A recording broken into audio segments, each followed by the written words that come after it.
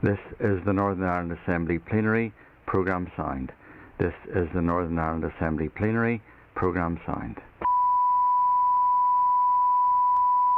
This is the Northern Ireland Assembly Plenary.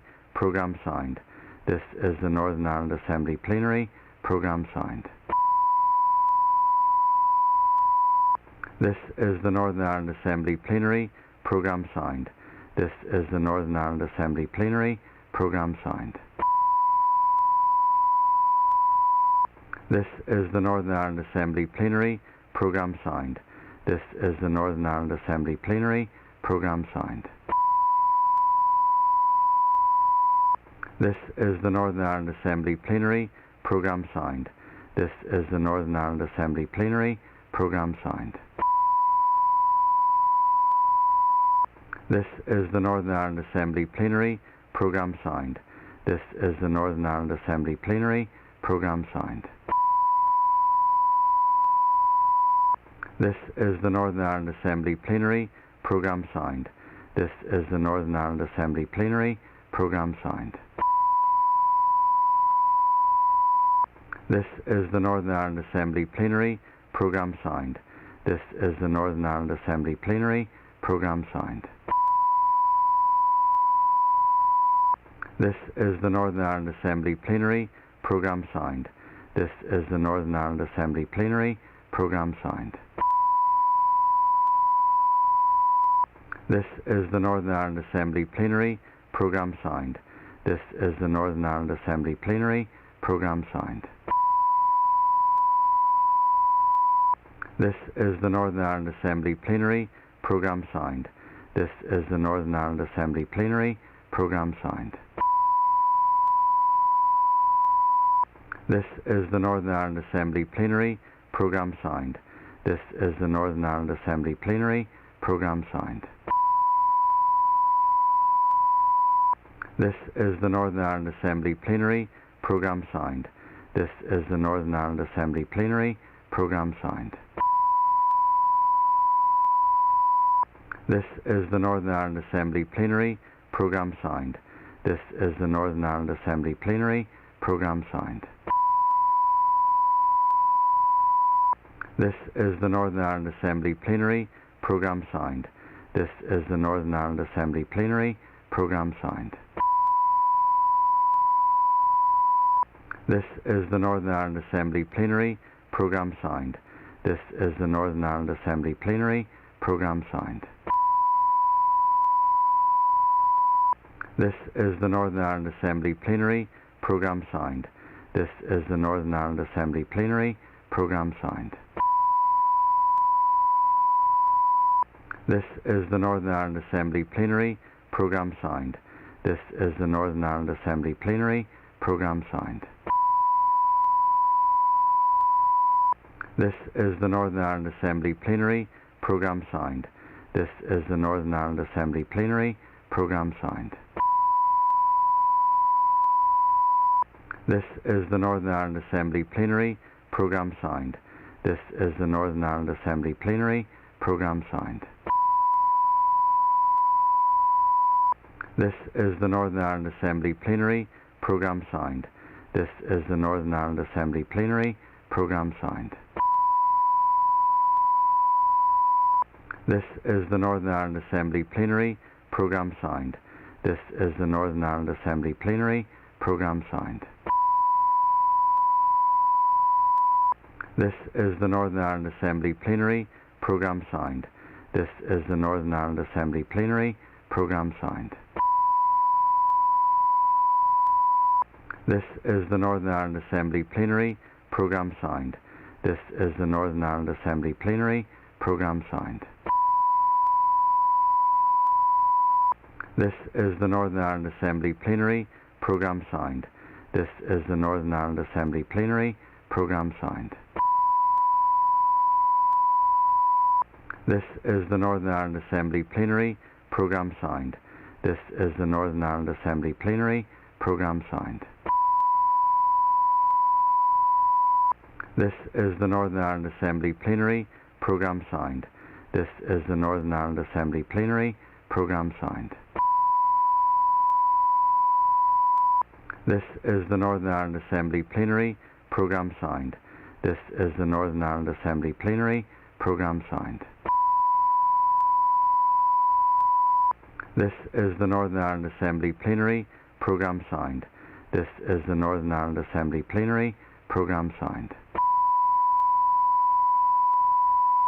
This is the Northern Ireland Assembly Plenary Programme Signed. This is the Northern Ireland Assembly Plenary Programme Signed. This is the Northern Ireland Assembly Plenary Programme Signed. This is the Northern Ireland Assembly Plenary Programme Signed. This is the Northern Ireland Assembly Plenary Programme Signed. This is the Northern Ireland Assembly Plenary Programme Signed. This is the Northern Ireland Assembly Plenary Programme Signed. This is the Northern Ireland Assembly Plenary Programme Signed.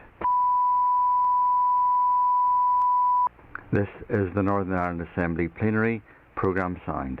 This is the Northern Ireland Assembly Plenary Programme Signed. This is the Northern Ireland Assembly Plenary Programme Signed. This is the Northern Ireland Assembly Plenary Programme Signed. This is the Northern Ireland Assembly Plenary Programme Signed. This is the Northern Ireland Assembly Plenary Programme Signed. This is the Northern Ireland Assembly Plenary Programme Signed.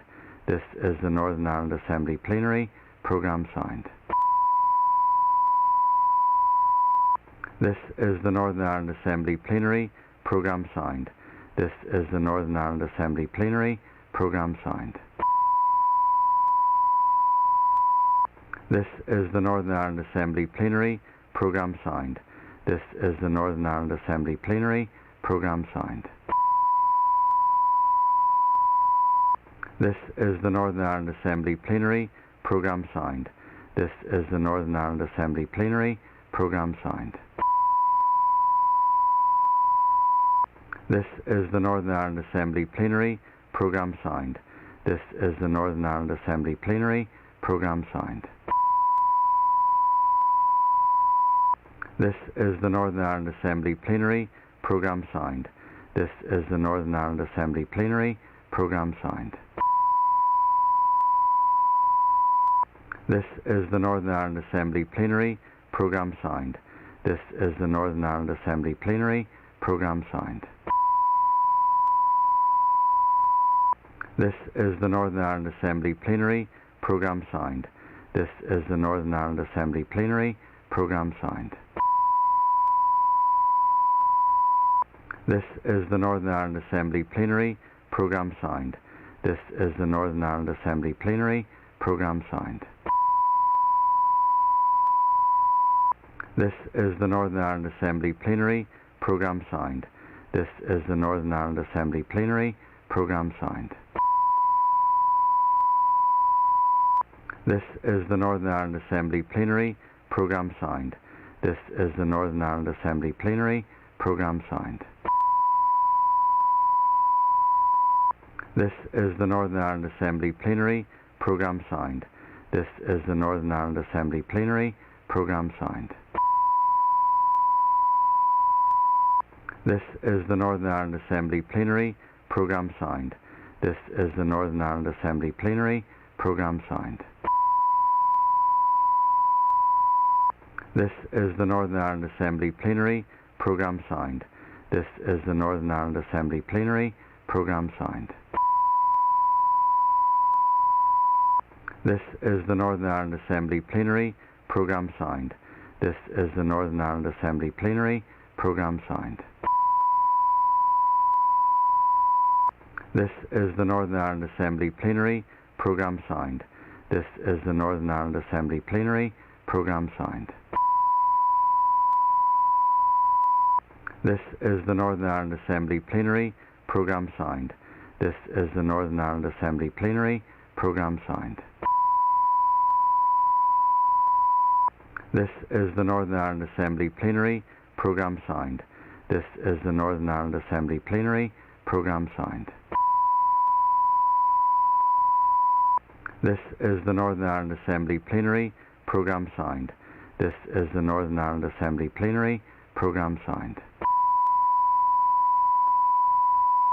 This is the Northern Ireland Assembly Plenary Programme Signed. This is the Northern Ireland Assembly Plenary Programme Signed. This is the Northern Ireland Assembly Plenary Programme Signed. This is the Northern Ireland Assembly Plenary Programme Signed. This is the Northern Ireland Assembly Plenary Programme Signed. This is the Northern Ireland Assembly Plenary Programme Signed. This is the Northern Ireland Assembly Plenary Programme Signed.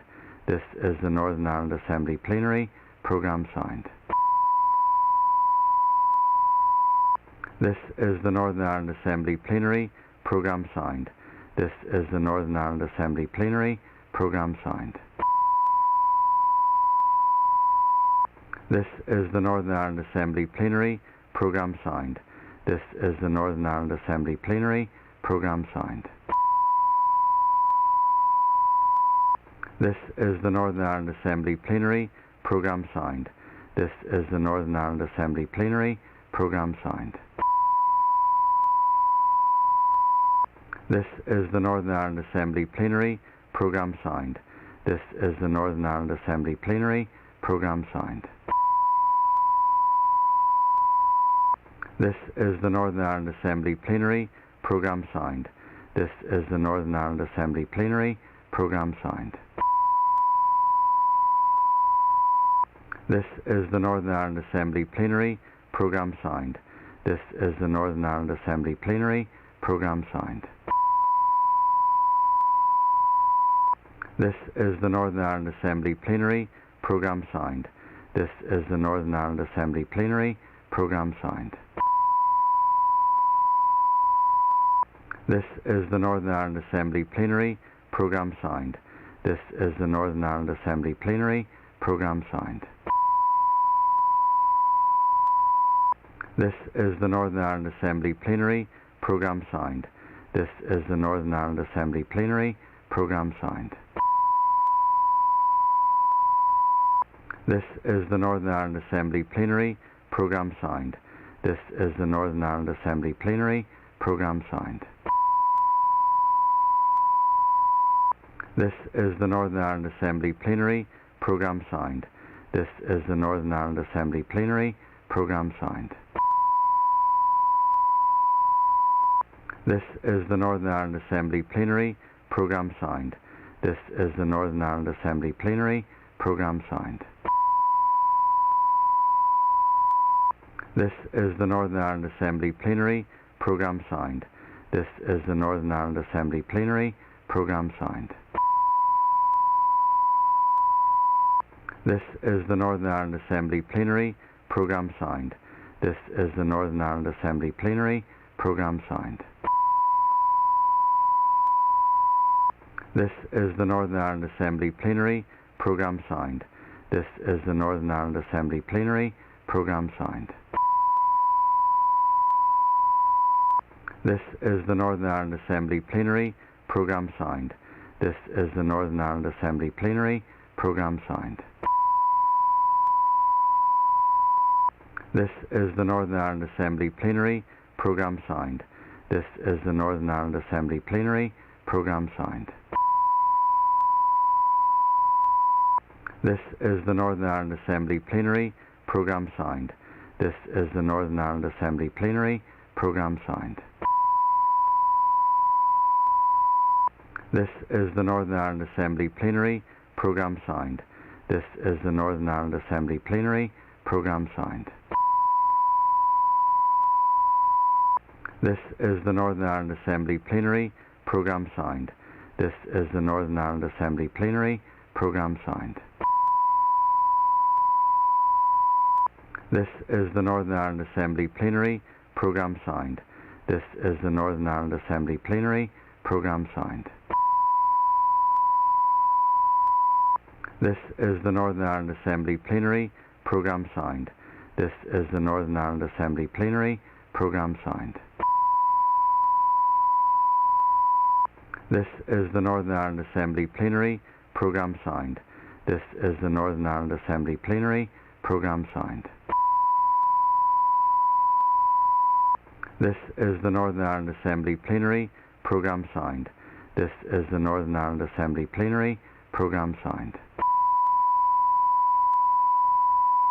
This is the Northern Ireland Assembly Plenary Programme Sound. This is the Northern Ireland Assembly Plenary Programme Sound.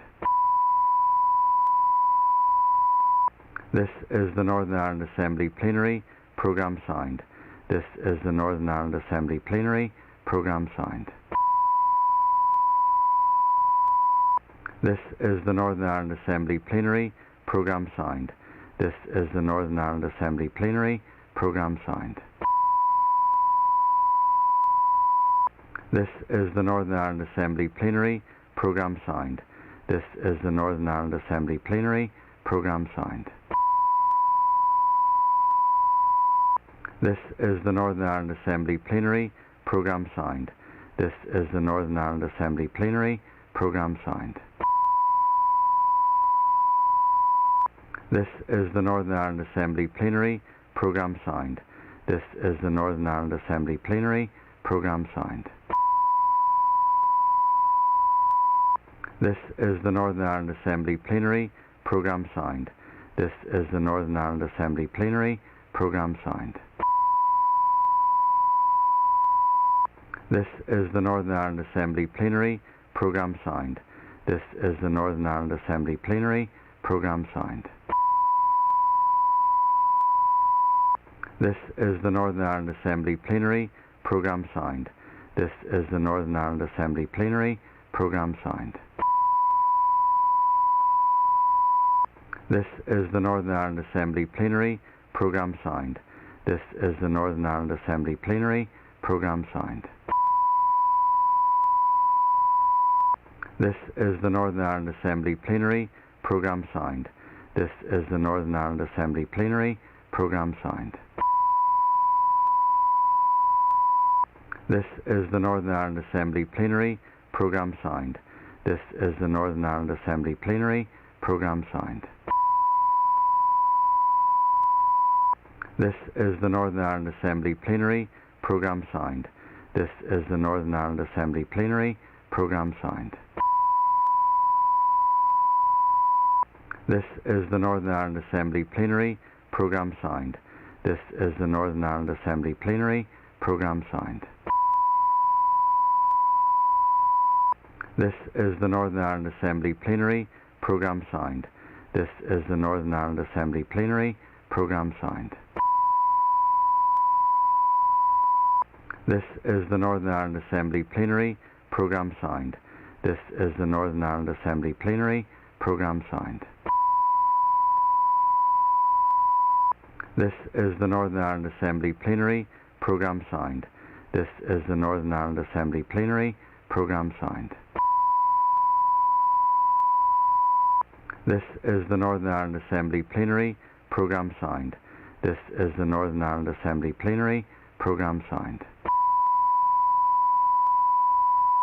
This is the Northern Ireland Assembly Plenary Programme Sound. This is the Northern Ireland Assembly Plenary Programme Sound. This is the Northern Ireland Assembly Plenary Programme Sound. This is the Northern Ireland Assembly Plenary Programme Sound. This is the Northern Ireland Assembly Plenary Programme Sound. This is the Northern Ireland Assembly Plenary Programme Sound.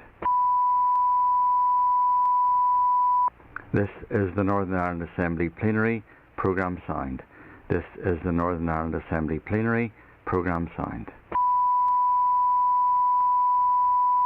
This is the Northern Ireland Assembly Plenary Programme Sound. This is the Northern Ireland Assembly Plenary Programme Sound. This is the Northern Ireland Assembly Plenary Programme Sound. This is the Northern Ireland Assembly Plenary Programme Sound. This is the Northern Ireland Assembly Plenary Programme Sound. This is the Northern Ireland Assembly Plenary Programme Sound. This is the Northern Ireland Assembly Plenary Programme signed. This is the Northern Ireland Assembly Plenary Programme signed. This is the Northern Ireland Assembly Plenary Programme signed. This is the Northern Ireland Assembly Plenary Programme signed. This is the Northern Ireland Assembly Plenary Programme signed. This is the Northern Ireland Assembly Plenary Programme signed. This is the Northern Ireland Assembly Plenary Programme signed. This is the Northern Ireland Assembly Plenary Programme signed. This is the Northern Ireland Assembly Plenary Programme signed. This is the Northern Ireland Assembly Plenary Programme signed. This is the Northern Ireland Assembly Plenary Programme signed. This is the Northern Ireland Assembly Plenary Programme signed. This is the Northern Ireland Assembly Plenary Programme signed. This is the Northern Ireland Assembly Plenary Programme signed. This is the Northern Ireland Assembly Plenary Programme signed. This is the Northern Ireland Assembly Plenary Programme signed. This is the Northern Ireland Assembly Plenary Programme signed. This is the Northern Ireland Assembly Plenary Programme signed. This is the Northern Ireland Assembly Plenary Programme signed. This is the Northern Ireland Assembly Plenary Programme signed. This is the Northern Ireland Assembly Plenary Programme signed. This is the Northern Ireland Assembly Plenary Programme signed. This is the Northern Ireland Assembly Plenary Programme signed. This is the Northern Ireland Assembly Plenary Programme signed. This is the Northern Ireland Assembly Plenary Programme signed. This is the Northern Ireland Assembly Plenary Programme signed. This is the Northern Ireland Assembly Plenary Programme signed. This is the Northern Ireland Assembly Plenary Programme signed. This is the Northern Ireland Assembly Plenary Programme signed. This is the Northern Ireland Assembly Plenary Programme signed. This is the Northern Ireland Assembly Plenary Programme signed. This is the Northern Ireland Assembly Plenary Programme signed. This is the Northern Ireland Assembly Plenary Programme signed. This is the Northern Ireland Assembly Plenary Programme signed. This is the Northern Ireland Assembly Plenary Programme signed. This is the Northern Ireland Assembly Plenary Programme signed. This is the Northern Ireland Assembly Plenary Programme signed. This is the Northern Ireland Assembly Plenary Programme signed. This is the Northern Ireland Assembly Plenary Programme signed. This is the Northern Ireland Assembly Plenary Programme signed. This is the Northern Ireland Assembly Plenary Programme signed. This is the Northern Ireland Assembly Plenary Programme signed. This is the Northern Ireland Assembly Plenary Programme signed. This is the Northern Ireland Assembly Plenary Programme signed. This is the Northern Ireland Assembly Plenary Programme signed. This is the Northern Ireland Assembly Plenary Programme signed. This is the Northern Ireland Assembly Plenary Programme signed. This is the Northern Ireland Assembly Plenary Programme signed. This is the Northern Ireland Assembly Plenary Programme signed. This is the Northern Ireland Assembly Plenary Programme signed. This is the Northern Ireland Assembly Plenary Programme signed. This is the Northern Ireland Assembly Plenary Programme signed. This is the Northern Ireland Assembly Plenary Programme signed. This is the Northern Ireland Assembly Plenary Programme signed. This is the Northern Ireland Assembly Plenary Programme signed. This is the Northern Ireland Assembly Plenary Programme signed. This is the Northern Ireland Assembly Plenary Programme signed. This is the Northern Ireland Assembly Plenary Programme signed. This is the Northern Ireland Assembly Plenary Programme signed. This is the Northern Ireland Assembly Plenary Programme signed. This is the Northern Ireland Assembly Plenary Programme signed. This is the Northern Ireland Assembly Plenary Programme signed. This is the Northern Ireland Assembly Plenary Programme signed. This is the Northern Ireland Assembly Plenary Programme signed. This is the Northern Ireland Assembly Plenary Programme signed. This is the Northern Ireland Assembly Plenary Programme signed. This is the Northern Ireland Assembly Plenary Programme signed. This is the Northern Ireland Assembly Plenary Programme signed. This is the Northern Ireland Assembly Plenary Programme signed. This is the Northern Ireland Assembly Plenary Programme signed. This is the Northern Ireland Assembly Plenary Programme signed. This is the Northern Ireland Assembly Plenary Programme signed. This is the Northern Ireland Assembly Plenary Programme signed. This is the Northern Ireland Assembly Plenary Programme signed. This is the Northern Ireland Assembly Plenary Programme signed. This is the Northern Ireland Assembly Plenary Programme signed. This is the Northern Ireland Assembly Plenary Programme signed. This is the Northern Ireland Assembly Plenary Programme signed. This is the Northern Ireland Assembly Plenary Programme signed. This is the Northern Ireland Assembly Plenary Programme signed. This is the Northern Ireland Assembly Plenary Programme signed. This is the Northern Ireland Assembly Plenary Programme signed. This is the Northern Ireland Assembly Plenary Programme signed. This is the Northern Ireland Assembly Plenary Programme signed. This is the Northern Ireland Assembly Plenary Programme signed. This is the Northern Ireland Assembly Plenary Programme signed. This is the Northern Ireland Assembly Plenary Programme signed. This is the Northern Ireland Assembly Plenary Programme signed. This is the Northern Ireland Assembly Plenary Programme signed. This is the Northern Ireland Assembly Plenary Programme signed.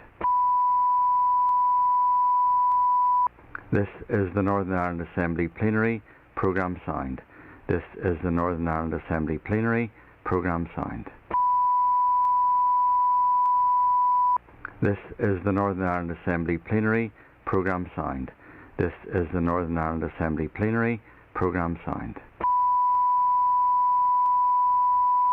This is the Northern Ireland Assembly Plenary Programme signed. This is the Northern Ireland Assembly Plenary Programme signed.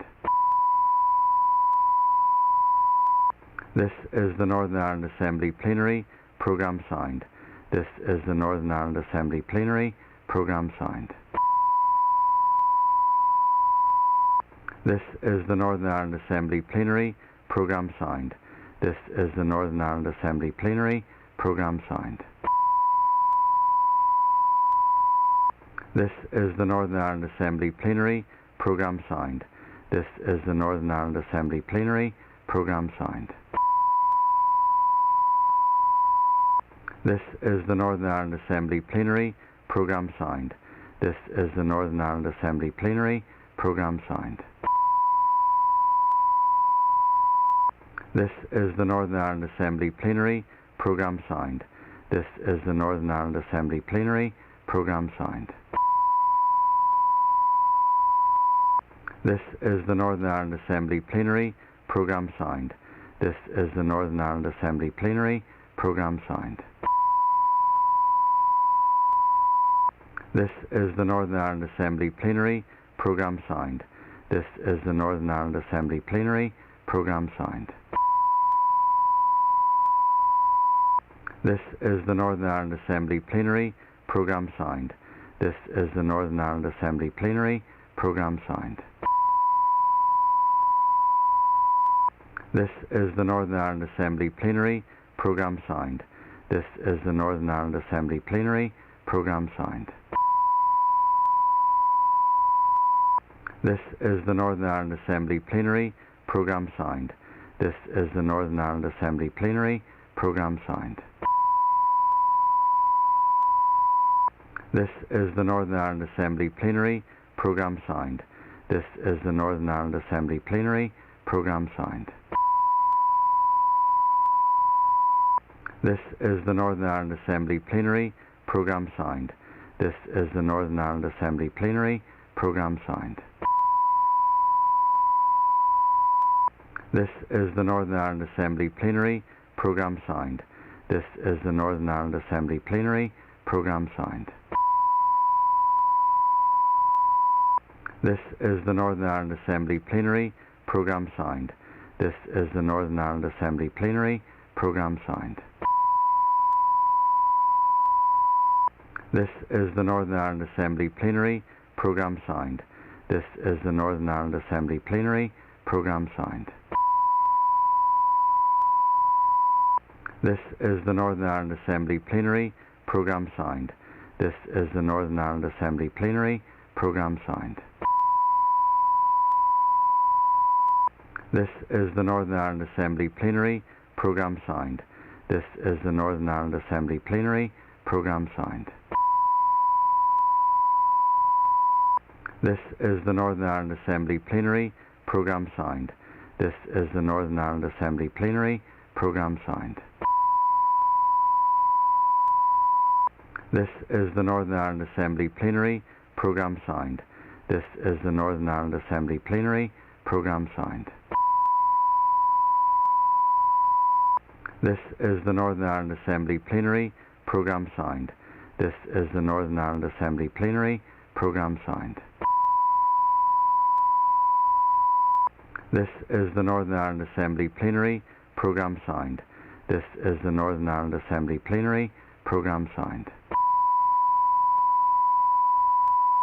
This is the Northern Ireland Assembly Plenary Programme Sound. This is the Northern Ireland Assembly Plenary Programme Sound. This is the Northern Ireland Assembly Plenary Programme Sound. This is the Northern Ireland Assembly Plenary Programme Sound. This is the Northern Ireland Assembly Plenary Programme Sound. This is the Northern Ireland Assembly Plenary Programme Sound. This is the Northern Ireland Assembly Plenary Programme Sound. This is the Northern Ireland Assembly Plenary Programme Sound. This is the Northern Ireland Assembly Plenary Programme Sound. This is the Northern Ireland Assembly Plenary Programme Sound. This is the Northern Ireland Assembly Plenary Programme Sound. This is the Northern Ireland Assembly Plenary Programme Sound. This is the Northern Ireland Assembly Plenary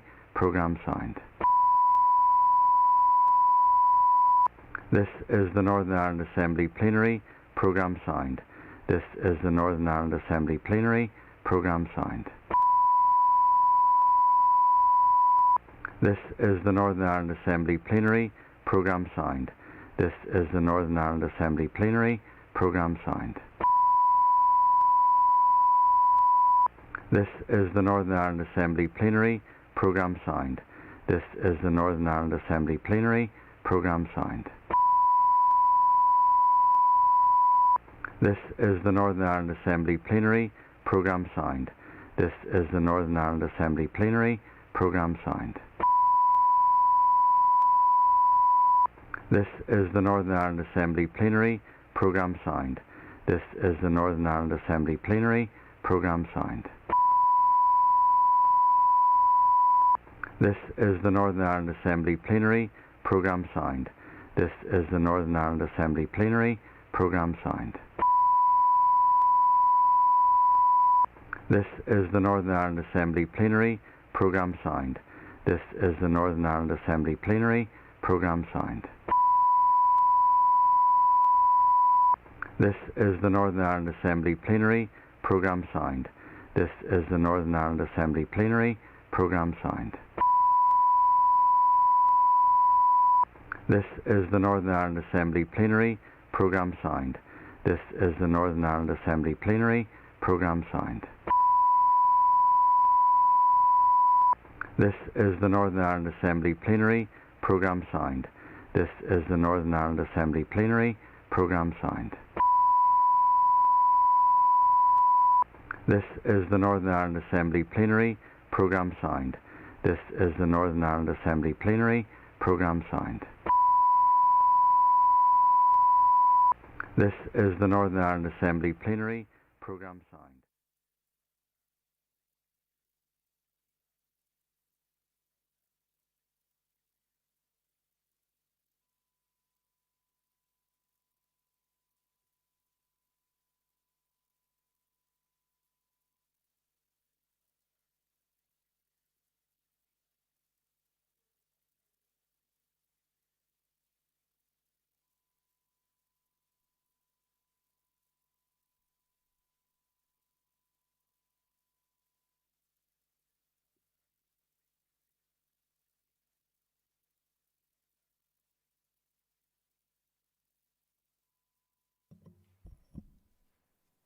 At the commencement of our sitting, let us be still.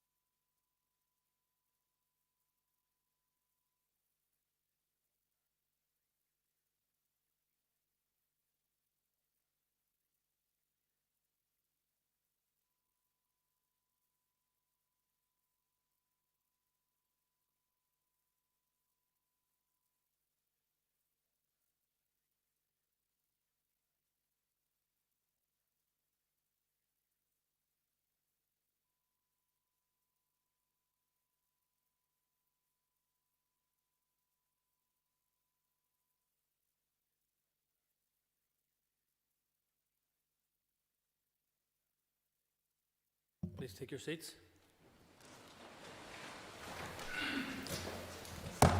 Members, before we commence today's sitting, I wish to inform you that I have been advised that Mr Gary Middleton will not be moving the adjournment debate today. The sitting will adjourn immediately after the motion to approve the corporate insolvency regulations.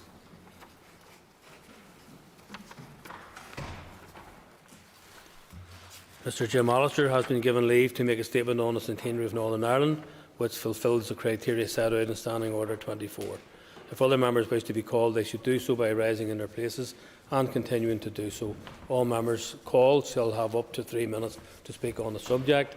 I remind members that I will not take any further points of order on this or any other matter until this item of business has finished. I call Jim Allister. Thank you.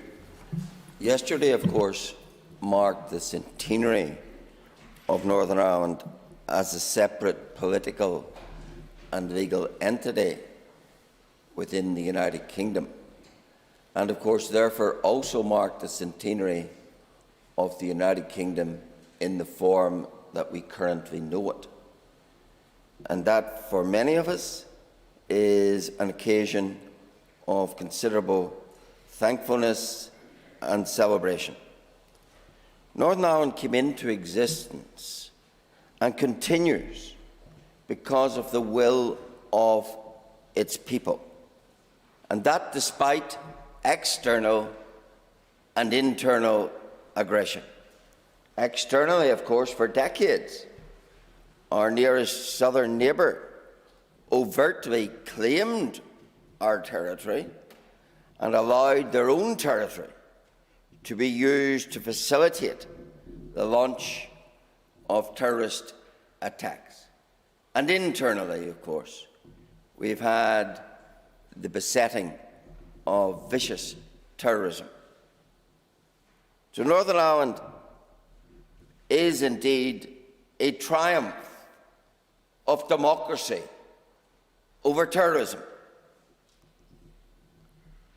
And having had to face all that vicious terrorism, I want today to salute the memory of the many who selflessly gave their lives to stand between the law-abiding people of Northern Ireland and the evildoers in our midst. Of course, Northern Ireland has also been subject to relentless insult and vilification, including by those who would tell us what the standards of respect are that are expected of us all. But Northern Ireland is still here, is flourishing as part of the United Kingdom. Scholars, sportsmen, inventors, generals, captains of industry, leaders in medicine, we've proudly produced them all, and much more besides. I'm proud of Northern Ireland. I'm proud to call it home. And looking forward, of course, as in the past, we cannot be complacent to the threat that faces us. Vigilance served us in the past. Vigilance will serve us in the future, along with determination to defeat any threat that comes along, including the current threat of the iniquitous Members' time is protocol. up. Members' time is up. From those Members' time is up. has overcome those who wish this province ill. The member's time is up, and I call Jonathan Buckley. Mr. Speaker, it is with immense pride and joy that I actually stand in this House today to welcome and mark the centenary of the country in which I love and in which I cherish. Undoubtedly, Northern Ireland means a lot of different things to many people. But one thing that we can all take huge pride in, regardless of community background, is its people. Whether that be in war, whether that be on the sporting field, civic, industry, medicine, Northern Ireland has punched well above its weight across the world. I'm proud to call this place home, and I recognise that it's a shared home place. I recognise that. But as I look forward to the next century, I look forward with optimism. As the youngest unionist in this place, I'm not oblivious as to the threats that face the Union and face Northern Ireland. But as a young unionist with hope, I look forward to the next interesting time in our lives and in the development of this country. But I must also mark and recognise the huge contribution and sacrifice of so many. Today I think about my great-uncle, Bobby Crozier, that was killed by a terrorist act at Glenanne Army Camp as he donned the uniform to protect its citizens. Today I think about those many families that donned the uniform to defend this nation and ensure that we could reach this historic milestone in our nation's life. Their sacrifice is not in vain, and I pledge to them in their memory and their families, and indeed the community that I represent, that I will do all within my power to make sure that this place prospers in the next century, to make sure that it is seen and welcomed and recognised as a welcoming place for those that may not share my community background or history. Northern Ireland is a place in which we can all rightly call home. Northern Ireland is a place that should be welcoming to all. That is the spirit in which I look to the next 100. I look to it with positivity, and I invite colleagues to, yes, reflect on the past, but let's look forward with optimism and mark this centenary with the respect that it deserves. Thank you, Mr. Speaker. Thank you, and I call John O'Dowd. Quite clearly there will be different perspectives on the events of 100 years ago, and it will be quite easy to rise to the bait of Mr Allister's usual angry performance. But I think what we have to do is reflect on what those 100 years have meant to all the people who live on this island, and indeed across these islands, and what the future will look like. And I think Mr Buckley's comments about the future is the important thing. He's the youngest unionist in the House, and I think what we need now is a vision for the young people and not so young people who live in this island. Ireland was partitioned by the Government of Ireland Act. In my opinion, and many share it, it was the wrong thing to do to Ireland. It created division. It created a state which systematically discriminated against a large proportion of its citizens. It created laws such as the Special Powers Act, which were the envy of the apartheid South African regime. That is not democracy. But we can look forward, I think, to a new future. The Government of Ireland Act was repealed as part of the Good Friday Agreement. And the Good Friday Agreement is why we all sit in here today, why we all share power together today. And of course we still have our differences. We have our differences about what the future will hold. But I'm confident that the future will be different from the past, both in terms of how the past was created and how it was enforced. I believe that democracy, that much used word, will create a new beginning on the island of Ireland, where Protestant dissenter can live alongside the Catholic and the Nationalist and all those other traditions that are coming forward now. And that a new Ireland will be a home place to us all. I don't know what that new Ireland will look like, but I firmly believe that we have the mechanisms in place now to ensure that it's a shared place, that the mistakes of the past can be learned from, and that the generation of Mr Buckley and those around us in the chamber who might be slightly greyer in the head will have a better time. I'll end on this note. A young Republican said to me a number of years ago, he says, "We will be the generation that live for Ireland. No more should any generation die for Ireland." And that has to be the ambition for us all. Thank you. Thank you, Cormac. I call Matthew O'Toole. Thank you, Mr Speaker. We talk a lot about history in this place, perhaps a little too much. Well, I think it's probably fair to say definitely too much.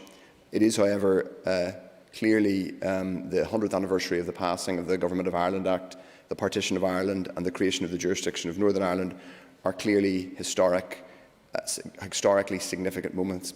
They are part of a decade of centenaries, a decade of disruption on the island of Ireland that began from 1912 and will run right through until the conclusion of the commemoration of the Irish Civil War.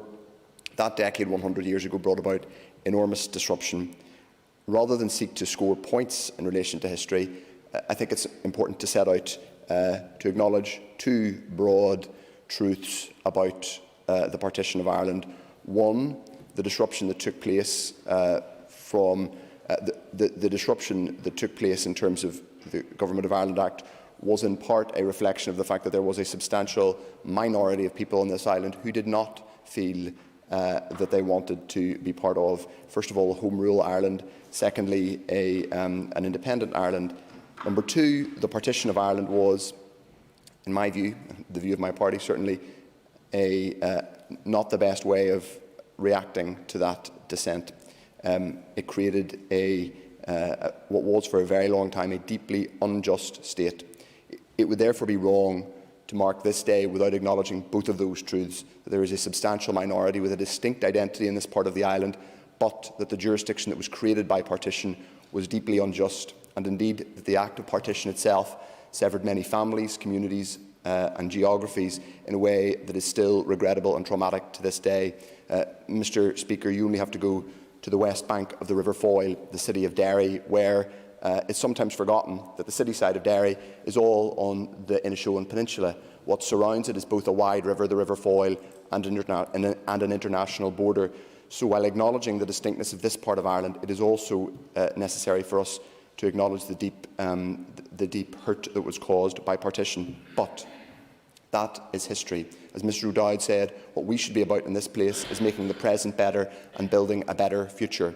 The only future for people on this island, and particularly in this part of Ireland, whatever your constitutional preference, my constitutional preference and the preference of my party, is that we, on the basis of reconciliation, remove the border on the island of Ireland. But any of us with a constitutional preference, whether it's to maintain the union with the United Kingdom or to remove the border in Ireland, can only do so on the basis of reconciliation, mutual respect and sharing this place. So that should be both the lesson of our history and the lesson that we, all of us, take forward as we build the future. Thank you, Mr. Speaker. Thank you. And I call Steve Egan. Mr. Speaker, and may I thank Mr. Allister for bringing this matter of the day to the Assembly. Today marks the first day of our next century, and it should be a century of pride, because we have a lot of pride in what we've achieved so far. There's a lot to commemorate and there's a lot to reflect on. Yesterday, Mr. Speaker, I spent the morning at a church service, which was quite remarkable, in that the church service was led by what I call by somebody from the new Northern Ireland. It was a minister from Scandinavia, and she saw herself very much as part of this new Northern Ireland. The music director, and declaration of interest here, it was my wife, is American, and she was doing the music for that as well. But it was a whole church service not about fear or anything. It was about hope, and it was about hope for the future. And it was interesting, Mr. Speaker, speaking to some of the younger people who were at that church service. And I asked them, they said, how do you view Northern Ireland? And they say, we're very happy with the way it is. There are things wrong with it, but there are things wrong with all over the place. There are things wrong with the Irish Republic. There's things wrong with Europe. There's things wrong with the United States. But actually, Northern Ireland, when you sit back and think about it, is not a bad place to be. We have so much opportunity. And we have the greatest natural resource of all, our people. And yes, our people need to be able to be looked after. We need a proper health service, which we're trying to do. We need an education system that educates our children together, not separately. We need an economy that's based on the future, dealing with the challenges we're going to have from climate change and other issues as well, but grabbing the opportunities for things like fintech and new technologies and new emergent technologies as well. We can do that. Mr. Speaker, this is about a time for hope. We should all be looking forward confidently together. We should be doing this in a manner that we all work very closely, and that's what the Belfast Good Friday Agreement was all about. It was about transforming Northern Ireland and getting ready for the future. Now, there's been all sorts of things we can look back in the past, and we can say those are the kind of things we didn't want to see. And I could use Her Majesty's words. But I think the most important thing we have to do as Assembly and as politicians is to look confidently to the future, look confidently to the next 100 years, and let's make Northern Ireland work for everybody. Thank you very much indeed, Mr. Speaker. Thank you. And I call Andrew Muir. Thank you very much, Mr. Speaker. As Northern Ireland hits its 100th anniversary, I respect the fact that there's many different perspectives, both within society and also within this chamber. I personally love Northern Ireland. I consider it my home, but I want to build a future based upon respect and reconciliation. What makes Northern Ireland so unique is its people. And I'm so proud of the people who make up Northern Ireland. That is what makes me so happy to call the place home. But I do recognise the history of this place. I do recognise that at times, far too many times, people did not feel at home, and discrimination was far too prevalent within society. That discrimination affected so many people, including members of my own family, and I'm conscious of that. I'm also conscious of the hurt that was caused amongst so many as a result of the violence in our past. But by looking over the last 100 years, I think it's important that we can take learnings from our past, and they can actually enable us to consider and appreciate the different viewpoints. Some of the stuff that's been organised in recent times by your office, Mr Speaker, has been very worthwhile, and I think to be commending you for organising those events. The BBC have also had a podcast, which is Year 21, which I find very useful, and I think to engage and to learn from our past is something that we can benefit from. As others spoken, the Queen issued a statement yesterday, which was, for me, very welcome words. But they follow on from King George V's call when the opening of the Northern Ireland Parliament, which was a distance away, when he said and called upon people to stretch out the hand of forbearance and conciliation. As we look to the future, that future must be based firmly upon reconciliation. President Higgins has recently stated that the whole purpose is not to allow some event of the past to have the capacity to disable you in the present and to remove options for the future from you. It is so true. Northern Ireland society has drastically changed. It is a wonderful rainbow of minorities. It is a great society to be part of. But the future must be about continuing that progress. That progress must be about an open, welcoming and more equal place which attracts and retains people, talent and jobs. We've got it within our gift to create that future society which is about celebrating diversity and about embracing it, and I encourage everyone to grasp that. Thank you very much, Mr Speaker. Thank you, and I call Jerry Carroll. People before profit don't support the idea that partition is something to be celebrated during its centenary, and everything in the north is pitched within the binary framework of the two traditions where people are expected to be either unionist or nationalist. And as a James Connolly socialist, I firmly reject that narrative, and while some may want to, we're not for or about sitting on the fence when faced with so-called divisive issues. We're about kicking down fences, challenging division, and that necessitates challenging partition. Partition, Mr Speaker, was a reactionary and undemocratic development which was used to thwart progressive and revolutionary change in Ireland. And if we look at the history of partition, it was undemocratically imposed on Ireland and was backed by sectarianism and the widespread use of violence. This included battalions of the British Army, sectarian policing, the gerrymandering of electoral boundaries to ensure unionist power, and a deep level of discrimination against the minority nationalist community in areas of housing, jobs and the democratic franchise. And of course, it's worth remembering that in the aftermath of partition, many radical Protestants were expelled from their workforce as they were deemed to be a threat to the state itself. And such was the nature of the injustices enshrined in the northern state that it took a mass upheaval of peaceful protest to challenge discrimination. The civil rights movement in the late 60s was, of course, met with violence and repression by both the Unionist government and the British military, creating the context for a sustained period of violence. As James Connolly said, partition did create a carnival of reaction on both sides of the border.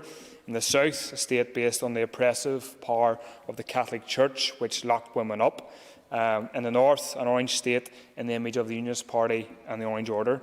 Partition created permanent divisions and have been exploited quite cynically by elites on both sides of the border to keep workers and ordinary people in their place. And partition has firmly held back progress on both sides of the border. We want to learn from history, for sure, Mr Speaker, but we're not for celebrating the anniversary of partition. We want to see a socialist Ireland based on equality, justice and solidarity, where there is a world without borders, a world without imperialist war. And it's true to say, Mr Speaker, that the old world is dying, the new world is fading to be born, and in that fight our party will be a socialist voice for challenging both states, north and south, and in the interests of working class people across the board. Thank you. Thank you, and I call Christopher Salford. Thank you, Mr Speaker. It's ironic to be lectured about the creation of a new world by someone who I suspect probably regrets the fall of the Berlin Wall. However, I want to speak briefly about previous generations and then move on to what we can do for future generations. I wish, sir, to place on the record of this House my appreciation of the generation that created this state, the generation led by men like Edward Carson and James Craig, the generation who contributed to the victory of this country in the Great War at the Battle of the Somme. They are the founding fathers of Northern Ireland, and my children are full United Kingdom citizens because of the contribution of that generation. If we skip a generation, I want to talk about the generation that kept the Atlantic open during the Second World War, the generation that endured the Blitz of this city, the generation that made a contribution to the defeat of Hitlerism and fascism. If we skip forward another generation in the history of this country, I want to pay tribute to those who endured with bravery and stoicism the violent campaign of the Troubles, whether serving in the police or in the armed forces or in any public service that kept this place going. I was thinking about this the other day. My children will find it bizarre that when I tell them about my mother having her bags searched going into Primark. It was when Primark was on the news, and I was thinking, there's so much that happened in the history of this country that my children and all of our children will think, how on earth did you live through that? But we did, and we endured. Going forward to this generation, I think it's important that we commit ourselves to working together in order to make this place work. And that's why I have to say I found it very disappointing that a party political banner was erected on the side of a block of flats and pointed in the direction of a unionist community. I think that was nothing more than a calculated insult, and it's not within the spirit of the statement that the Queen issued, where she said, across generations, the people of Northern Ireland are choosing to build an inclusive, prosperous and hopeful society, strengthened by the gains of the peace process. It is our job, and the job of all of us who are elected here to this place, to build that society, to make this place work, and to pass it on better to the next generation. Thank you, sir. Thank you. And I call Pat Cadney. Thank you, Mr. Speaker. And I suppose as Jonathan Buckley had said, he was the youngest. I think, looking around, I may well be the oldest nationalist here. I know, but I'm not going to call Jim anywhere close to a nationalist. But look, I just wanted to follow on from Matthew, Mr. Speaker, and state that as a young man, maybe at 22, I made my first sortie into Belfast to buy a little bar called the Liverpool Bar. It used to close when the two ships, either the Ulster Prince or the Ulster Queen, left in order to go to Liverpool. But on those first days, remember coming from the country, and it was only 18 miles away, Belfast was a different place than it is now. But people would have come down there to take the cheap ferry boat to Australia, and they were leaving in hundreds and hundreds and every night. And I seen them crying when they were on Donegal Quay. They thought they would never see their loved ones or their family again, so they were leaving this place. I worked, as I say, within the Troubles, as they were called, and I made a good living for myself and my family here in Northern Ireland. This is my home. Like everyone else has said, it is their home. I was born into this home, but there were problems, and we cannot deny the problems that we had. We have inflicted hurt and pain on each other, and that's a pity. What a pity. If we look at where I tried to say where I come from, and I've already heard Mr. Stalford think about keeping the Atlantic open, and I've said it before, my father's younger brother was blew up off the coast of Tenerife. We have a shared history. I love traditional Irish music, I love the song, and I love my Irish language. That should be shared. No one should own that. That belongs to every single one of us. Given to us by the forefathers from Presbyterianism, who from the blind harper wrote that music down, that we are still able to play that and recite that music today. I did not. I believe that Northern Ireland was born out of a non-democratic situation. The majority of Irish people then voted 78% in favour of home rule, as it would have been then, but on the agreed principle of that vote. The next line for me as a Democrat was the Good Friday Agreement, and all of our truths and all of our sharedness is in that Good Friday Agreement. And we should be the generation that bends over backward to accept that document and to work that document and to make that document work for us and to work for our children and our children's children. And that should be our pledge. Thank you, Mr. Speaker. Time's up. Thank you. And I call Evan Poots. Mr. Speaker, and I really appreciate the opportunity that the Assembly has taken to mark the 100th anniversary of Northern Ireland. It has been a period of time where we have had many really positive things and really good things, and we've had many people who have excelled. Harry Ferguson, a great inventor. My dad bought a farm off him many, many years ago, and it's something that we really cherish. Poets like Seamus Heaney, writers like C.S. Lewis, actors like Liam Neeson, footballers like George Best and Pat Jennings, snooker players like Alex Higgins and Dennis Taylor, and motorcycle racers like Joey Dunlop and indeed young Ray have all demonstrated that Northern Ireland people can achieve greatness, and they have made great contributions both here and in many other parts of the world. But what I would say about Northern Ireland most, and I'm a proud Northern Ireland man, is that its people, all of its people, they are a tremendous people, they are a friendly people, they are a kind people, they are a caring people.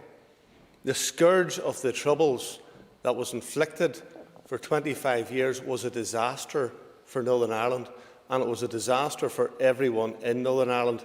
And not one of those bullets fired in that Troubles was justified, because no one deserved to lose their lives, and we can never return to that again.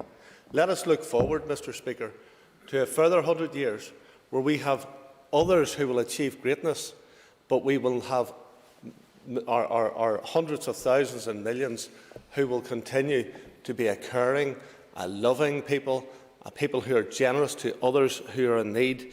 Northern Ireland has had many great things to show for it. It has many great things to come. And I believe that we can move forward confidently.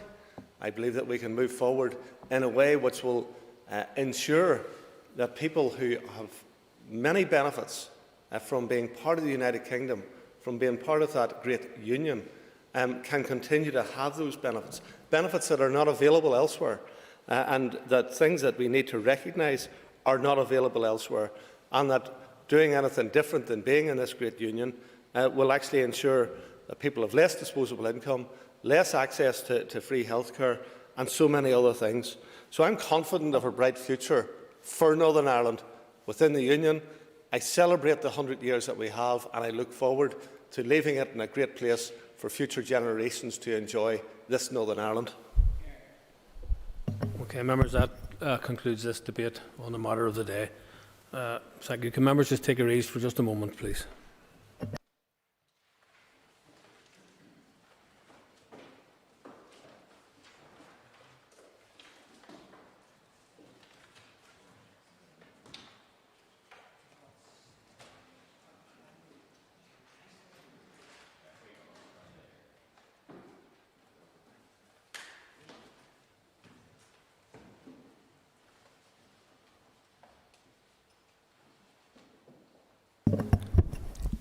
Okay, members, the consideration stage of the Pension Schemes Bill.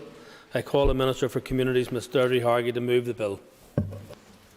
I beg to move. Thank you, Gormagat. And members will have a copy of the marshalled list of amendments detailing the order of consideration. The amendments have been grouped for debate in the provisional grouping of amendments selected list. There is a single group of amendments, amendments 1 to 20, dealing with technical and consequential amendments to Schedule 3. Once the debate on the group is completed, any further amendments in the group will be moved formally as we go through the bill, and the question on each will be put without further debate. The questions on stand part will be taken at the appropriate points in the bill. If that's clear, then we shall proceed. Okay, members. No amendments have been tabled to clauses 1 or 2. And I propose by leave of the Assembly to group these clauses for the question on stand part. The question is that clauses 1 and 2 stand part of the bill. All those in favour say aye. Contrary, no. The ayes have it. Clauses 3 to 6 stand part. No amendments have been tabled to clauses 3 to 6. I propose by leave of the Assembly to group these clauses for the question on stand part. If the question is that clauses 3 to 6 stand part of the bill. All those in favour say aye. Contrary, no. The ayes have it. Clauses 7 to 12 stand part. No amendments have been tabled to clauses 7 to 12. I propose by leave of the Assembly to group these clauses for the question on stand part. The question is that clauses 7 to 12 stand part of the bill. All those in favour say aye. Contrary, no. The ayes have it. No amendments have been tabled to clauses 13 to 19. I propose by leave of the Assembly to group these clauses for the question on stand part. The question is that clauses 13 to 19 stand part of the bill. All those in favour say aye. Contrary, no. The ayes have it. Clauses 20 to 33 stand part. No amendments have been tabled to clauses 20 to 33. I propose by leave of the Assembly to group these clauses for the question on stand part. The question is that clauses 20 to 33 stand part of the bill. All those in favour say aye. Contrary, no. The ayes have it. Clauses 34 and 35 stand part. No amendments have been tabled to clauses 34 or 35. I propose by leave of the Assembly to group these clauses for question on stand part. The question is that clauses 34 and 35 stand part of the bill. All those in favour say aye. Contrary, no. The ayes have it. No amendments have been tabled to clauses 36 to 40. I propose by leave of the Assembly to group these clauses for the question on stand part. The question is that clauses 36 to 40 stand part of the bill. All those in favour say aye. Contrary, no. The ayes have it. No amendments have been tabled to clause 41. The question is that clause 41 stand part of the bill. All those in favour say aye. Contrary, no. The ayes have it. No amendments have been tabled to clauses 42 to 45. I propose by leave of the Assembly to group these clauses for the question on stand part. If there are no objections, I will say the question is that clauses 42 to 45 stand part of the bill. All those in favour say aye. Contrary, no. The ayes have it. Schedule 1 stand part. No amendments have been tabled to Schedule 1. The question is Schedule 1 stand part of the bill. All those in favour say aye. Contrary, no. The ayes have it. No amendments have been tabled to Schedule 2. The question is Schedule 2 stand part of the bill. All those in favour say aye. Contrary, no. The ayes have it. We have a single group of amendments, technical and consequential. We now come to the amendments for debate. With Amendment 1, it will be convenient to debate Amendments 2 to 20. I call the Minister for Communities, Mr Eddie Hargey, to move Amendment 1 and to address the other amendments in the group. I call the Minister. Thank you. I beg to move Amendment number 1. I will also speak to Amendments 2 to 20. The amendments are technical and consequential amendments in consequence of Westminster Pension Scheme Act 2021. Members may recall that on the 1st of June and 2nd of November 2020, the House agreed legislative consent motions relating to the provisions of the Westminster Pension Schemes Bill, which extend here. The Westminster Bill has completed its passage through Parliament and is now the Pension Schemes Act 2021. The Westminster Pension Schemes Act 2021 provides the collective money purchase schemes where contributions are pooled and invested to deliver an aspired benefit level. It strengthens protections to scheme members, enhances the powers of the regulator and introduces stronger sanctions for those who harm their pension schemes. It aims to increase transparency about individuals' pensions by introducing pensions dashboards and introduces provisions to tackle pension scams. The current bill at Westminster, Westminster Pension Schemes Act 2021, both amend the same provisions in a number of cases. This has led to a conflict in the numbering of the new provisions inserted by the bill and the Act. As at the outset of both, it is unclear which would progress more quickly. As the Westminster Pension Schemes Act 2021 has now been enacted, This necessitates amendments to the bill to rectify the conflict in numbering. While some instances the correction of the numbering can be managed by the Assembly Bills Office, technical amendments to Schedule 3 of the bill are also required as a consequence of this reposition, the renumbered provisions being inserted in some conjunctions. Amendments 1 to 6, 12 to 15, 17 to 19 make the necessary technical amendments to reposition the renumbered provisions being inserted in some conjunctions. They do not denote new policy. 7 further amendments are also necessary to carry amendments to provisions of our law which could not be made by the Westminster Pension Scheme Act 2021, as the bill had not completed its passage through the Assembly. These amendments are necessary to maintain the parity and interlinked provisions in the bill with other private pensions legislation in a coherent way. These consequential amendments are technical, for example, to add references to the bill in a number of provisions amended by the Westminster Act. Amendments 7 to 11, 16 and 20 make these necessary amendments. They do not denote the policy and, in line with legislative consent motions, would have been carried in the Westminster Act 2021 had the current bill been enacted.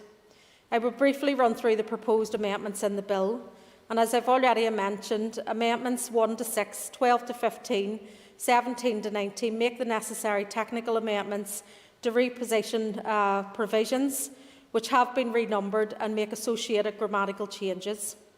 Turning to Amendments 7 to 11, these amendments insert new paragraphs 9a to 9e in Schedule 3. These paragraphs amend Articles 68, 72a, 72b, 75 and 75a of the Pensions NI Order 2005, articles which are either amended or inserted by the Westminster Pension Scheme Act 2021. The amendments made by paragraph 9a to 9e are necessary to add a reference to the current bill into provisions in those articles which refer to the relevant legislation here. Paragraphs 10 and 21 of Schedule 8 of the Westminster Pension Scheme Act 2021 amend Articles 68 and 75 retrospectively of the Pensions NI Order 2005. Paragraph 11 of the schedule inserts the Articles 72a and 72b, and paragraph 12 inserts Article 75a into the 2005 order. In the corresponding Westminster provision, the Act includes a reference to the Pension Schemes Act 2017, the Westminster analogue to the current bill. As the current bill had not been completed its passage through the Assembly, the Westminster Act could not include a reference to the bill in Articles 68, 72a, 72b, 75 and 75a. The reference, therefore, have to be added by this bill. Turning to Amendment 16, this amendment inserts new paragraph 12a into Schedule 3. This new paragraph amends subsection 2 of Schedule 1 of the Provisions Pensions NI Order 2005 to add in the references of provisions in the bill relating to fixed penalty notices and escalating penalty notices. Paragraph 27 of Schedule 8 of the Westminster Pension Scheme Act 2021 amends Paragraph 2, Section 2 of Schedule 1 to the 2005 order. In the corresponding Westminster provision, the Act includes a reference to the Pension Scheme Act 2017. As the current bill had not completed, again, the passage, it wasn't included in those provisions of the bill in paragraph 2.2 of Schedule 1 in the 2005 order. The reference, therefore, have been added by the bill. Finally, Amendment 20 inserts paragraph 15 and 16 into Schedule 3. These new paragraphs carry amendments to clauses 17 and 18 of the bill, and once enacted, the amendments cannot be made to the bill if it stands, as they need to be commenced at a future date in tandem with the corresponding changes to the Pension Scheme Act 2017, the Westminster analogue to the current bill. Paragraphs 18 to 20, Schedule 7 of the Westminster Pension Scheme Act 2021 amend Sections 17 and 18 of the Pension Schemes Act 2017. As the current bill has not been completed its passage through the Assembly, the Act could not make the corresponding amendments for the North. The amendments, therefore, have to be made by this bill. The intention is that these amendments will be commenced at the same time as the corresponding amendments to the Westminster Act. In conclusion, I merely restate that these amendments are in consequence of the Westminster Pension Scheme Act 2021 and do not denote new policy. I beg to move. Thank you. And I call a chairperson of the Committee for Communities, Ms Paula Bradley.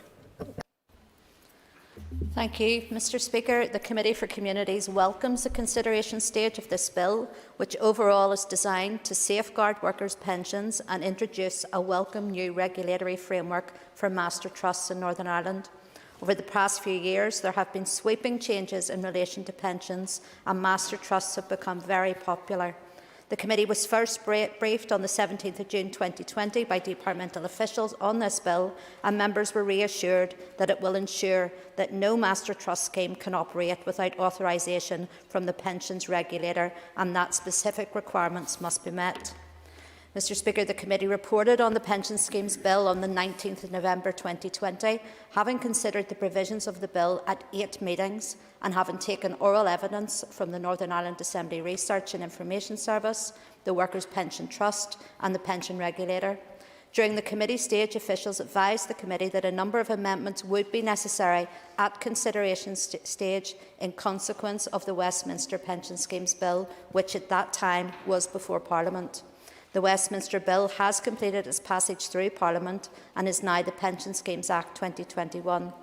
I'd like to take this opportunity to thank the officials, Jerry McCann and Doreen Roy, for all of their assistance during the committee stage and their patience with technical explanations and subsequent briefings on these amendments.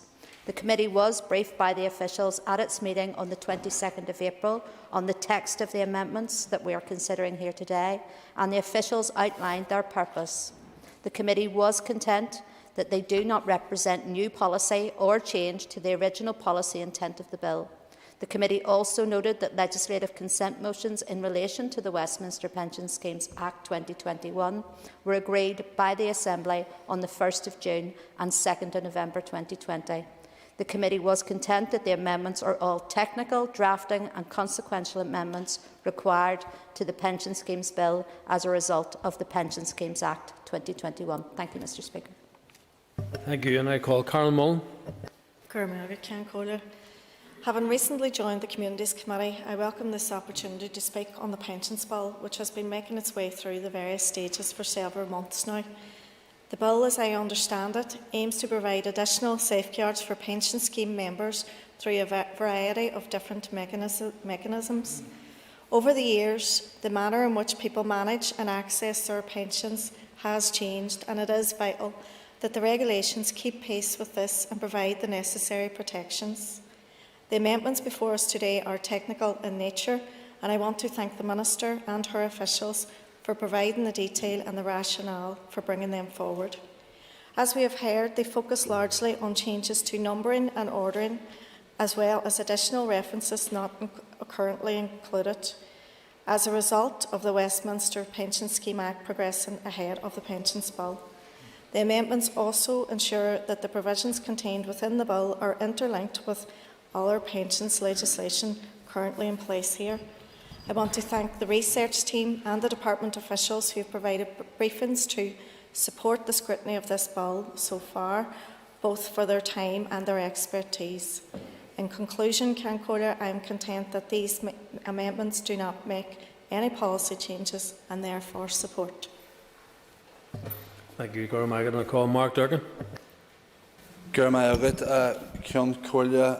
thank the Minister for bringing the bill back for consideration stage today. My hesitancy around the LCMs and accelerated passage for any bill, let alone a bill which will impact on all pension savers throughout the North, is on record. However, I do acknowledge and have acknowledged previously that in terms of this bill there was a huge element of urgency as a result of the 3-year hiatus in the Assembly, which had already placed pension scheme members here at a disadvantage to their counterparts in Britain. This bill, however, will bolster protections for pension savers, providing people with a safety net of assurances surrounding their pension schemes. It is therefore vital that these safeguards are implemented without any further delay. One key issue discussed at committee was the exponential increase on members of master trusts in the North. members recognise the need for inbuilt protections, but we're reassured that while Master Trusts don't have access to a pension protection fund, there is a safety net in the event of fraud.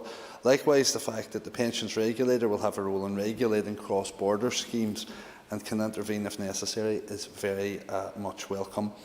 Assurance was sought because of the committee's nervousness about potential changes to the bill that would happen at Westminster and we wouldn't have a say on. We got assurances that we would, and we're having that today. And as far as the amendments set out before us are today, we certainly support them. I appreciate that they've already been detailed by the Minister and the Chair, but one which I'd highlight in particular are those made in relation to supporting a cap on exit charges in certain occupational pension schemes. This cap, in many instances, has acted as a barrier, preventing many individuals from accessing their pension savings. It's important that we remove that barrier and provide certain levels of flexibility and freedoms. The new provisions in relation to a ban on member-borne commission charges are similarly welcome. This bill will improve pension schemes, it will make them safer and it will make them greener, so we support these amendments and the bill. Thank you, and I call the Minister for Communities to wind. Okay, just thanks very much to the Chair of the Communities Committee and the Committee themselves just for obviously taking the briefing from Jerry and Doreen. I know that a lot of the amendments are technical in terms of consequential around the legislation, so again just to appreciate the manner in which they approached it, and again I just urge the House to support them. Okay, members, thank you. And amendment proposed to Schedule 3, page 43, line 32, leave out and insert words as printed on the Marshall list. Question is that Amendment 1 be made. All those in favour say aye. Contrary, no. The ayes have it. Amendment 2 has already been debated, and I call the Minister for Communities to move formally Amendment 2. Moved. Thank you. The amendment proposed to Schedule 3, page 43, line 35, leave out and insert words as printed on the Marshall list. The question is that Amendment 2 be made. All those in favour say aye. Contrary, no. The ayes have it. Amendment 3 has already been debated. I call the Minister for Communities to move formally Amendment 3. Moved. Amendment proposed to Schedule 3, page 43, line 40, leave out and insert words as printed on the Marshall list. The question is that Amendment 3 be made. All those in favour say aye. Contrary, no. The ayes have it. Amendment 4 has already been debated, and I call the Minister for Communities to move formally Amendment 4. Moved. Amendment proposed to Schedule 3, page 43, line 43, leave out and insert words as printed on the Marshall list. The question is that Amendment 4 be made. All those in favour say aye. Contrary, no. The ayes have it. Amendment 5 has already been debated, and I call the Minister for Communities to move formally Amendment 5. Moved. Amendment proposed to Schedule 3, page 44, line 27, leave out words as printed on the Marshall list. The question is that Amendment 5 be made. All those in favour say aye. Contrary, no. The ayes have it. Amendment 6 has already been debated, and I call the Minister for Communities to move formally Amendment 6. Moved. Amendment proposed to Schedule 3, page 44, line 28, leave out and insert words as printed on the Marshall list. Question is that Amendment 6 be made. All those in favour say aye. Contrary, no. The ayes have it. Amendment 7 has already been debated, and I call the Minister for Communities to move formally Amendment 7. Moved. Amendment proposed to Schedule 3, page 44, line 36, insert words as printed on the Marshall list. The question is that Amendment 7 be made. All those in favour say aye. Contrary, no. The ayes have it. Amendment 8 has already been debated. I call the Minister for Communities to move formally Amendment 8. Moved. The amendment proposed to Schedule 3, page 44, line 36, insert words as printed on the Marshall list. The question is that Amendment 8 be made. All those in favour say aye. Contrary, no. The ayes have it. Amendment 9 has already been debated, and I call the Minister for Communities to move formally Amendment 9. Moved. Amendment proposed to Schedule 3, page 44, line 36, insert words as printed on the Marshall list. The question is that Amendment 9 be made. All those in favour say aye. Contrary, no. The ayes have it. Amendment 10 has already been debated. I call the Minister for Communities to move formally Amendment 10. Moved. Amendment proposed to Schedule 3, page 44, line 36. Insert words as printed on the Marshall list. The question is that Amendment 10 be made. All those in favour say aye. Contrary, no. The ayes have it. Amendment 11 has already been debated, and I call the Minister for Communities to move formally Amendment 11. Moved. Amendment proposed to Schedule 3, page 44, line 36. Insert words as printed on the Marshall list. The question is that the amendment be made. All those in favour say aye. Contrary, no. The ayes have it. Amendment 12 has already been debated, and I call the Minister for Communities to move formally Amendment 12. Moved. Amendment proposed to Schedule 3, page 44, line 39. Leave out and insert words as printed on the Marshall list. Question is that Amendment 12 be made. All those in favour say aye. Contrary, no. The ayes have it. Amendment 13 has already been debated, and I call the Minister for Communities to move formally Amendment 13. Moved. Amendment proposed to Schedule 3, page 45 and line 5. Leave out and insert words as printed on the Marshall list. Question is that Amendment 13 be made. All those in favour say aye. Contrary, no. The ayes have it. The ayes have it. Amendment 14 has already been debated, and I call the Minister for Communities to move formally Amendment 14. Moved. Amendment proposed to Schedule 3, page 45, line 10. Leave out and insert words as printed on the Marshall list. The question is that Amendment 14 be made. All those in favour say aye. Contrary, no.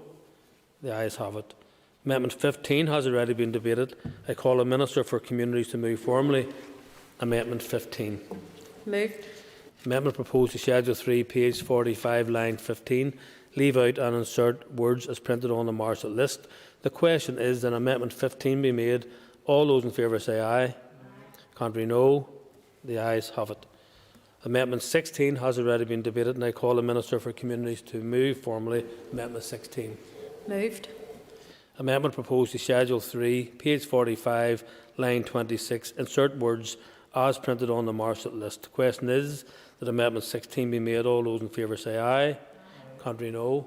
The ayes have it. Amendment 17 has already been debated, and I call the Minister for Communities to move formally Amendment 17. Moved. Amendment proposed to Schedule 3, page 45, line 27. Leave out and insert words as printed on the Marshall list. Question is that Amendment 17 be made. All those in favour say aye. Contrary, no. The ayes have it. Amendment 18 has already been debated. I call the Minister for Communities to move formally Amendment 18. Moved. Amendment proposed to Schedule 3, page 46, line 4.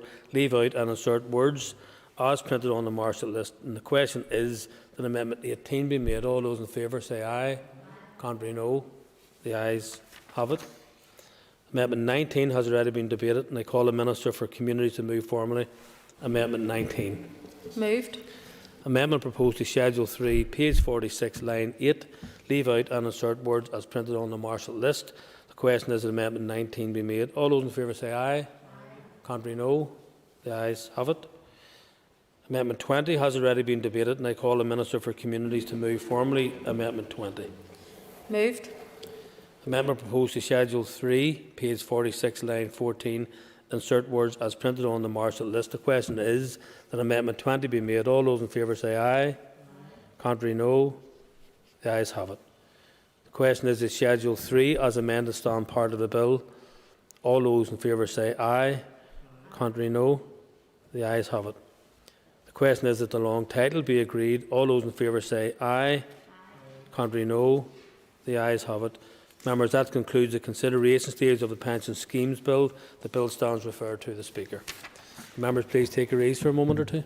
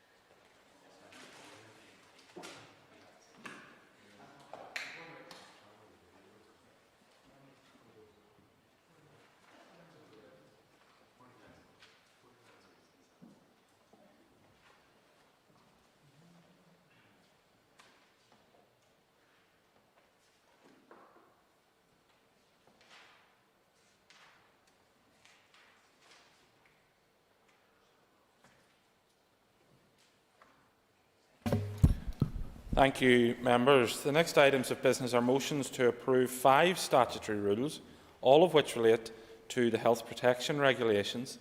There will be a single debate on all 5 motions. I will ask the clerk to read the first motion, then call upon the Minister to move it. The Minister will then commence the debate on all of the motions as listed on the order paper. When all who wish to speak have done so, I shall put the question on the first motion. The second motion will then be read into the record, and I will call upon the Minister to move it. The question will then be put on that motion. This process will be repeated for the remaining statutory rules. If that's clear, I shall proceed and ask the clerk to please read the first motion. That the Health Protection Coronavirus Restrictions No. 2, Amendment No. 6, Regulations Northern Ireland 2021 be approved. Thank you. I call upon the Junior Minister to move the motion. And Runacurcon, can I beg to move? Thank you. The Business Committee has agreed that there should be no time limit on this debate. I call upon the Junior Minister, Mr Declan Kearney, to open the debate on the motions. Minister. Thank you, Mr Principal Deputy Speaker. Gormaigatsa. Junior Minister Lyons and I will be bringing forward 4 statutory rules, number 71, 91, 93 and 97, amending the Health Protection Coronavirus Restrictions Regulations. Alias Free Concordia, the Grach Lactor Nacolti, Frige Nalyasiha, in Ordna Nivraha, Maratashid Lugha Amach. But this morning, Mr Principal Deputy Speaker, while we normally take members through the amendments by number, the amendments before you today we will be taking through between the principal regulations, namely the Health Protection Coronavirus Restrictions No. 2 regulations and the new set which commenced on the 9th of April 2021. We will also be bringing forward 1 statutory rule, number 96, amending the Health Protection Coronavirus Wearing of Face Coverings regulations. So, Mr Principal Deputy Speaker, to try and make it a bit simpler for ourselves and for members, we will move through the amendments by order of their statutory rule numbers. And with your permission, and especially given the number we're dealing with, I will focus my remarks exclusively on those at the centre of today's debate. Firstly, Statutory Rule number 71 makes Amendment number 6 to the 2021 No. 2 Restrictions Regulations. Made on the 24th of March, it allowed for a number of relaxations and a number of technical amends to correct the legislation. From the 25th of March 21, it allowed professional sporting leagues or competitions to take place, where they had already commenced after the 18th of December 2020. It also amended the next formal review date for the regulations to the 15th of April 2021, removed the expiry date of the regulations, which had been the 31st of March 2021, and corrected a technical drafting error in relation to the level of fines and fixed penalty notices for certain offences. We would ask members to note here that there was no policy changes to the level of fines in relation to this correction. From the 1st of April, it allowed up to 6 people from 2 households to meet outdoors in a private dwelling, up to 10 people from 2 households to exercise together outdoors, and it extended the list of non-essential retail allowed to operate click and collect services to include garden centres and plant nurseries. Statutory Rule number 91 made Amendment number 7 for the 2021 No. 2 Restrictions Regulations on the 31st of March.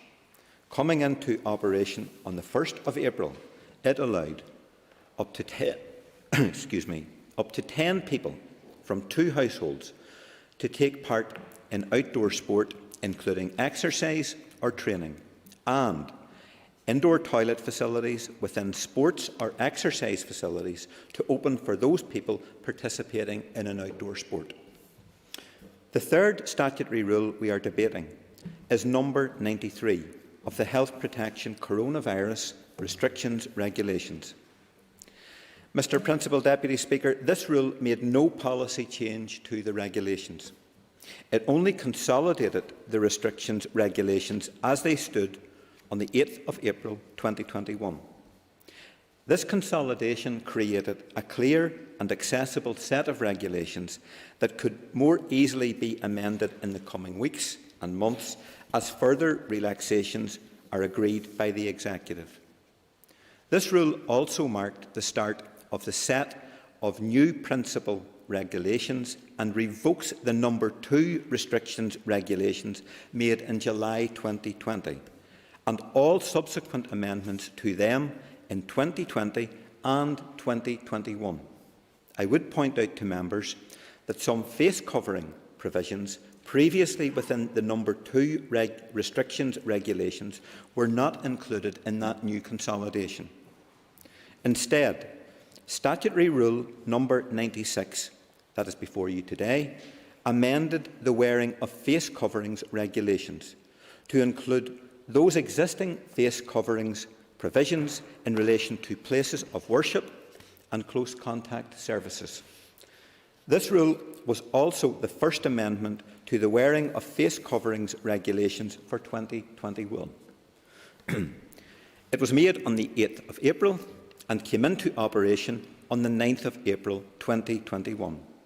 It required people to wear a face covering whilst inside a church or other premises where beliefs are practised and where they were providing or receiving a close contact service. Mr. Principal Deputy Speaker, for those eagle-eyed members, I would point out that while the wording has changed slightly in this piece of legislation, it is a matter of drafting and does not reflect any change of policy. It does, however, now provide operators of a passenger transport service and their employees and agents with the power to enforce the legislation. Arishtella, Níl ahrú bí seo de réir an policy da. Again, this is not a policy change. Operators of passenger transport services had already been designated as a relevant person with identical powers under the number 2 restrictions regulations. These powers are now instead within the wearing of face coverings regulations. I will now move on to the 5th and the final statutory rule, number 97. This is the first amendment to the newly consolidated 2021 restrictions regulations. Coming into operation from the 12th of April, it allowed click and collect services for all non-essential retail, the opening of outdoor retail including car dealerships, car washes, garden centres and plant nurseries, viewing of venues used for wedding or civil partnerships by up to 4 visitors, accompanied by 1 staff member, the removal of the stay-at-home requirement, an outdoor sporting event for up to 15 people for the purpose of training organised by a club, individual or individuals affiliated, in each case to a relevant sporting body or organisation, the removal of the 25 people limit for attending funerals, marriage and civil partnership ceremonies, and lastly, allowed up to 10 people from 2 households to meet outside at a private dwelling. Alias Fríomh Córlia, Molumsa and Rún agus na Rialacha don Channel, I commend the regulations to the Assembly. Thank you, and I call the Chair of the Health Committee, Mr Colm Gildernew.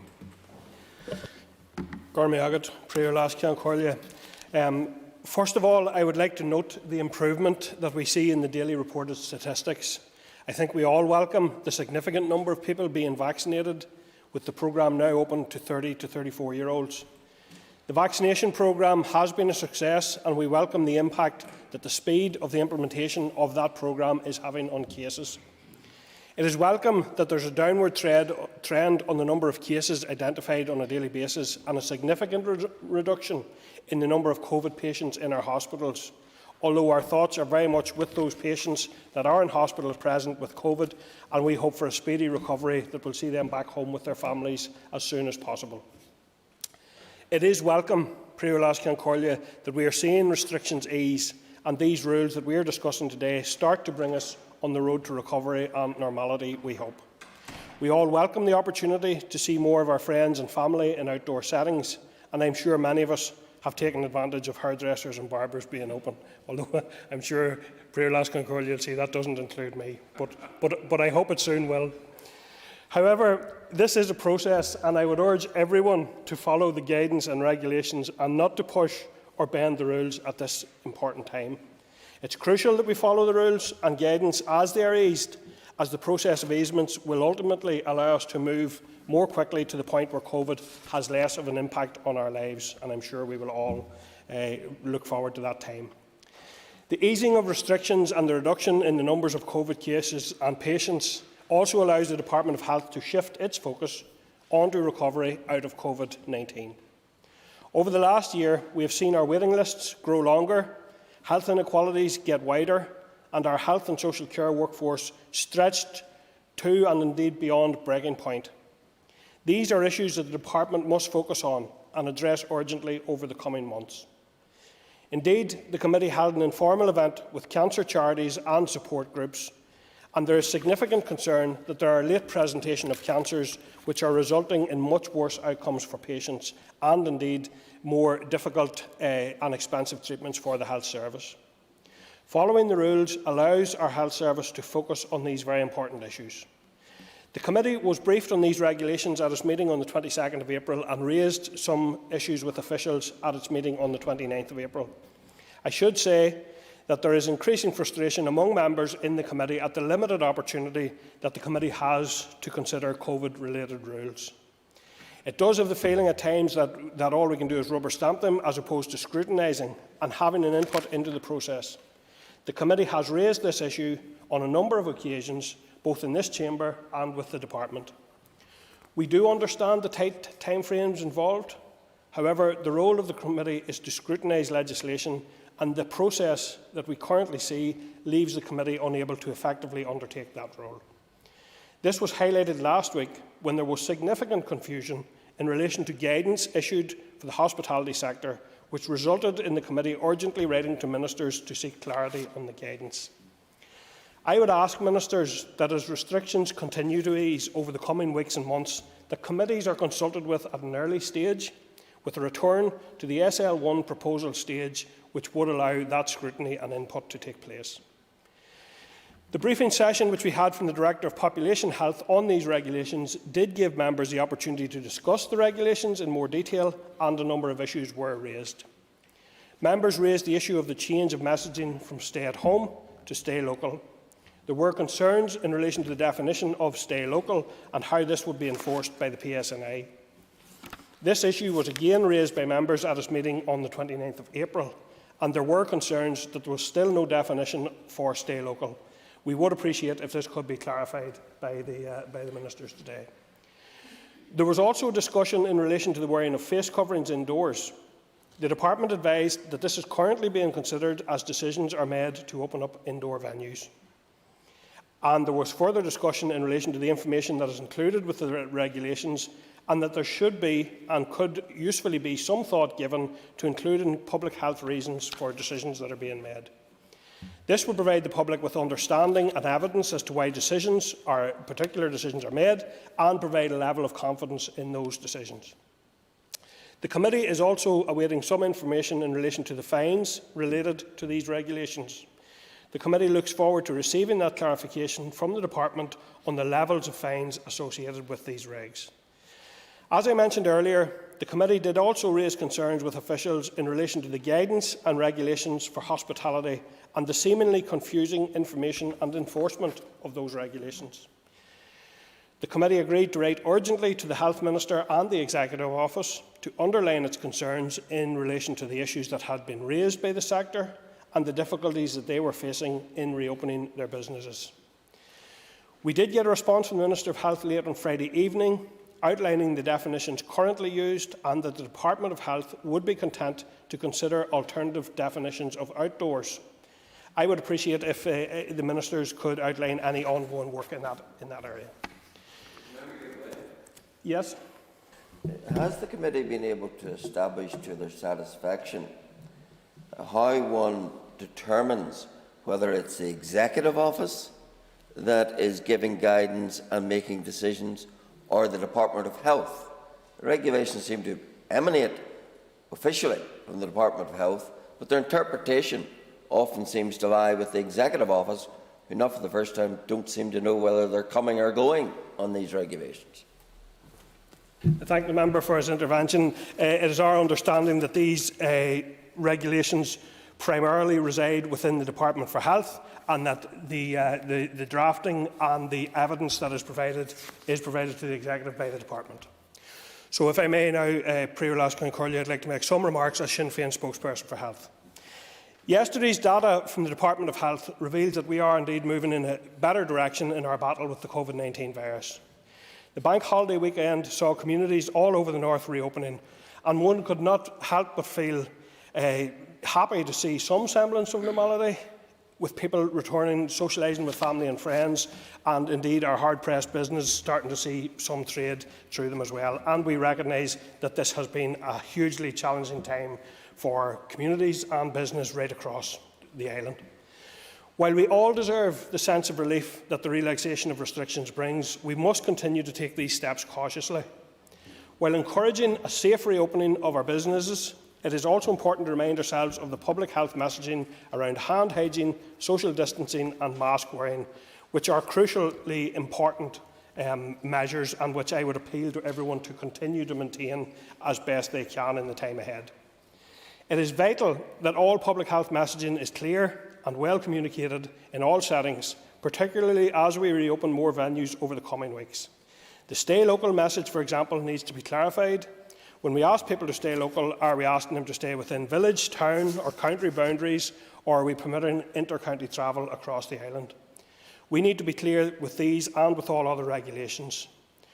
Going forward, members, our efforts across this island must be intensified. As the relaxation of travel begins and as we progress into the summer months, when people want to move around more freely, it is vitally important that the relevant departments in Belfast and in Dublin coordinate their efforts to ensure that all data is shared as necessary. Our efforts on travel locator forms, movements of those who travel and quarantine measures must be in sync if we are to contain this virus at its current levels and indeed continue to drive down levels of transmission right across our island, to protect lives, health and well-being, and to allow our hard-pressed health workers the respite they have so richly earned via their efforts on behalf of us all. Thank you. Before I call Mrs Cameron, I'm mindful of the fact that, including her, I have 4 people on my list, but there's considerably more than 4 in the chamber. If members are wishing to participate in the debate, could I ask you just to rise, just so that I can add you to the list? I call Mrs Pam Cameron. Thank you, Mr Principal Deputy Speaker.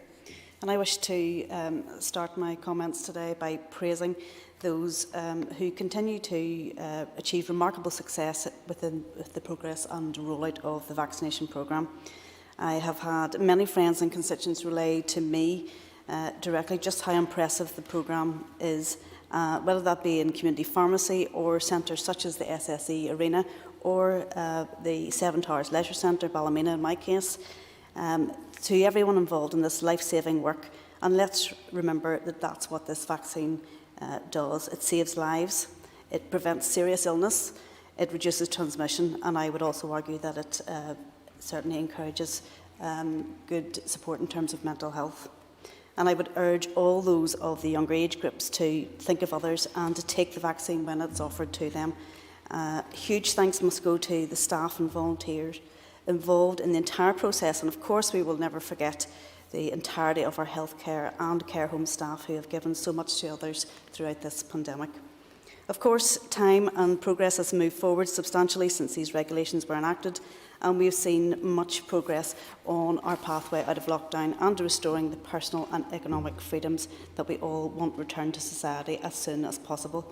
And I would ask that maybe perhaps the Junior Minister could update us on any potential relaxations in terms of the common travel area at this time, if he's able to do so. Mr Speaker, these SRs reflect the 2 initial sets of relaxations from COVID restrictions which took effect on the 1st and the 12th of April. This relates to the reopening of outdoor retail, extension of click and collect services to all non-essential retail, greater flexibility on gatherings in gardens and allowing those planning a wedding to visit venues. We're fully supportive of these rule changes, and in this vein I am delighted that this direction of travel has been supplemented by the Executive's agreement on further changes to regulations. We need to reopen our economy as much as possible, and in doing so we need to engage constructively and in a timely fashion with those in business to ensure that on this journey communication is clear. There needs to be clear public health message, and the end goal has to be clear. It is a matter, of course, of deep regret and frustration and even anger for some that businesses who have longed to reopen are now in limbo because of rigid rules around outdoor hospitality, as one example. Entirely unavoidable, but needing a solution quickly that shows understanding and support, not penalty and punishment. These are not competing interests, they are mutual interests. Mr. Speaker, we need to do more to make progress on at least a couple of issues in particular that I want to comment on today on behalf of constituents in particular. And one is visitation, and visitation of loved ones in care homes, and also for those in hospital, in particular for those for whom visitation will aid recovery from serious illness, such as stroke, as an example. With the vaccine rollout in these settings being so successful, we must open up to the close contact visitation of other family members as soon as possible. Care home residents and their loved ones have sacrificed so much in this pandemic, and we need to restore their rights. And secondly, Mr. Speaker, we need home visitation to be looked at once more, and we need that access to housebound family members or to those who maybe are single or are outside of bubbles to once again be allowed the comfort of others within their homes. One word that keeps cropping up is loneliness, and the company of others is vital in tackling loneliness. And I hope that we can see progress on this as intimated by the First Minister soon. We are in a much better place than many of us probably expected us to be, and while we seek to preserve much valued liberty, let's also continue to do our bit in continuing to behave responsibly, and of course following those basic precautions around our hands, face and space to ensure no going back, just forward. Thank you. Thank you. I call Ms Cara Hunter. Thank you, Mr Principal Deputy Speaker, and I welcome the opportunity to speak in today's debate in my role as my party's health spokesperson. Many of the regulations before us here today have now been superseded by more recent announcements and regulations, but the wearing of face coverings amendment seems to me to be a particularly sensible precaution to take, and especially so as people can now return to their place of worship and attend services such as weddings, funerals, subject of course to a risk assessment. Thankfully, the number of daily infections continues to fall, and the vaccine programme continues at a pace with its successful rollout. All of this has allowed for the loosening of restrictions by the Executive in the last 2 weeks and continued loosening in the weeks ahead. The reopening of society and a return to a much normal way of life has come as a huge relief after months of lockdown and what was a very difficult winter for so many of us. Mr Principal Deputy Speaker, these changes to restrictions would of course not have been possible without society as a whole. We of course owe a massive debt and gratitude to our NHS and our frontline workers, and I know that we will be forever grateful to them for their work under the most trying of circumstances throughout the course of the pandemic and what has been an exceptionally tumultuous year. I would also like to pay tribute to the public for sticking with and continuing to adhere to the restrictions. It has not been easy, but we are seeing every day how their sacrifices continue to pay off. Hopefully further restrictions or a return to lockdowns is something that not any of us want to see or experience again. It would be all too easy now that as things begin to look more positive for us to ease up in adhering to the guidelines for complacency to set in. Of course, this would be a huge mistake, and I would continue to urge members of the public to adhere to restrictions, including maintaining social distancing, washing their hands, and of course wearing a face covering. After speaking with constituents, they still state and I would call on the Executive to ensure clear messaging to the public, particularly around travel and people making trips to seaside resorts, and also for additional clarity from the Minister on holidays this summer would be welcome. Yep. The member for giving way, and she will know this particular point is something that I have raised at the committee quite consistently, particularly around the messaging of stay local, because to date the committee have not had any indication or any clarity from officials as to what that actual message means. And it's crucial as we go now towards the summer months and people have released from the cabin fever and they start to go about their business, that they know exactly what they can and cannot do. I'd like to thank the member for his intervention. I agree wholeheartedly, and I share your frustration, especially having a constituency that has such a beautiful coastline that attracts a lot of tourists. I think the messaging could definitely be a lot stronger, and clarification is needed. And as the chair of the committee had said as well, it's not clear. Does it mean X amount of miles? We don't know. And as the summer and the beautiful weather comes closer to us, I think that additional clarification is badly needed. But yes, after speaking with constituents, they have shared their concerns and that they really don't understand the messaging. And I think further money into a media campaign perhaps is needed, or more online communication, as younger people especially really don't know the rules. But I also think the guidance is essential around what essential travel is seen as within the common travel area, and any additional clarity on that is most needed. Another main concern that I have is around birthing partner policies in hospitals. Expectant mothers have expressed to me their deep frustration and severe anxiety of not being able to have their partner with them at what is such an emotional and life-changing moment of their lives, especially first-time mums and young mums. And the fact that, we could visit Primark this weekend, I could go and get my nails done, and yet we have expectant mothers waiting in wards, vulnerable, alone, and making decisions without their partner there. And I think that's a really important point. And with the continuing loosening of restrictions, I think now is the time for change in this policy to allow for birthing partners at all stages of the birthing process, before, throughout and after, not on a case-by-case basis, and not up to 1 hour a week post-birth. And I think, yep, absolutely. I appreciate the member giving way, and she's touching on points that are so close to my own heart and that of my constituents, which agree with me. It is also equally unacceptable that to date what we see is trusts adopting a different approach in relation to their communication in relation to birthing partners. If we are going to get clarity on this matter, this must apply right across Northern Ireland. No, I don't. I'd like to thank the member for his intervention. I agree. There's a lot of confusion because response has often said we do what we can on a case-by-case basis, but oftentimes we have expectant mothers. Well, what will that mean for me? And of course, with birth, unexpected things can happen, and especially around things like traumatic birth, it's really important that they have that partner there for that additional support. So thank the member for his intervention.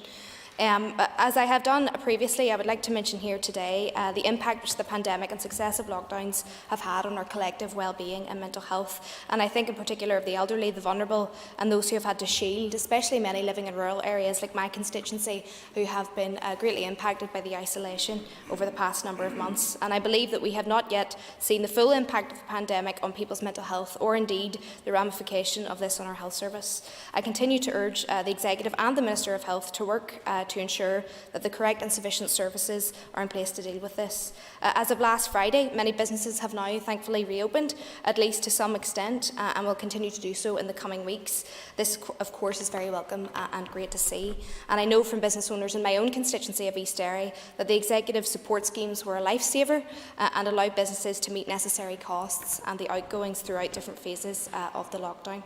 I would urge the Executive, however, not to let up on support for businesses at this stage. It is still very early days on the road to recovery, and indeed many businesses will have found themselves in a position where it is sadly just no longer sustainable for them to have their doors open at all. To conclude, Mr Principal Deputy Speaker, I'd like to thank the Health Minister for his work and his department for all that it has done over the past year and continue to do so in what is a very tumultuous time in our history. Thank you. Thank you. I call Ms Paula Bradshaw. Thank you, Principal Deputy Speaker. I rise with some reluctance to support the regulations such a long time after they have come into effect, and indeed when some of them have been in effect superseded by later regulations we have not yet debated in this chamber. I hope you will allow me some brief leeway to touch upon these later changes towards the end of my contribution. I would repeat my and my party's great discomfort about the need for these regulations to be in place at all. We are a Liberal party. We want to move forward as quickly as possible towards a position where people can access public services freely, engage in socialising and leisure activities as they see fit, and run businesses without significant barriers. We should not underestimate the severe impact of denying or delaying access to vital services, notably in health, of restricting people from doing things to help their own physical or mental well-being, and of limiting people from being able to earn a living and engage in their passions. Nevertheless, as responsible representatives and legislators, we accept that the balance falls in favour of restrictions in the interests of overall public health.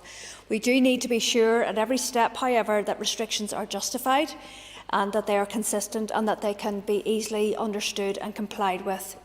Amendments 6 and 7 to the No. 2 regulations have already largely been overridden in practice, but Amendment 6 in particular continues to contain a degree of precision and complexity which mystifies many of the public. It contains permission for 10 people from 2 households to meet outdoors for exercise. 6 people from 2 households could meet in a private garden. Subsequently, we appear to have broadened the latter, but not the former. No doubt there are graphs and charts which explain how this is supposed to reduce the risk in theory of inter-house spread, but it is hard to understand why it is 10 people specifically for exercise, but no other purpose, with a further requirement that it be in public, but 6 or now 15 people for any purpose as long as it is in private. In fact, at one stage we were even only permitting golf 4 balls from a maximum of 2 households. That's just not how it works. Though these constant layers of complexity may sound good in theory, but they make the public give up trying to understand them in practice, with an inevitable impact on actual compliance. Is outdoor activity low risk or is it not? In other words, while it is understood that a range of considerations go into deciding on these restrictions and that the process is complex, there is no doubt the outcome should be indeed. If we expect compliance, we need to ensure that the outcome is clear, coherent and consistent. I am still a little mystified as to why face covering regulations are not written more straightforwardly, and I have received assurances that these are being considered again. The requirement should simply be for them to be worn in any indoor public space or when visiting a home to provide a service, with specific allowance for practical requirements such as eating in a restaurant. Turning to the revocation of the No. 2 regulations, this is a helpful tidying up of the overall regulations, although I still wonder if we are giving enough attention to the why and not just the what. The tidying up means it is clearer what the regulations state, and that's a good thing, but I wonder if there should be some commentary, and I raised this at Health Committee, perhaps in an explanatory memorandum of exactly why these regulations are in place, beyond generalisations about public health considerations. While I respect the public health risk is not the only consideration, I remain of the view that the public compliance would be higher if there were a more direct link between restrictions and clarity around the scientific evidence for them.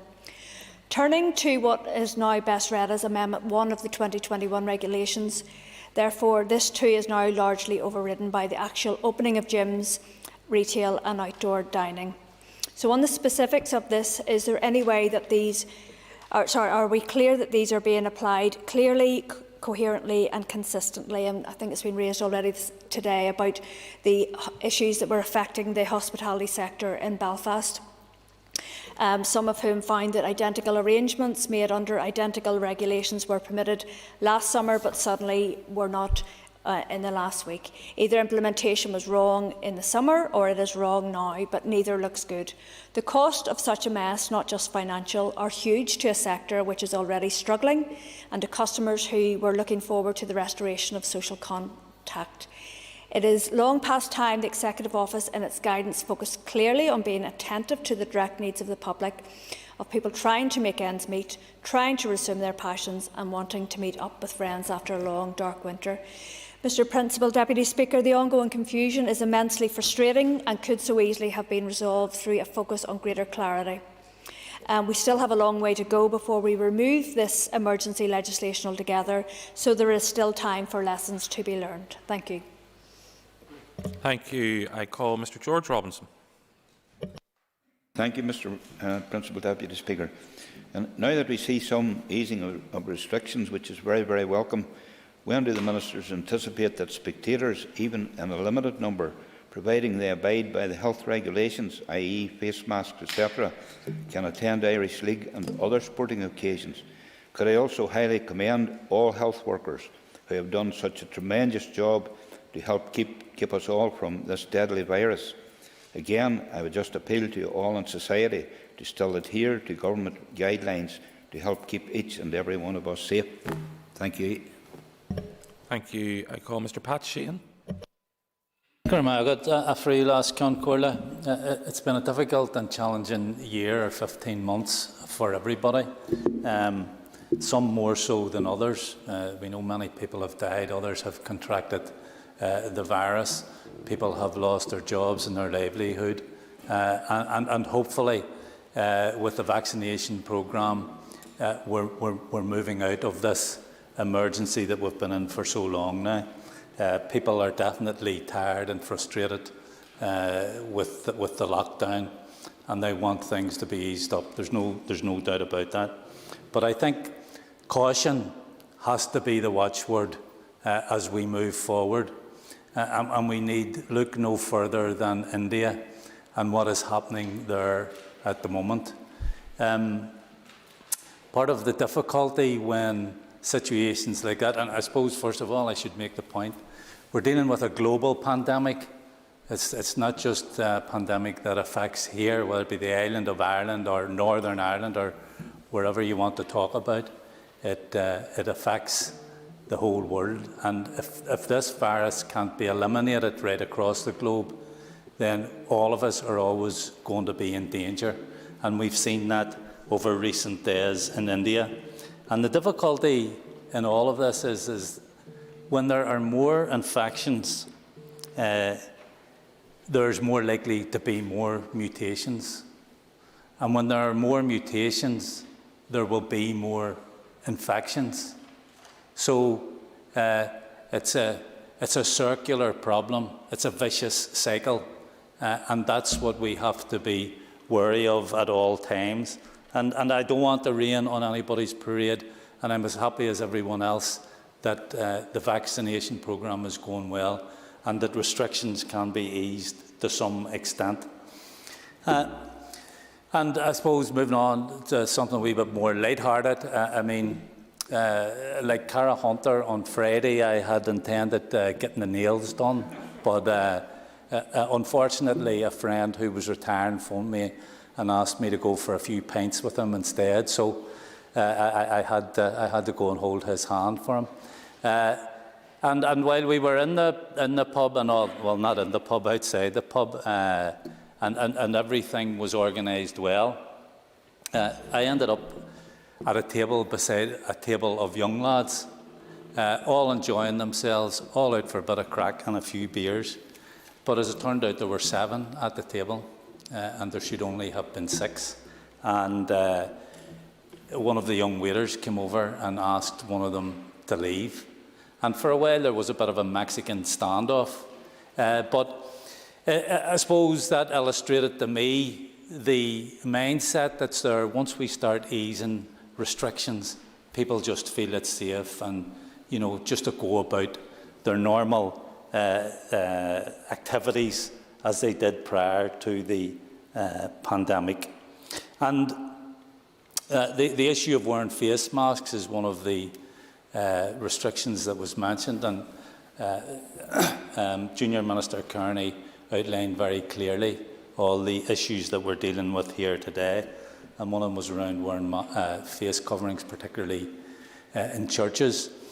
And of course, Junior Minister Lyons will know he and I have been to and fro during some of these debates about the wearing of face masks, and the evidence now is absolutely compelling that the wearing of face coverings does help prevent transmission of the virus. It's clear now that the vast majority of infections take place as a result of aerosols, which come from people sneezing, coughing, talking, singing, and so on. And if you imagine someone smoking a cigarette and exhaling the smoke, and that's the way the droplets are emitted from a person's mouth or nose as well. And the wearing of face coverings is absolutely important in ensuring that this that we continue to reduce the transmission of the virus. We also need to be conscious, and given the situation in India, and it may well be that other countries will face problems similar to what has happened in India, that we need to be very careful and vigilant in terms of the potential importation of the virus. And I'll just finish on another issue of contact tracing, which is going to be vital also in the time ahead. And I have been very critical over the past year or so about the contact tracing operation that has been in place here. I felt it was very amateurish at times. I'm not sure, since I moved off the Health Committee, I'm not sure what the state of play is with it at the minute, but I certainly had some serious confrontations with the Chief Executive of the PHA about the operation that they were running and the deficiencies in it. And it's going to be vitally important in the time ahead, as we continue to further ease restrictions, that the contact tracing operation is able to find those who are infected and those who have come into contact with them. And in that way, we can prevent the onward transmission of the virus. That's all I have to say today. I support the regulations. Thank you. I call Mrs. Martina Anderson. I'll get the last free can Collier, and I rise too to support the regulations before us today. And I suppose reflecting back over the year when we stood here at the beginning of this pandemic, and we were talking about hundreds who had lost their lives at that stage, and as I stand here today, we're coming close to 3.5 million people dead globally, and the enormity of that, I think, is somewhat overpowering. And then when we look at the images on our screen about what's happening in India and elsewhere, you just know that that number is going to increase as the time rolls on, and as we are facing into, thankfully, an easement of the restrictions that have been before us. And there's a couple of issues that have been mentioned by some members that I would like to add to in relation to my own constituency of Foyle, because Karen Mullen MLA and I, we've been inundated by businesses, wanting some clarity in relation to what's going to happen after the 24th of May. Thankfully, they know that they're going to be supported up until that time. But just as has been mentioned, they're needing more support even as they come out of these restrictions. And there's some businesses I would like to give a call out to, because I don't think as of yet they are understanding what has happened. And it's some small wholesalers that may have got support from some other sort of grant relief, from CRBSS, for instance, but they haven't had rate relief because of hereditament. Apparently, the categorisation of a business who, if you sell to another business as opposed to selling to the public, then you're categorised as different. And there's a number of businesses, I know I have a few in my own constituency, who are small wholesalers with a net asset value of 15,000. They're not getting rate relief, they're not getting the kind of LPS support, and yet they're struggling and they're adversely affected. So it's something I would like the ministers to look at when they're looking at the support for businesses. We know that there's been long COVID. All of us have got constituents who are struggling with long COVID. And it's something I would like the chair of the Health Committee perhaps to be taken up as well as the ministers, because I know in my own constituency trying to get an OT service assessment done is absolutely close to impossible. I have an 88-year-old constituent who's finding it very difficult to access the stairs. Now, she can't physically do so, and yet she's been put on a waiting list of 18 months. Now, she's going to be 90 by the time she gets an assessment. And on top of that, I have a number of constituents who are needing OT support because of the long COVID and the impact it's having on their mobility. So that's something I think that we need to be looking at in relation to the lack of OT services, GP services as well. Now, we know that a number of doctors had been involved in COVID-19 duties throughout this pandemic, but given where we are today, there's a number of my constituents still telling me that they're finding it difficult to get access to a GP. So I only raise these issues in the context of these restrictions as we're easing the movement in terms of and the restrictions themselves, because there's a perception out there that we're playing catch up, that today here we are discussing regulations that have already come into place, but that is the nature of the way things have been going forward.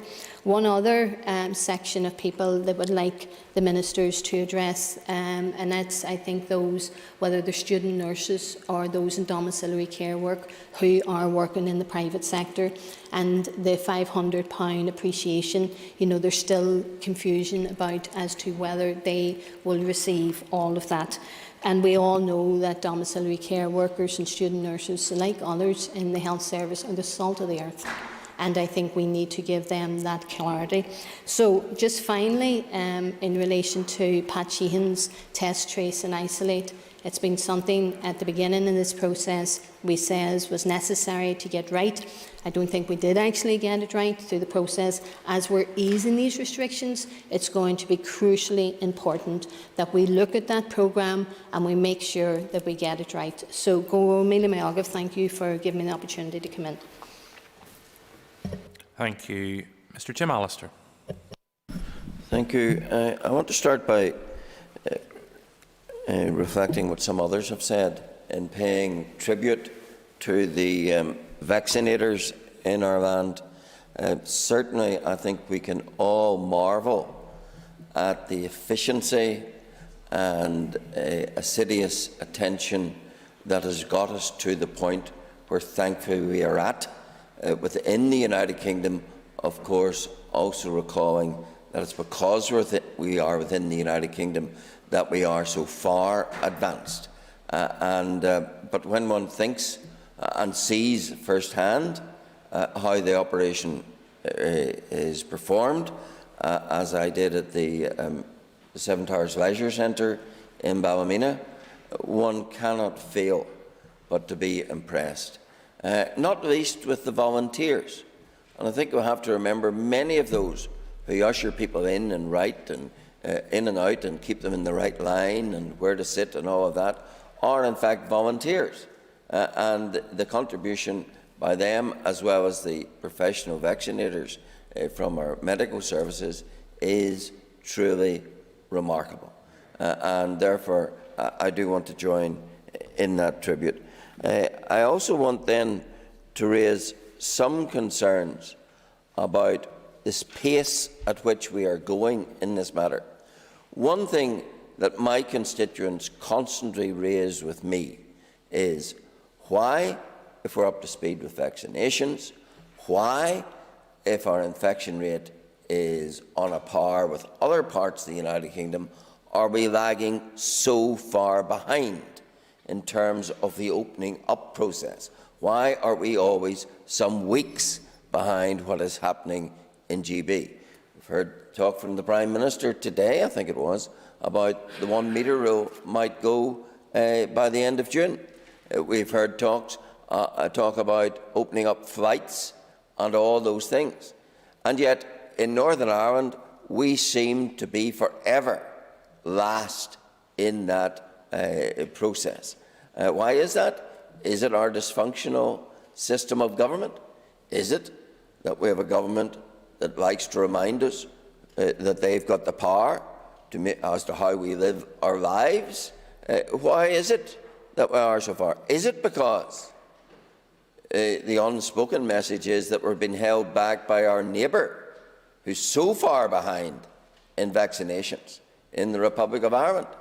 And indeed, can I ask the Junior Minister, when he comes to reply, what contingencies are in place to deal with the possibility of infection spreading from the substantially less vaccinated Republic of Ireland into Northern Ireland? What steps does the Executive propose to take to protect the people of Northern Ireland, which should be one of their primary considerations if things are out of kilter and if the Republic is continuing to be lagging behind both in vaccination and in terms of the extent of the infection rate. So those, I think, are key considerations. Another factor of great agitation has come to light over this past few days, and it relates to outdoor hospitality. As I sat here today, I was just reading correspondence from a constituent in North Antrim who runs a much sought-after, much utilised hostelry on the North Coast, and who has today or yesterday been served with a prohibition notice because the Environmental Health Officer of Causeway Coast and Glens Council, this is the same council who turned a blind eye during the Gulf Open a couple of years ago to overcrowding in respect of a certain hostelry in Portrush, but who is coming down incredibly hard on an operator elsewhere on the North Coast and saying, because the area at the back of your premises doesn't have 50% of the roof removed, and though it has most of its sidewalls removed, and because it doesn't therefore comply, we're serving a prohibition notice on you. The sort of thing that was never mentioned in July, when the whole premises, inside and out, could be in use. And yet now suddenly, it's a prohibition. Why is that? And I read in this prohibition notice that the regulations relied upon are in fact the smoke-free premises regulations of 2007.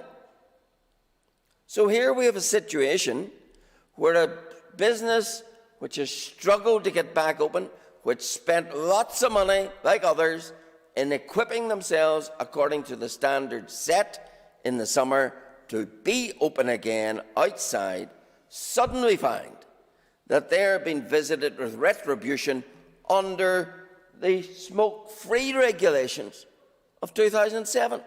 Where is the fairness? Where is the logic? Where is the need for any of that? So I do say to this executive that you really do need to get a grip. We've had enough petulance when it comes to the hospitality industry. You do need to get a grip, and particularly you need to embrace common sense when it comes to many of these issues. Because otherwise, businesses that have just about kept their selves above water, now when they think relief is coming, are slapped down and may well sink without trace. Is that what the executive wants? I hope not. But that's what some of these actions, such as in respect of that small business, are going to deliver. Principal Deputy Speaker, the other remarks I wanted to make echo something that Mrs Cameron said when she talked about the punitive restrictions on visitings in our care homes and indeed our hospitals. Just last week, I had an elderly lady in touch with me. Her husband is in the cancer unit in the city hospital. Prospects are very, very poor. He may well not come out of it. The family had to nominate one visitor because the lady in question is herself impeded in her mobility, and because visiting is a big problem for her. They nominated the eldest son of the household. And now they're in a situation where that poor lady may never see her husband alive again. That, Principal Deputy Speaker, is cruel. There's no other word for it. It is cruel. And therefore, I do echo the comments that the relevant department needs to address that issue. A bit of discretion would go a long way. Yes? Member given way, and I wholeheartedly agree with that point and the points that have been echoed by my colleague Pam Cameron. While it has been a cruel aspect of COVID in relation to the lack of visitations, in particularly care home and residential settings, on speaking to the sector, there is quite an alarm among the care home sector as to the lack of support that has been in place to help them adjust to what is a very difficult circumstances whereby they can provide visitations, particularly around the issue of insurance, where insurers are now holding care homes and residential homes at ransom rather than allow visitations in a safe and compliant way. Would the member agree with me that it is now important that the Department of Health and indeed other executive colleagues work with that sector to ensure that we can overcome the barriers that exist? I do absolutely agree. I think that many sectors have suffered immensely. And the care home sector, we tend, I suppose, to look at it from the perception of the families and those who are in the care homes. But I've no doubt that the care home operators likewise have difficulties. But I do say to the executive that there does need to be a modicum of discretion and common sense, that the regulations need to be tempered to allow that, and that we need clarity moving forward, and we need to move forward, not stagnate. Thank you. Thank you. I call Mr Jerry Carroll. Thanks, Mr Deputy Speaker. The weekend past, I received my first dose of vaccine at the SSE Arena. I want to thank all those health workers for their work in administering it to myself and the many, many thousands and hundreds of thousands of people who have received 1 or 2 doses, and it was a surreal but a remarkable event and experience, to be frank.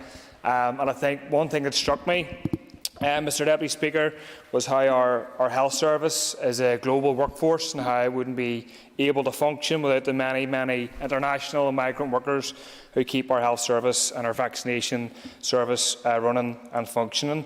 And everybody obviously raises and thanks our NHS workers, and I've done it there and I do it throughout these debates. But what is thanks when there's no official recognition or remuneration for the work of these important and essential workers?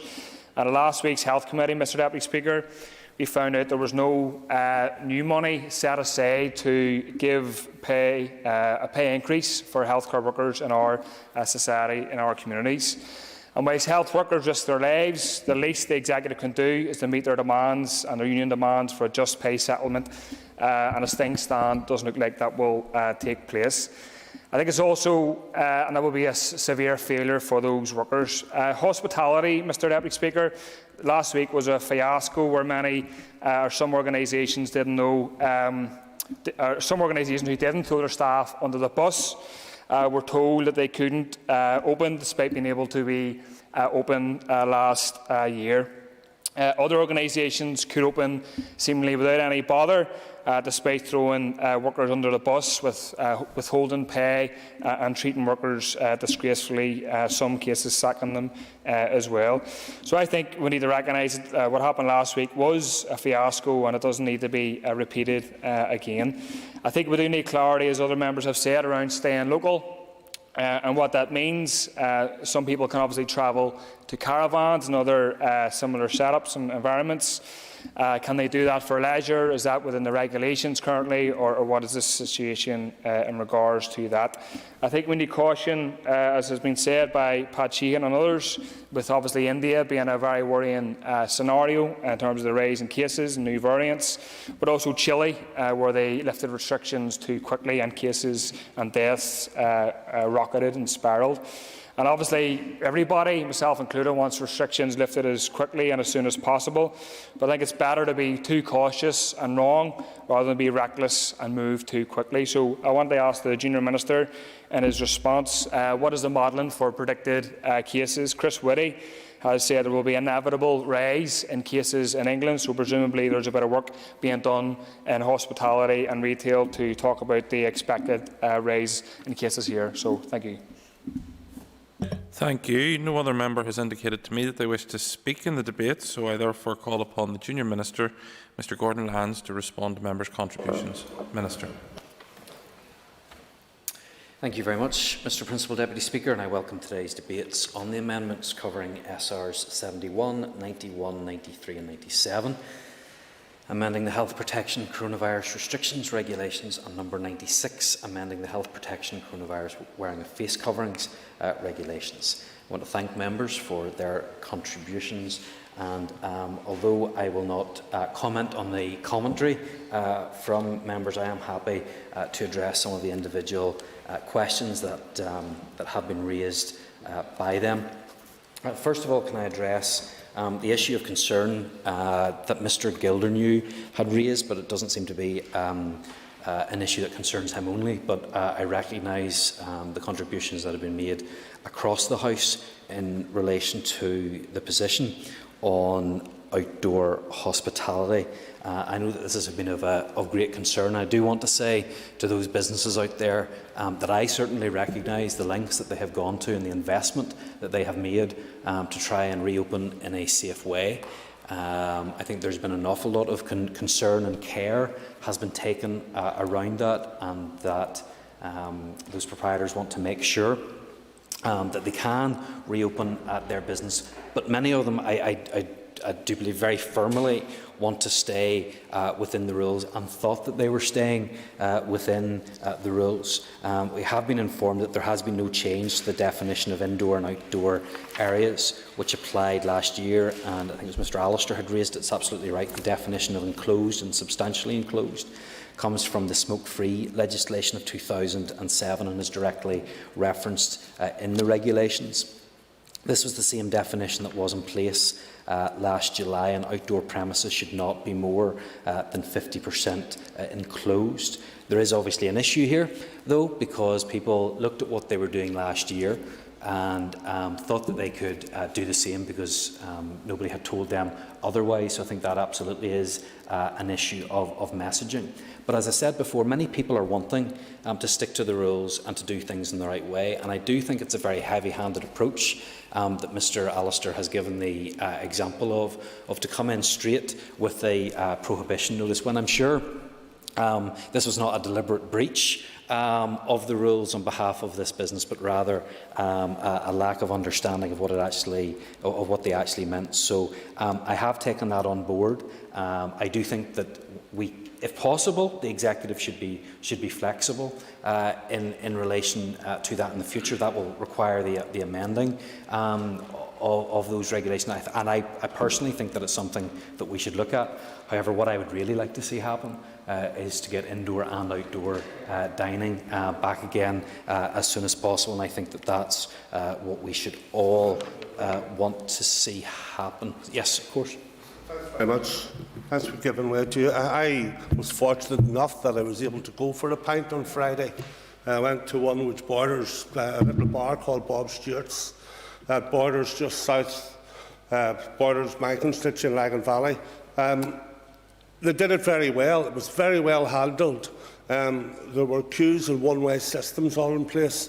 I then took a turn up to a local golf club and I found how they organised this. And would the Minister agree with me that it was a one-way system in place? I then had to go out and visit a bar out in Lisburn called the Highway Inn, and they had spent £70,000, Mr Speaker, in order within the regulations, but set it up in a little pod, and they had fallen foul of the law. There were discrepancies in it, and would you agree with me that though they tried their best to work within the law, and there was a little bit of ambiguity in it, regardless of where you are, when you look at that which sits within a pod on an outdoor space which was cleaned cleaned absolutely every time one person in and one person out, and only rented out for 2 hours at a time. Greatest respect to the member for Lagan Valley. 3 pubs in one day. It sounds like some sort of a crawl. I'm sure it wasn't, but back on that one, Speaker. Believe me, one of them was official.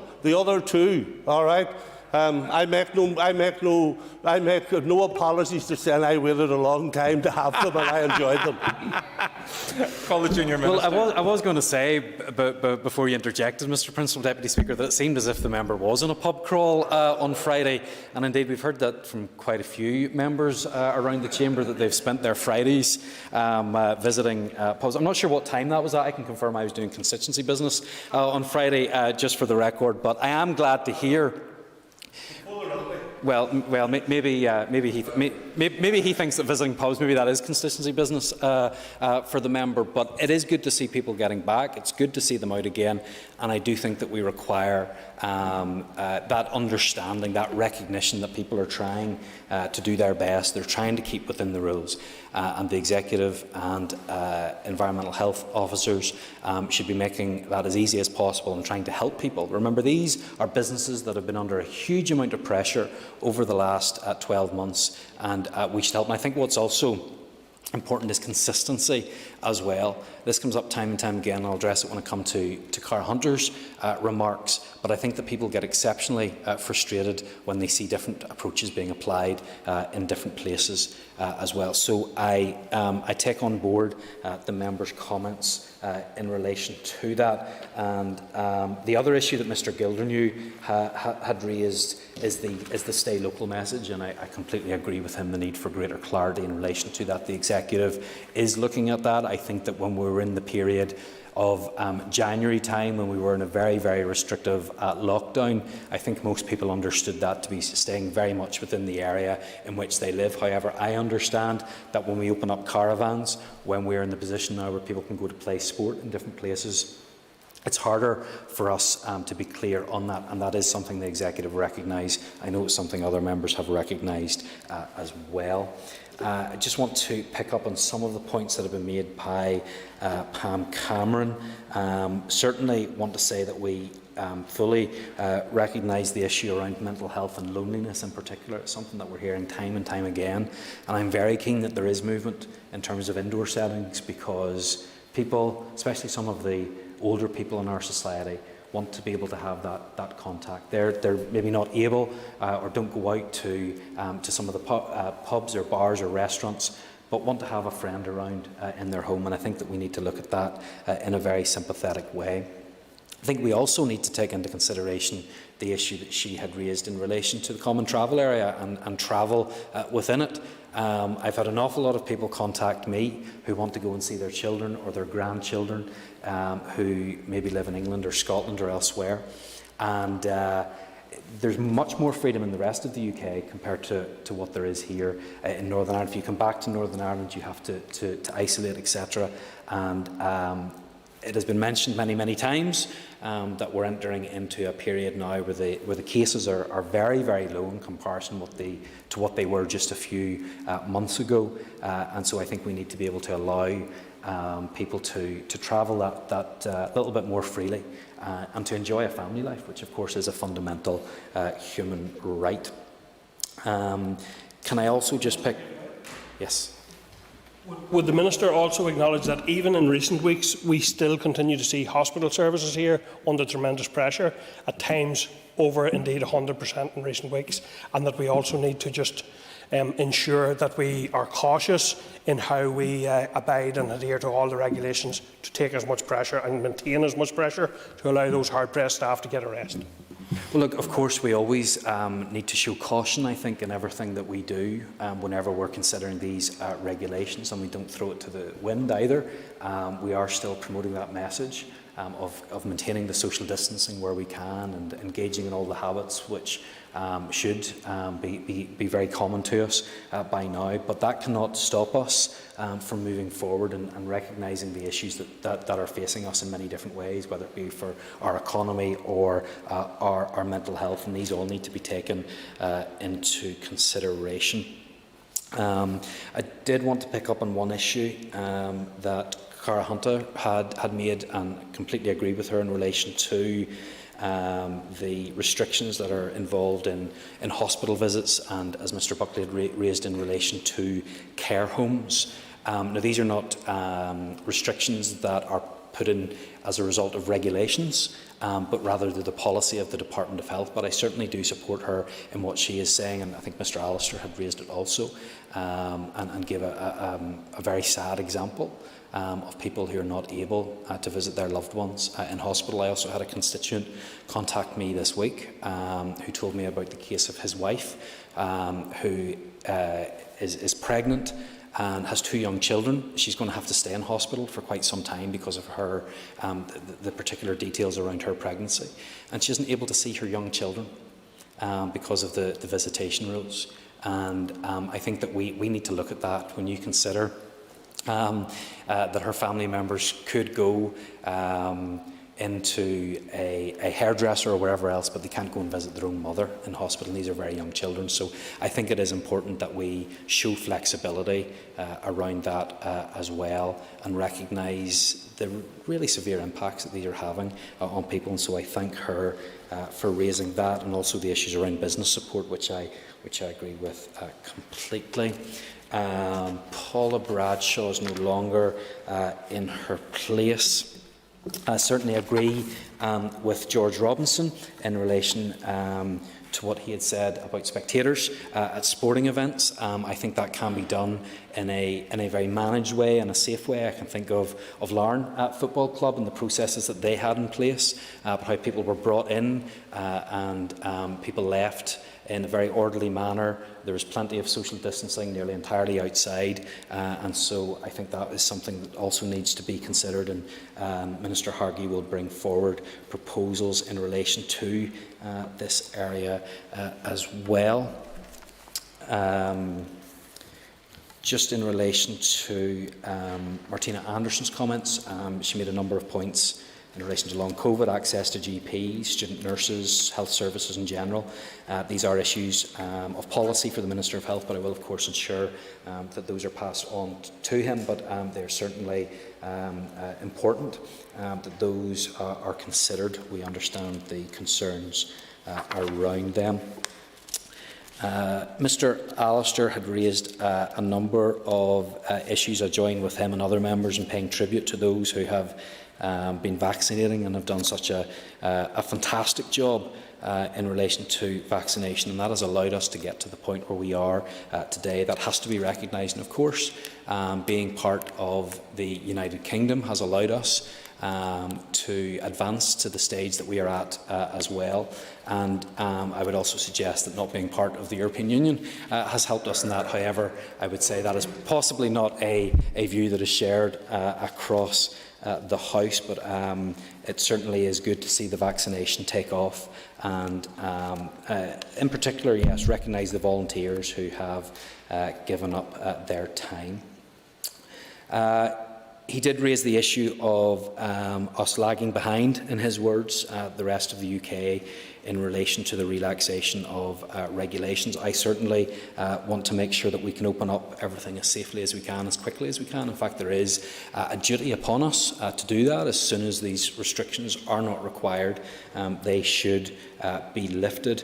And in relation to protecting Northern Ireland from areas such as the Republic of Ireland, where there is a higher rate of infection.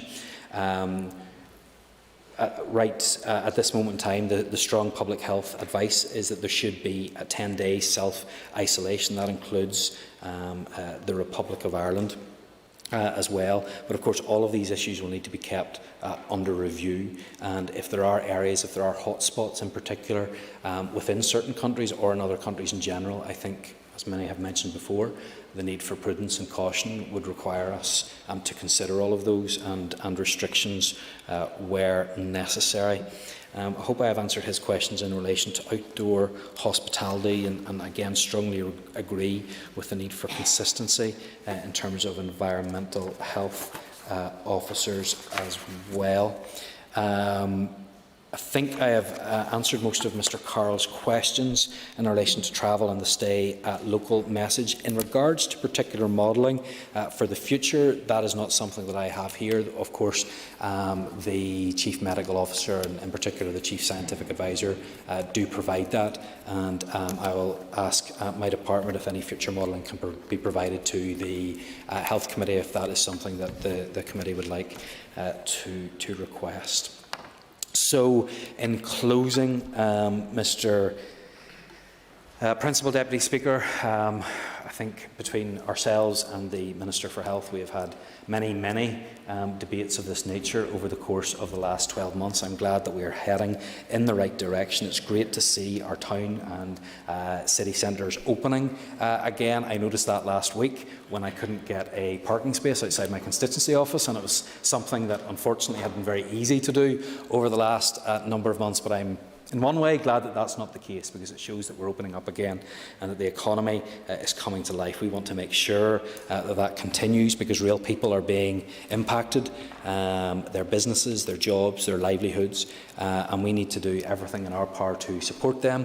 And it is fantastic that we have had the grant schemes in place and all the rest of it, but people don't want handouts, they want to be able to run their own businesses. And so we need to make sure that we can open up, and I know that we have willing partners who are wanting to make sure that we can open in a safe way. So let's make sure that we work with them, recognising that COVID is still with us, that we need those measures and mitigations. So let's make sure we follow the public health advice so that we can continue down that road of getting things opened up again, which I think is something that we all want to see. So I commend the regulations to the Assembly. Thank you, Minister. The question is that the Health Protection Coronavirus Restrictions No. 2, Amendment No. 6 Regulations NI 2021 be approved. All those in favour say aye. Aye. Contrary, if any, no. I think the ayes have it. The ayes have it. We now move on to the second motion on the Health Protection Regulations, which has already been debated. I'll ask the Clerk to please read the motion. That the Health Protection Coronavirus Restrictions No. 2, Amendment No. 7, Regulations Northern Ireland 2021 be approved. Thank you. I call the Junior Minister to move the motion. I beg to move. Thank you. The question is that the Health Protection Coronavirus Restrictions No. 2, Amendment No. 7, Regulations NI 2021 be approved. As many as are of that opinion say aye. Aye. Contrary, if any, no. I think the ayes have it. The ayes have it. Now move on to the third motion on the Health Protection Regulations, which has already been debated. I'll ask the Clerk to please read the motion. That the Health Protection Coronavirus Restrictions Regulations Northern Ireland 2021 be approved. Thank you. I call on the Junior Minister to move the motion. Beg to move. Thank you. The question is that the Health Protection Coronavirus Restrictions Regulations NI 2021 be approved. All those in favour say aye. Aye. Contrary, if any, no. I think the ayes have it. The ayes have it. Now move on to the fourth motion on the Health Protection Regulations, which has already been debated. I'll ask the Clerk to please read the motion. That the Health Protection Coronavirus Wearing of Face Coverings Amendment Regulations Northern Ireland 2021 be approved. Thank you. I call upon the Junior Minister to move the motion. Beg to move. The question is that the Health Protection Coronavirus Wearing of Face Coverings Amendment Regulations NI 2021 be approved. As many as are of that opinion say aye. Contrary, if any, no. I think the ayes have it. The ayes have it. We now move on to the final motion on the Health Protection Regulations, which has already been debated, and I ask the Clerk to please read the motion. That the Health Protection Coronavirus Restrictions Regulations Northern Ireland 2021 Amendment Regulations Northern Ireland 2021 be approved. Thank you. I call the Junior Minister to move the motion. To move. The question is that the Health Protection Coronavirus Restrictions Regulations NI 2021 Amendment Regulations NI 2021 be approved. As many as are of that opinion say aye. Aye. Contrary, if any, no. I think the ayes have it. The ayes have it. Members, as it's 10 to 1 and the Business Committee is due to meet at 1, I propose by leave to suspend the sitting until after 2 o'clock.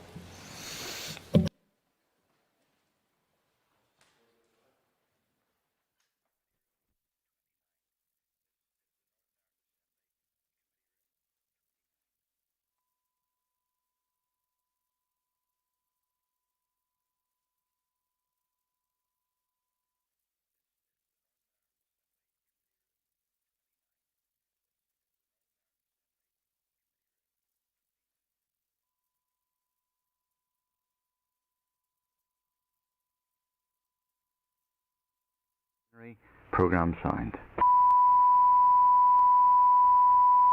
This is the Northern Ireland Assembly Plenary. Programme signed. This is the Northern Ireland Assembly Plenary. Programme signed. This is the Northern Ireland Assembly Plenary. Programme signed. This is the Northern Ireland Assembly Plenary. Programme signed. This is the Northern Ireland Assembly Plenary. Programme signed. This is the Northern Ireland Assembly Plenary. Programme signed. This is the Northern Ireland Assembly Plenary. Programme signed. This is the Northern Ireland Assembly Plenary. Programme signed. This is the Northern Ireland Assembly Plenary. Programme signed. This is the Northern Ireland Assembly Plenary. Programme signed. This is the Northern Ireland Assembly Plenary. Programme signed. This is the Northern Ireland Assembly Plenary. Programme signed. This is the Northern Ireland Assembly Plenary. Programme signed. This is the Northern Ireland Assembly Plenary. Programme signed. This is the Northern Ireland Assembly Plenary. Programme signed. This is the Northern Ireland Assembly Plenary. Programme signed. This is the Northern Ireland Assembly Plenary. Programme signed. This is the Northern Ireland Assembly Plenary. Programme signed. This is the Northern Ireland Assembly Plenary. Programme signed. This is the Northern Ireland Assembly Plenary. Programme signed. This is the Northern Ireland Assembly Plenary. Programme signed. This is the Northern Ireland Assembly Plenary. Programme signed. This is the Northern Ireland Assembly Plenary. Programme signed. This is the Northern Ireland Assembly Plenary. Programme signed. This is the Northern Ireland Assembly Plenary. Programme signed. This is the Northern Ireland Assembly Plenary. Programme signed. This is the Northern Ireland Assembly Plenary. Programme signed. This is the Northern Ireland Assembly Plenary. Programme signed. This is the Northern Ireland Assembly Plenary. Programme signed.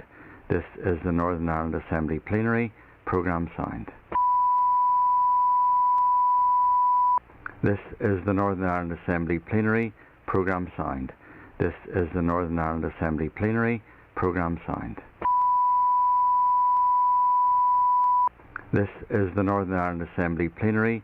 Programme signed. This is the Northern Ireland Assembly Plenary. Programme signed. This is the Northern Ireland Assembly Plenary. Programme signed. This is the Northern Ireland Assembly Plenary. Programme signed. This is the Northern Ireland Assembly Plenary. Programme signed. This is the Northern Ireland Assembly Plenary. Programme signed. This is the Northern Ireland Assembly Plenary. Programme signed. This is the Northern Ireland Assembly Plenary. Programme signed. This is the Northern Ireland Assembly Plenary. Programme signed. This is the Northern Ireland Assembly Plenary. Programme signed.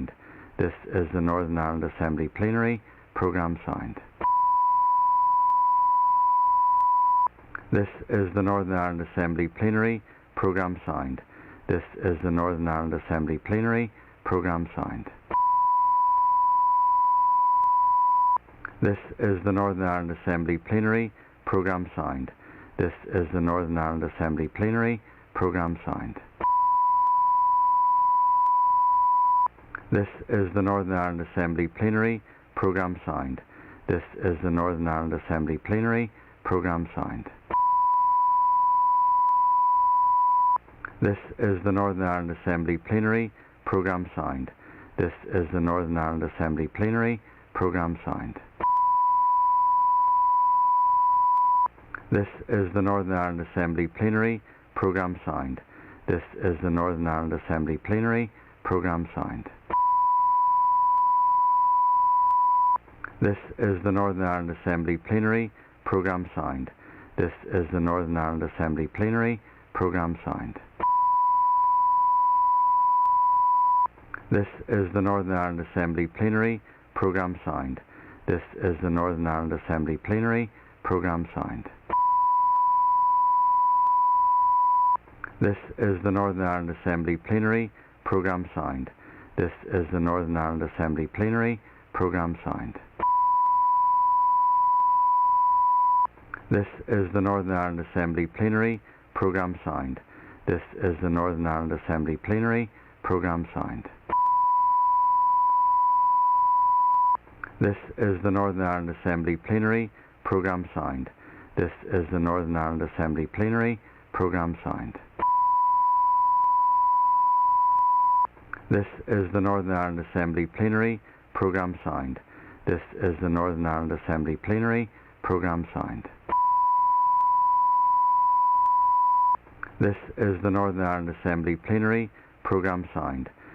This is the Northern Ireland Assembly Plenary Programme Sound. This is the Northern Ireland Assembly Plenary Programme Sound. This is the Northern Ireland Assembly Plenary Programme Sound. This is the Northern Ireland Assembly Plenary Programme Sound. This is the Northern Ireland Assembly Plenary Programme Sound. This is the Northern Ireland Assembly Plenary Programme Sound. This is the Northern Ireland Assembly Plenary Programme Sound. This is the Northern Ireland Assembly Plenary Programme Sound. This is the Northern Ireland Assembly Plenary Programme Sound. This is the Northern Ireland Assembly Plenary Programme Sound. This is the Northern Ireland Assembly Plenary Programme Sound. This is the Northern Ireland Assembly Plenary Programme Sound. This is the Northern Ireland Assembly Plenary Programme Sound. This is the Northern Ireland Assembly Plenary Programme Sound. This is the Northern Ireland Assembly Plenary Programme Sound. This is the Northern Ireland Assembly Plenary Programme Sound. This is the Northern Ireland Assembly Plenary Programme Sound. This is the Northern Ireland Assembly Plenary Programme Sound. This is the Northern Ireland Assembly Plenary Programme Sound. This is the Northern Ireland Assembly Plenary Programme Sound. This is the Northern Ireland Assembly Plenary Programme Sound. This is the Northern Ireland Assembly Plenary Programme Sound. This is the Northern Ireland Assembly Plenary Programme Sound. This is the Northern Ireland Assembly Plenary Programme Sound. This is the Northern Ireland Assembly Plenary Programme Sound. This is the Northern Ireland Assembly Plenary Programme Sound. This is the Northern Ireland Assembly Plenary Programme Sound. This is the Northern Ireland Assembly Plenary Programme Sound. This is the Northern Ireland Assembly Plenary Programme Sound. This is the Northern Ireland Assembly Plenary Programme Sound. This is the Northern Ireland Assembly Plenary Programme Sound. This is the Northern Ireland Assembly Plenary Programme Sound. This is the Northern Ireland Assembly Plenary Programme Sound. This is the Northern Ireland Assembly Plenary Programme Sound. This is the Northern Ireland Assembly Plenary Programme Sound. This is the Northern Ireland Assembly Plenary Programme Sound. This is the Northern Ireland Assembly Plenary Programme Sound. This is the Northern Ireland Assembly Plenary Programme Sound. This is the Northern Ireland Assembly Plenary Programme Sound. This is the Northern Ireland Assembly Plenary Programme Sound. This is the Northern Ireland Assembly Plenary Programme Sound. This is the Northern Ireland Assembly Plenary Programme Sound. This is the Northern Ireland Assembly Plenary Programme Sound. This is the Northern Ireland Assembly Plenary Programme Sound. This is the Northern Ireland Assembly Plenary Programme Sound. This is the Northern Ireland Assembly Plenary Programme Sound. This is the Northern Ireland Assembly Plenary Programme Sound. This is the Northern Ireland Assembly Plenary Programme Sound. This is the Northern Ireland Assembly Plenary Programme Sound. This is the Northern Ireland Assembly Plenary Programme Sound. This is the Northern Ireland Assembly Plenary Programme Sound. This is the Northern Ireland Assembly Plenary Programme Sound. This is the Northern Ireland Assembly Plenary Programme Sound. This is the Northern Ireland Assembly Plenary Programme Sound. This is the Northern Ireland Assembly Plenary Programme Sound. This is the Northern Ireland Assembly Plenary Programme Sound. This is the Northern Ireland Assembly Plenary Programme Sound.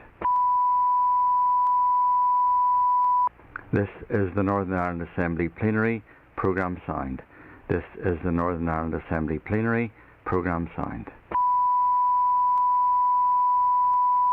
This is the Northern Ireland Assembly Plenary Programme Sound. This is the Northern Ireland Assembly Plenary Programme Sound. This is the Northern Ireland Assembly Plenary Programme Sound. This is the Northern Ireland Assembly Plenary Programme Sound. This is the Northern Ireland Assembly Plenary Programme Sound. This is the Northern Ireland Assembly Plenary Programme Sound. This is the Northern Ireland Assembly Plenary Programme Sound.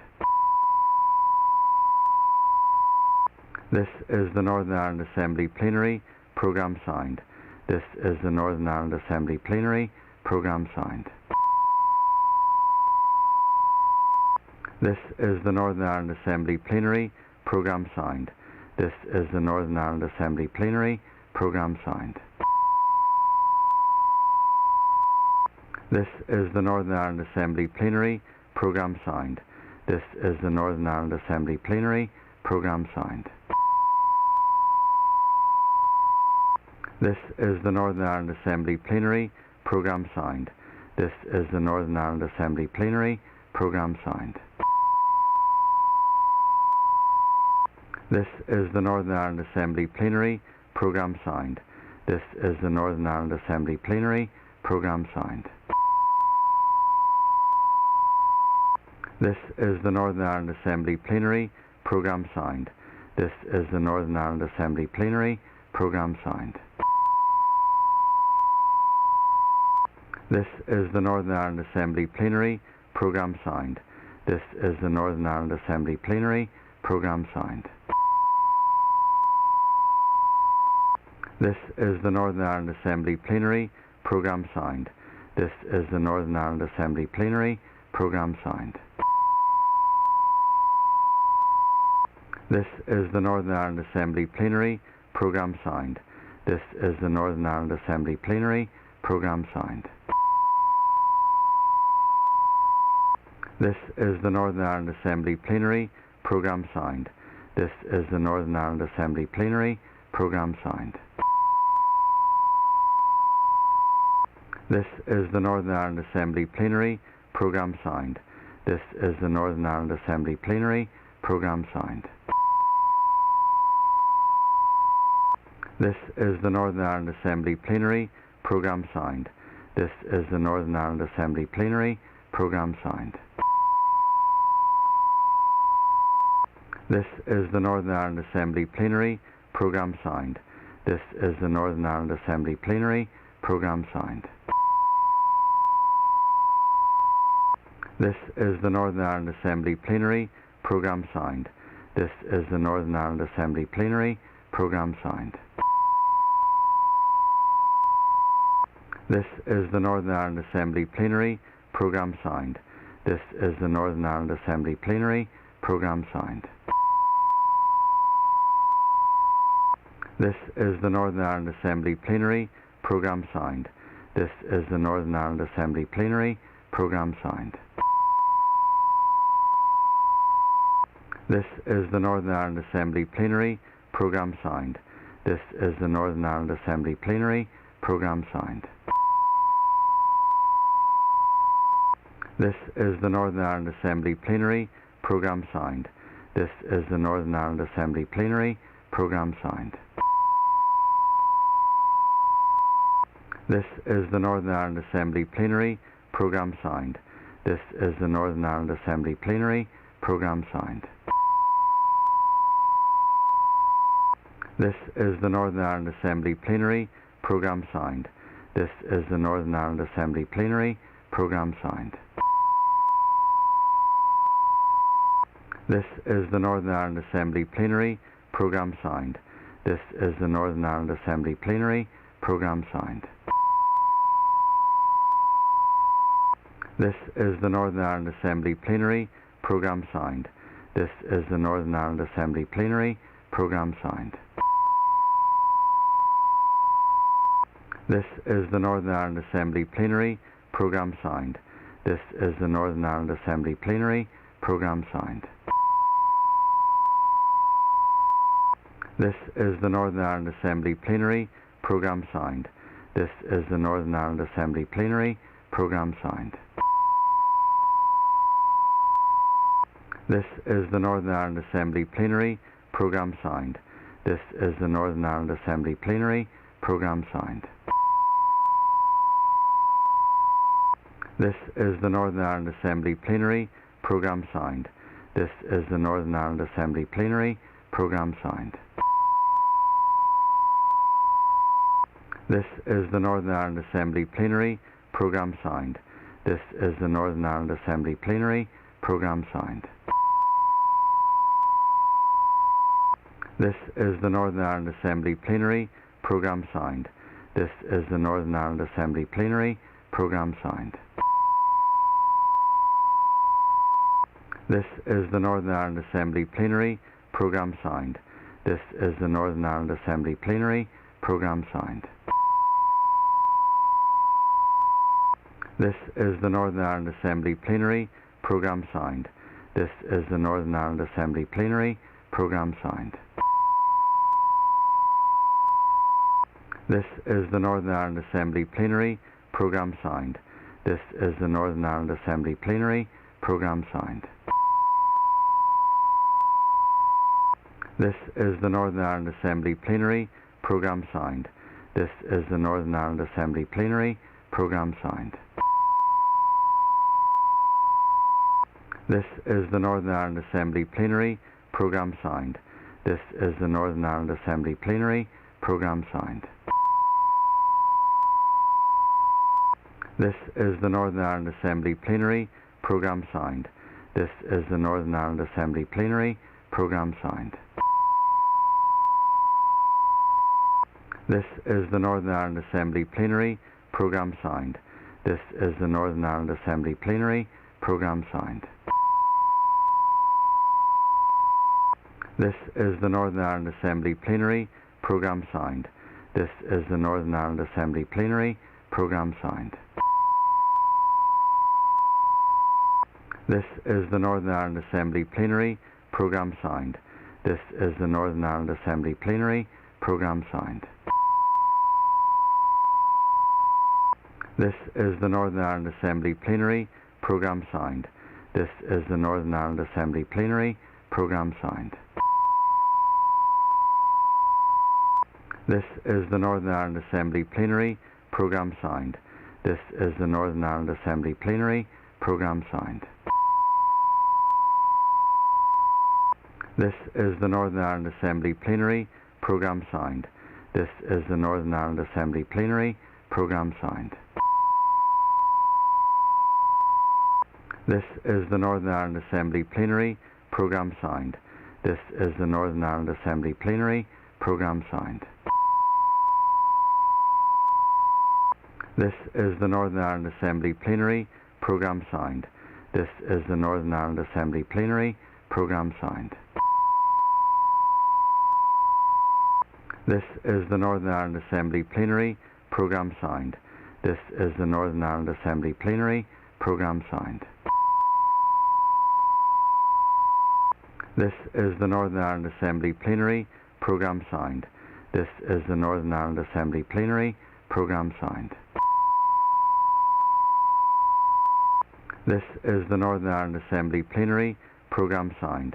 This is the Northern Ireland Assembly Plenary Programme Sound.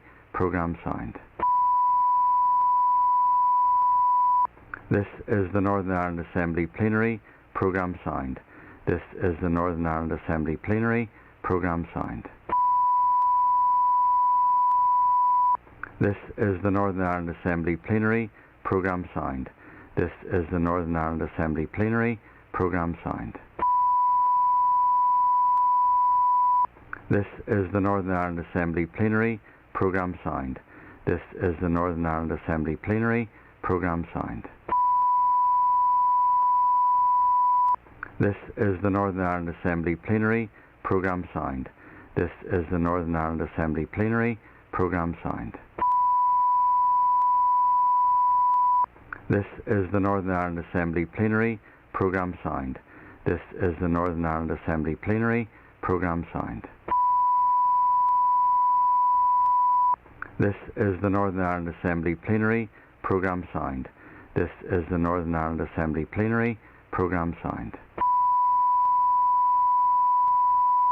This is the Northern Ireland Assembly Plenary Programme Sound. This is the Northern Ireland Assembly Plenary Programme Sound. This is the Northern Ireland Assembly Plenary Programme Sound. This is the Northern Ireland Assembly Plenary Programme Sound. This is the Northern Ireland Assembly Plenary Programme Sound. This is the Northern Ireland Assembly Plenary Programme Sound. This is the Northern Ireland Assembly Plenary Programme Sound.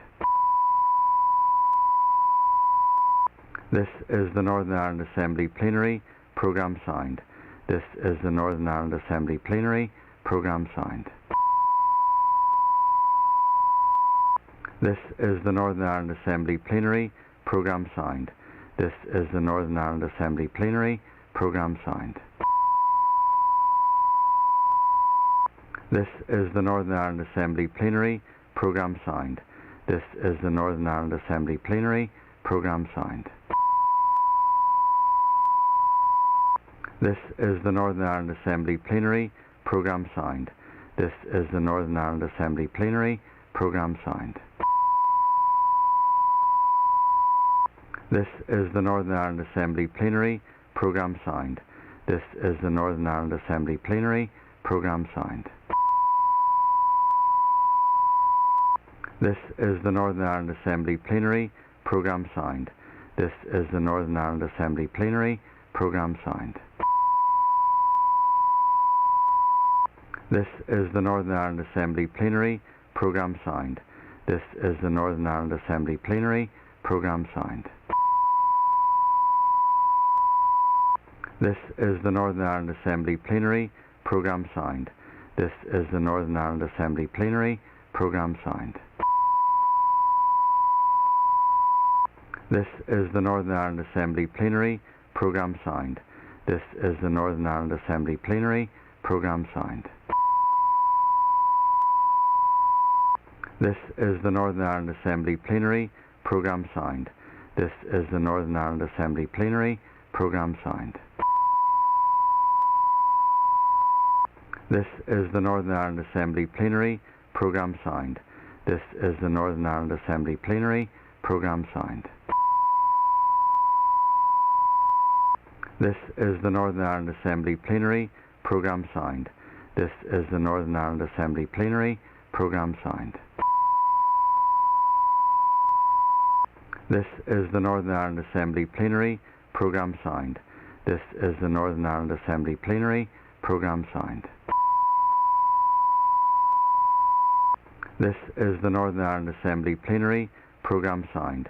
This is the Northern Ireland Assembly Plenary Programme Sound. This is the Northern Ireland Assembly Plenary Programme Sound. This is the Northern Ireland Assembly Plenary Programme Sound. This is the Northern Ireland Assembly Plenary Programme Sound. This is the Northern Ireland Assembly Plenary Programme Sound. This is the Northern Ireland Assembly Plenary Programme Sound. This is the Northern Ireland Assembly Plenary Programme Sound. This is the Northern Ireland Assembly Plenary Programme Sound. This is the Northern Ireland Assembly Plenary Programme Sound. This is the Northern Ireland Assembly Plenary Programme Sound. This is the Northern Ireland Assembly Plenary Programme Sound. This is the Northern Ireland Assembly Plenary Programme Sound. This is the Northern Ireland Assembly Plenary Programme Sound. This is the Northern Ireland Assembly Plenary Programme Sound. This is the Northern Ireland Assembly Plenary Programme Sound. This is the Northern Ireland Assembly Plenary Programme Sound. This is the Northern Ireland Assembly Plenary Programme Sound. This is the Northern Ireland Assembly Plenary Programme Sound. This is the Northern Ireland Assembly Plenary Programme Sound. This is the Northern Ireland Assembly Plenary Programme Sound. This is the Northern Ireland Assembly Plenary Programme Sound. This is the Northern Ireland Assembly Plenary Programme Sound. This is the Northern Ireland Assembly Plenary Programme Sound. This is the Northern Ireland Assembly Plenary Programme Sound. This is the Northern Ireland Assembly Plenary Programme Sound. This is the Northern Ireland Assembly Plenary Programme Sound. This is the Northern Ireland Assembly Plenary Programme Sound. This is the Northern Ireland Assembly Plenary Programme Sound. This is the Northern Ireland Assembly Plenary Programme Sound. This is the Northern Ireland Assembly Plenary Programme Sound. This is the Northern Ireland Assembly Plenary Programme Sound.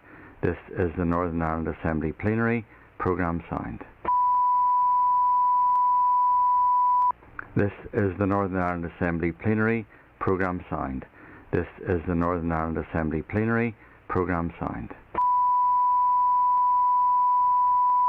This is the Northern Ireland Assembly Plenary Programme Sound.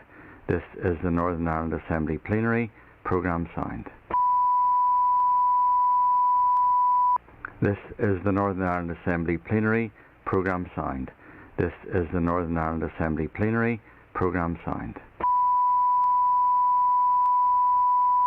This is the Northern Ireland Assembly Plenary Programme Sound. This is the Northern Ireland Assembly Plenary Programme Sound. This is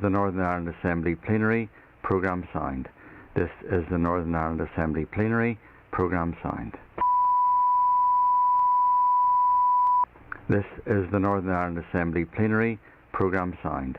This is the Northern Ireland Assembly Plenary Programme Sound. This is the Northern Ireland Assembly Plenary Programme Sound. This is the Northern Ireland Assembly Plenary Programme Sound.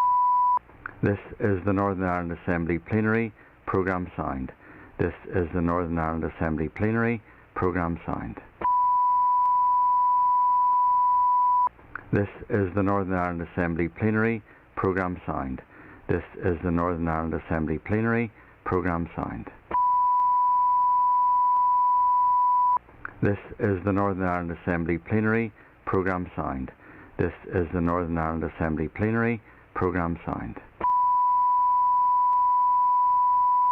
This is the Northern Ireland Assembly Plenary Programme Sound.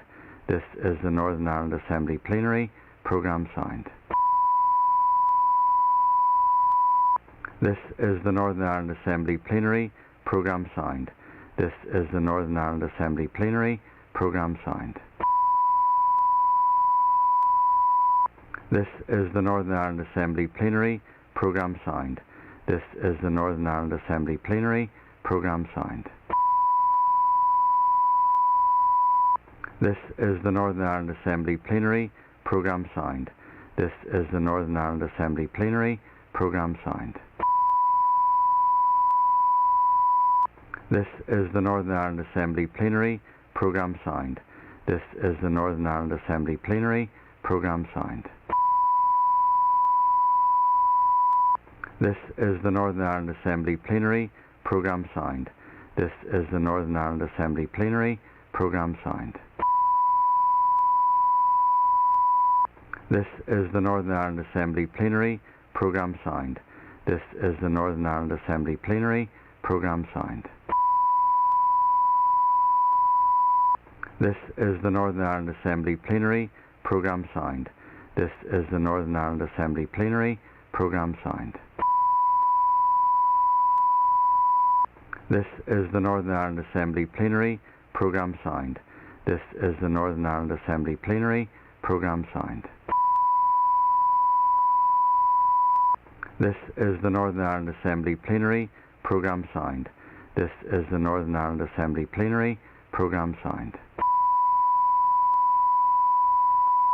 This is the Northern Ireland Assembly Plenary Programme Sound. This is the Northern Ireland Assembly Plenary Programme Sound. This is the Northern Ireland Assembly Plenary Programme Sound.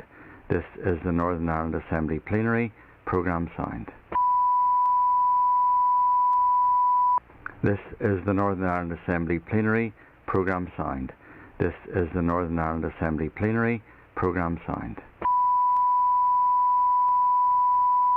This is the Northern Ireland Assembly Plenary Programme Sound. This is the Northern Ireland Assembly Plenary Programme Sound. This is the Northern Ireland Assembly Plenary Programme Sound. This is the Northern Ireland Assembly Plenary Programme Sound. This is the Northern Ireland Assembly Plenary Programme Sound. This is the Northern Ireland Assembly Plenary Programme Sound. This is the Northern Ireland Assembly Plenary Programme Sound. This is the Northern Ireland Assembly Plenary Programme Sound. This is the Northern Ireland Assembly Plenary Programme Sound.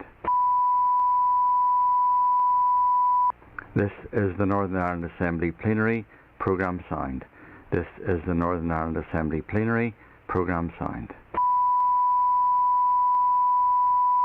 This is the Northern Ireland Assembly Plenary Programme Sound. This is the Northern Ireland Assembly Plenary Programme Sound.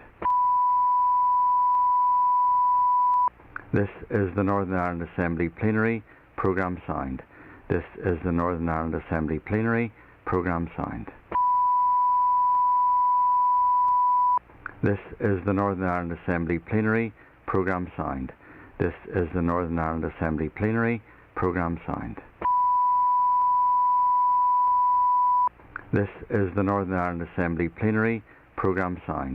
This is the Northern Ireland Assembly Plenary Programme Sound. This is the Northern Ireland Assembly Plenary Programme Sound. This is the Northern Ireland Assembly Plenary Programme Sound. This is the Northern Ireland Assembly Plenary Programme Sound. This is the Northern Ireland Assembly Plenary Programme Sound. This is the Northern Ireland Assembly Plenary Programme Sound. This is the Northern Ireland Assembly Plenary Programme Sound. This is the Northern Ireland Assembly Plenary Programme Sound. This is the Northern Ireland Assembly Plenary Programme Sound. This is the Northern Ireland Assembly Plenary Programme Sound. This is the Northern Ireland Assembly Plenary Programme Sound. This is the Northern Ireland Assembly Plenary Programme Sound. This is the Northern Ireland Assembly Plenary Programme Sound. This is the Northern Ireland Assembly Plenary Programme Sound. This is the Northern Ireland Assembly Plenary Programme Sound.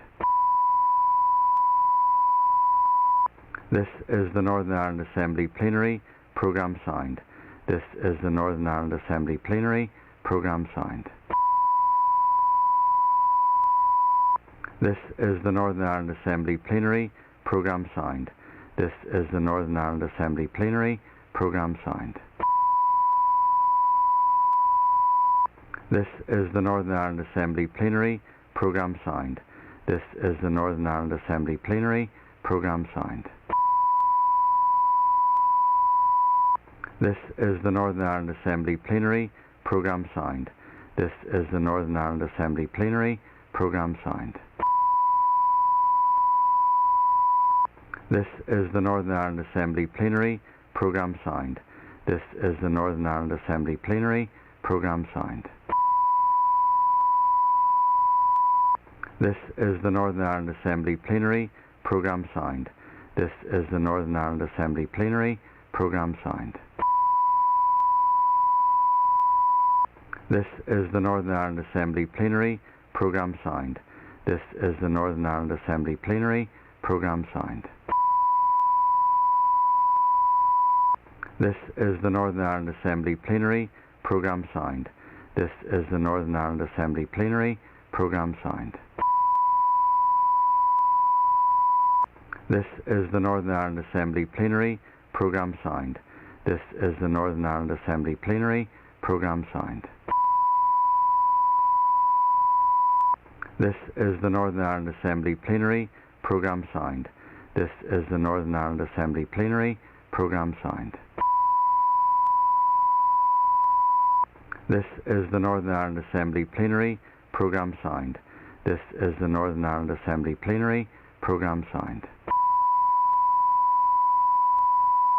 This is the Northern Ireland Assembly Plenary Programme Sound. This is the Northern Ireland Assembly Plenary Programme Sound. This is the Northern Ireland Assembly Plenary Programme Sound. This is the Northern Ireland Assembly Plenary Programme Sound. This is the Northern Ireland Assembly Plenary Programme Sound. This is the Northern Ireland Assembly Plenary Programme Sound. This is the Northern Ireland Assembly Plenary Programme Sound. This is the Northern Ireland Assembly Plenary Programme Sound. This is the Northern Ireland Assembly Plenary Programme Sound.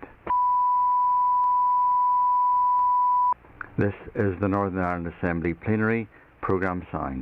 This is the Northern Ireland Assembly Plenary Programme Sound. This is the Northern Ireland Assembly Plenary Programme Sound. This is the Northern Ireland Assembly Plenary Programme Sound. This is the Northern Ireland Assembly Plenary Programme Sound. This is the Northern Ireland Assembly Plenary Programme Sound. This is the Northern Ireland Assembly Plenary Programme Sound.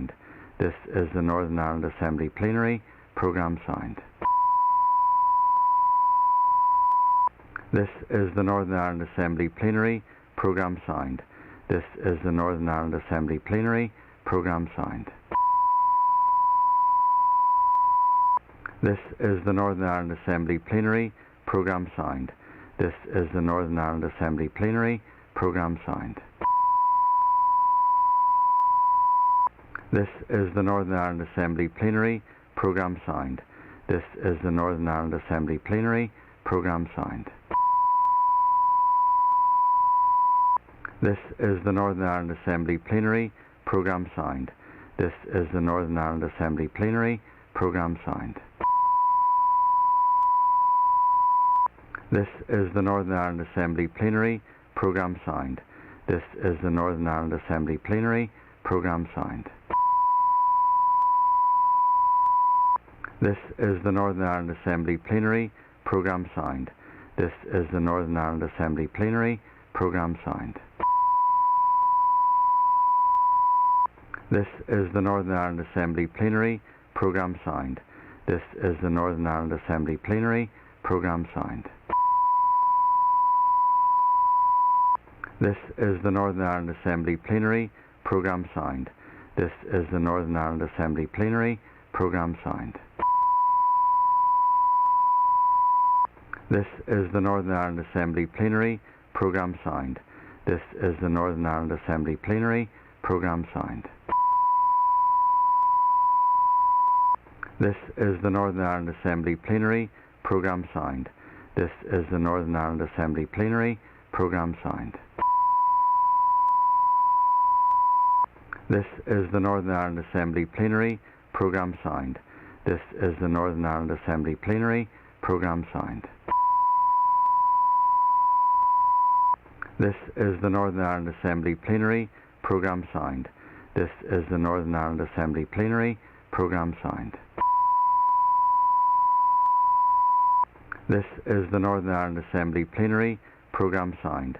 This is the Northern Ireland Assembly Plenary Programme Sound. This is the Northern Ireland Assembly Plenary Programme Sound. This is the Northern Ireland Assembly Plenary Programme Sound. This is the Northern Ireland Assembly Plenary Programme Sound. This is the Northern Ireland Assembly Plenary Programme Sound. This is the Northern Ireland Assembly Plenary Programme Sound. This is the Northern Ireland Assembly Plenary Programme Sound. This is the Northern Ireland Assembly Plenary Programme Sound. This is the Northern Ireland Assembly Plenary Programme Sound. This is the Northern Ireland Assembly Plenary Programme Sound. This is the Northern Ireland Assembly Plenary Programme Sound. This is the Northern Ireland Assembly Plenary Programme Sound. This is the Northern Ireland Assembly Plenary Programme Sound. This is the Northern Ireland Assembly Plenary Programme Sound. This is the Northern Ireland Assembly Plenary Programme Sound. This is the Northern Ireland Assembly Plenary Programme Sound. This is the Northern Ireland Assembly Plenary Programme Sound. This is the Northern Ireland Assembly Plenary Programme Sound. This is the Northern Ireland Assembly Plenary Programme Sound. This is the Northern Ireland Assembly Plenary Programme Sound. This is the Northern Ireland Assembly Plenary Programme Sound.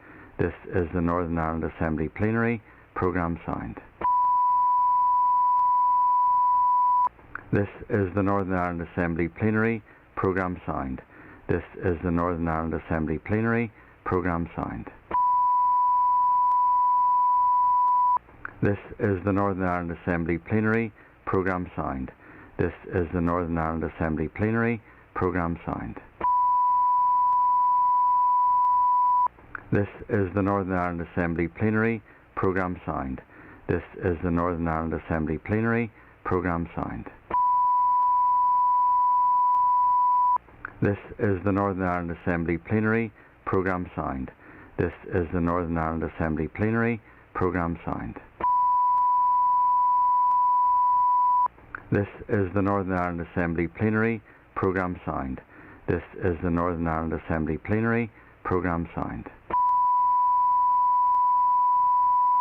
This is the Northern Ireland Assembly Plenary Programme Sound. This is the Northern Ireland Assembly Plenary Programme Sound. This is the Northern Ireland Assembly Plenary Programme Sound. This is the Northern Ireland Assembly Plenary Programme Sound. This is the Northern Ireland Assembly Plenary Programme Sound. This is the Northern Ireland Assembly Plenary Programme Sound. This is the Northern Ireland Assembly Plenary Programme Sound. This is the Northern Ireland Assembly Plenary Programme Sound. This is the Northern Ireland Assembly Plenary Programme Sound. This is the Northern Ireland Assembly Plenary Programme Sound. This is the Northern Ireland Assembly Plenary Programme Sound. This is the Northern Ireland Assembly Plenary Programme Sound.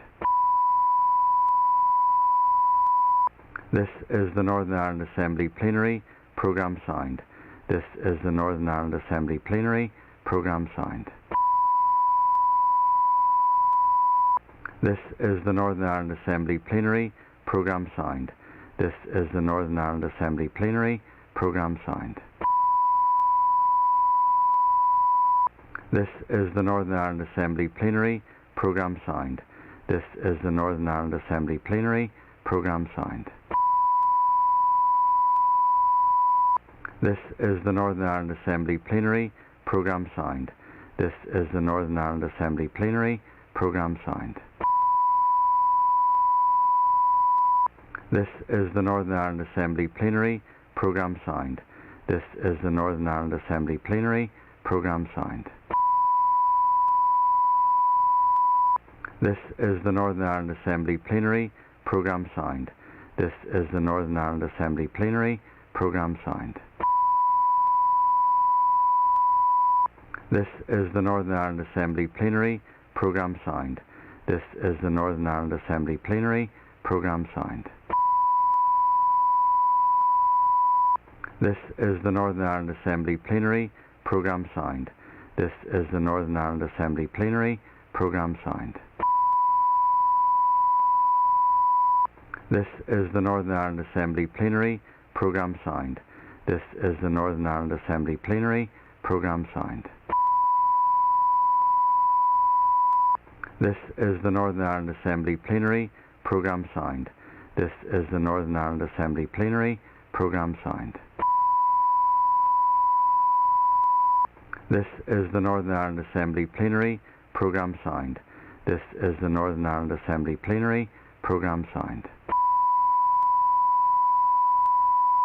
This is the Northern Ireland Assembly Plenary Programme Sound. This is the Northern Ireland Assembly Plenary Programme Sound. This is the Northern Ireland Assembly Plenary Programme Sound. This is the Northern Ireland Assembly Plenary Programme Sound. This is the Northern Ireland Assembly Plenary Programme Sound. This is the Northern Ireland Assembly Plenary Programme Sound. This is the Northern Ireland Assembly Plenary Programme Sound. This is the Northern Ireland Assembly Plenary Programme Sound. This is the Northern Ireland Assembly Plenary Programme Sound. This is the Northern Ireland Assembly Plenary Programme Sound. This is the Northern Ireland Assembly Plenary Programme Sound. This is the Northern Ireland Assembly Plenary Programme Sound. This is the Northern Ireland Assembly Plenary Programme Sound. This is the Northern Ireland Assembly Plenary Programme Sound. This is the Northern Ireland Assembly Plenary Programme Sound. This is the Northern Ireland Assembly Plenary Programme Sound. This is the Northern Ireland Assembly Plenary Programme Sound. This is the Northern Ireland Assembly Plenary Programme Sound. This is the Northern Ireland Assembly Plenary Programme Sound. This is the Northern Ireland Assembly Plenary Programme Sound. This is the Northern Ireland Assembly Plenary Programme Sound. This is the Northern Ireland Assembly Plenary Programme Sound. This is the Northern Ireland Assembly Plenary Programme Sound. This is the Northern Ireland Assembly Plenary Programme Sound. This is the Northern Ireland Assembly Plenary Programme Sound. This is the Northern Ireland Assembly Plenary Programme Sound. This is the Northern Ireland Assembly Plenary Programme Sound. This is the Northern Ireland Assembly Plenary Programme Sound. This is the Northern Ireland Assembly Plenary Programme Sound. This is the Northern Ireland Assembly Plenary Programme Sound. This is the Northern Ireland Assembly Plenary Programme Sound. This is the Northern Ireland Assembly Plenary Programme Sound. This is the Northern Ireland Assembly Plenary Programme Sound. This is the Northern Ireland Assembly Plenary Programme Sound. This is the Northern Ireland Assembly Plenary Programme Sound. This is the Northern Ireland Assembly Plenary Programme Sound. This is the Northern Ireland Assembly Plenary Programme Sound. This is the Northern Ireland Assembly Plenary Programme Sound. This is the Northern Ireland Assembly Plenary Programme Sound. This is the Northern Ireland Assembly Plenary Programme Sound. This is the Northern Ireland Assembly Plenary Programme Sound. This is the Northern Ireland Assembly Plenary Programme Sound. This is the Northern Ireland Assembly Plenary Programme Sound. This is the Northern Ireland Assembly Plenary Programme Sound. This is the Northern Ireland Assembly Plenary Programme Sound. This is the Northern Ireland Assembly Plenary Programme Sound. This is the Northern Ireland Assembly Plenary Programme Sound. This is the Northern Ireland Assembly Plenary Programme Sound. This is the Northern Ireland Assembly Plenary Programme Sound. This is the Northern Ireland Assembly Plenary Programme Sound. This is the Northern Ireland Assembly Plenary Programme Sound. This is the Northern Ireland Assembly Plenary Programme Sound. This is the Northern Ireland Assembly Plenary Programme Sound. This is the Northern Ireland Assembly Plenary Programme Sound. This is the Northern Ireland Assembly Plenary Programme Sound. This is the Northern Ireland Assembly Plenary Programme Sound. This is the Northern Ireland Assembly Plenary Programme Sound. This is the Northern Ireland Assembly Plenary Programme Sound. This is the Northern Ireland Assembly Plenary Programme Sound. This is the Northern Ireland Assembly Plenary Programme Sound. This is the Northern Ireland Assembly Plenary Programme Sound. This is the Northern Ireland Assembly Plenary Programme Sound. This is the Northern Ireland Assembly Plenary Programme Sound. This is the Northern Ireland Assembly Plenary Programme Sound. This is the Northern Ireland Assembly Plenary Programme Sound. This is the Northern Ireland Assembly Plenary Programme Sound. This is the Northern Ireland Assembly Plenary Programme Sound. This is the Northern Ireland Assembly Plenary Programme Sound. This is the Northern Ireland Assembly Plenary Programme Sound. This is the Northern Ireland Assembly Plenary Programme Sound. This is the Northern Ireland Assembly Plenary Programme Sound. This is the Northern Ireland Assembly Plenary Programme Sound. This is the Northern Ireland Assembly Plenary Programme Sound. This is the Northern Ireland Assembly Plenary Programme Sound. This is the Northern Ireland Assembly Plenary Programme Sound. This is the Northern Ireland Assembly Plenary Programme Sound. This is the Northern Ireland Assembly Plenary Programme Sound.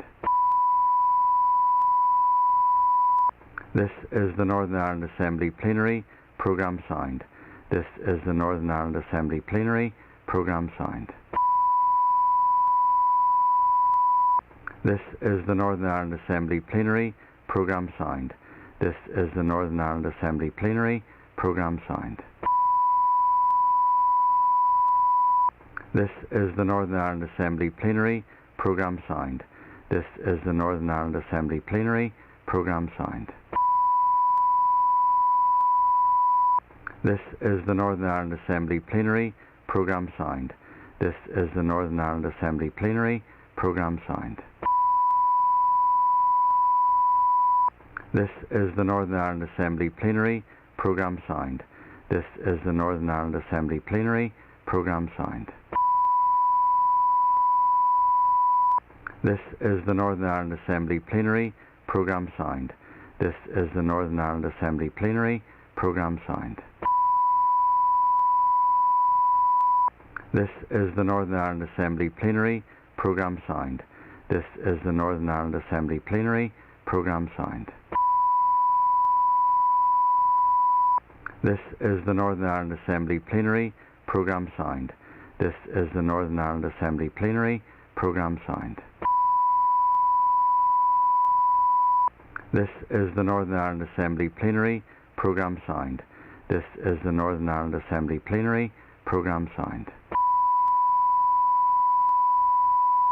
This is the Northern Ireland Assembly Plenary Programme Sound.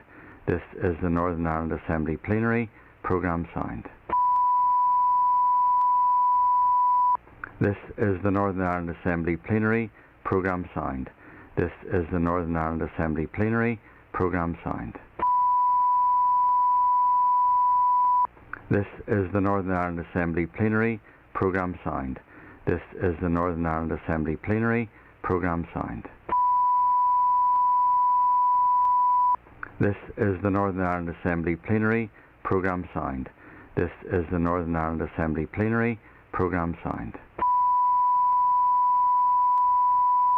This is the Northern Ireland Assembly Plenary Programme Sound.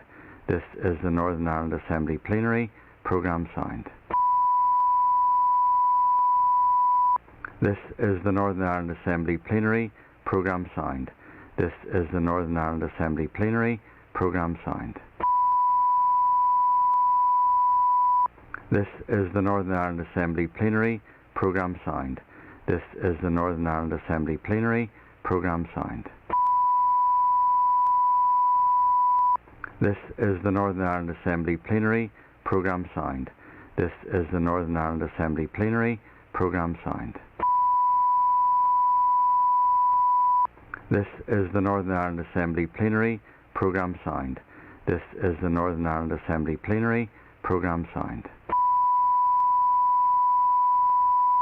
This is the Northern Ireland Assembly Plenary Programme Sound. This is the Northern Ireland Assembly Plenary Programme Sound. This is the Northern Ireland Assembly Plenary Programme Sound. This is the Northern Ireland Assembly Plenary Programme Sound.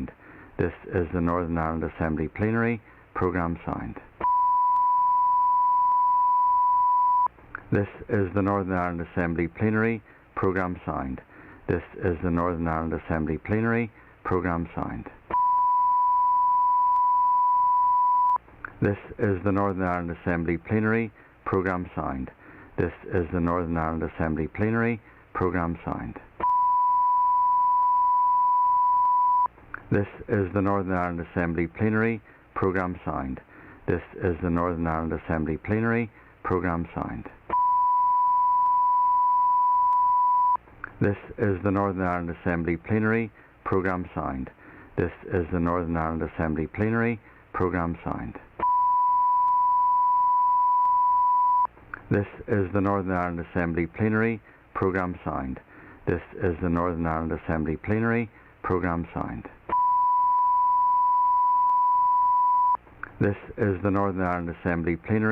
Programme Sound. This is the Northern Ireland Assembly Plenary Programme Sound. This is the Northern Ireland Assembly Plenary Programme Sound. This is the Northern Ireland Assembly Plenary Programme Sound. This is the Northern Ireland Assembly Plenary Programme Sound.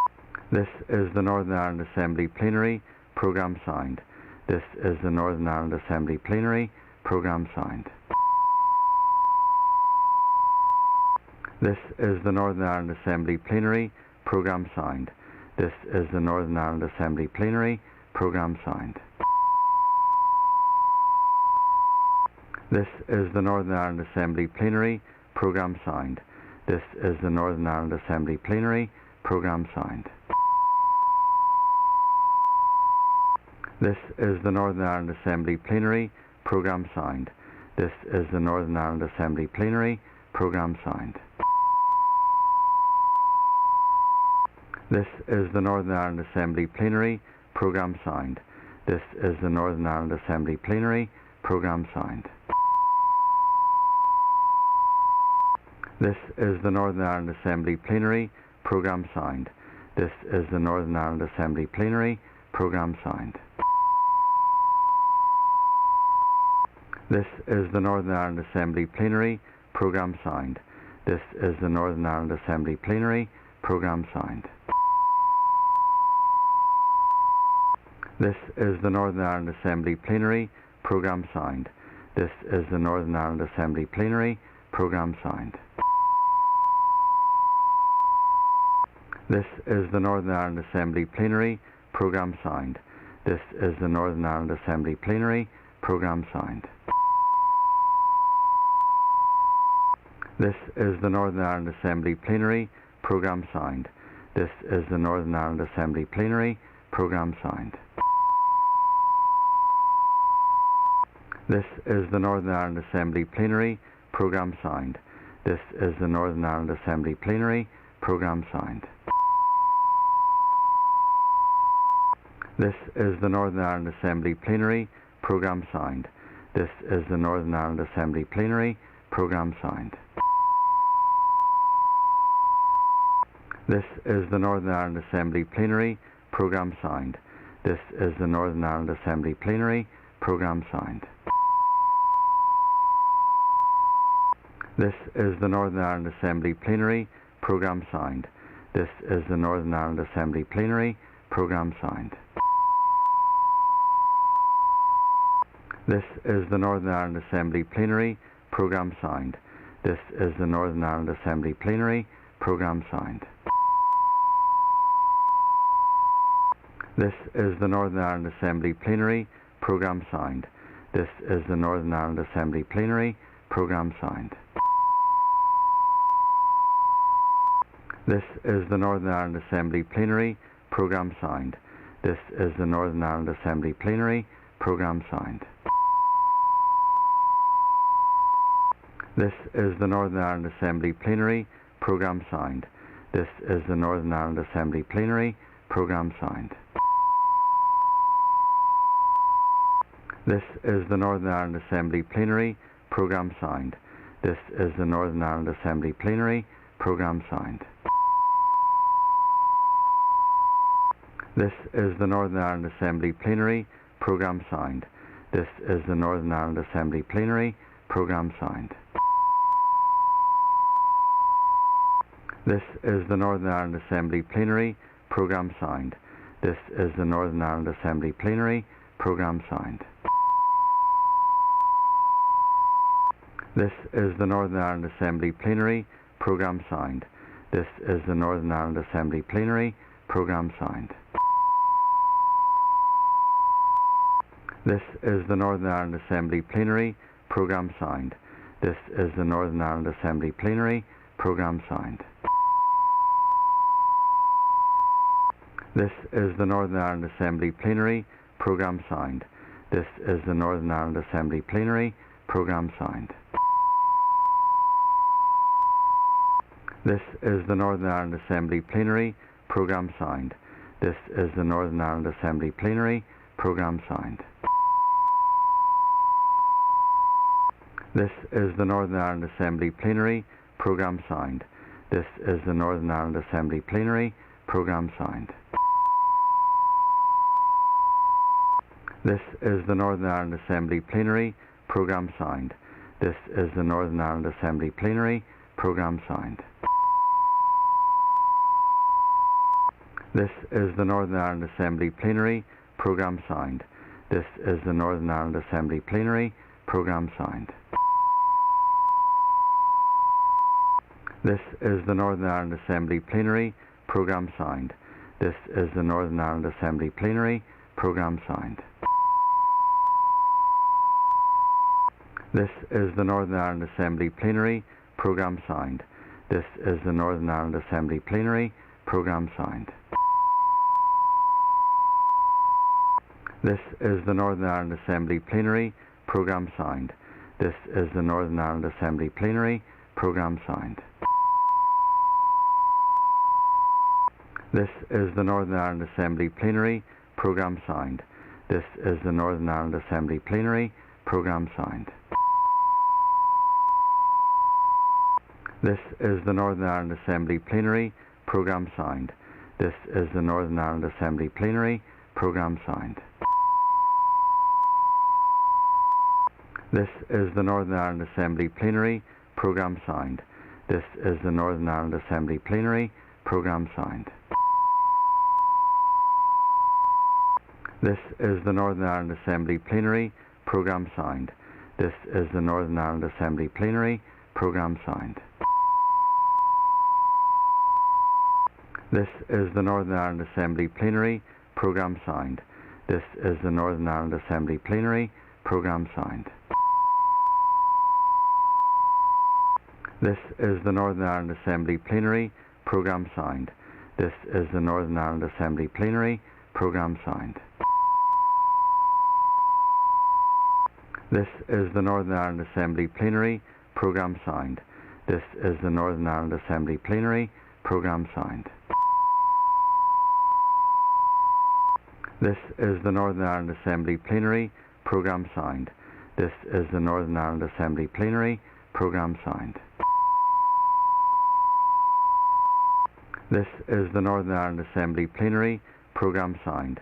This is the Northern Ireland Assembly Plenary. Programme signed. This is the Northern Ireland Assembly Plenary. Programme signed. This is the Northern Ireland Assembly Plenary. Programme signed. This is the Northern Ireland Assembly Plenary. Programme signed. This is the Northern Ireland Assembly Plenary. Programme signed. This is the Northern Ireland Assembly Plenary. Programme signed. This is the Northern Ireland Assembly Plenary. Programme signed. This is the Northern Ireland Assembly Plenary. Programme signed. This is the Northern Ireland Assembly Plenary. Programme signed. This is the Northern Ireland Assembly Plenary. Programme signed. This is the Northern Ireland Assembly Plenary. Programme signed. This is the Northern Ireland Assembly Plenary. Programme signed. This is the Northern Ireland Assembly Plenary. Programme signed. This is the Northern Ireland Assembly Plenary. Programme signed. This is the Northern Ireland Assembly Plenary. Programme signed. This is the Northern Ireland Assembly Plenary. Programme signed. This is the Northern Ireland Assembly Plenary. Programme signed. This is the Northern Ireland Assembly Plenary. Programme signed. This is the Northern Ireland Assembly Plenary. Programme signed. This is the Northern Ireland Assembly Plenary. Programme signed. This is the Northern Ireland Assembly Plenary. Programme signed. This is the Northern Ireland Assembly Plenary. Programme signed. This is the Northern Ireland Assembly Plenary. Programme signed. This is the Northern Ireland Assembly Plenary.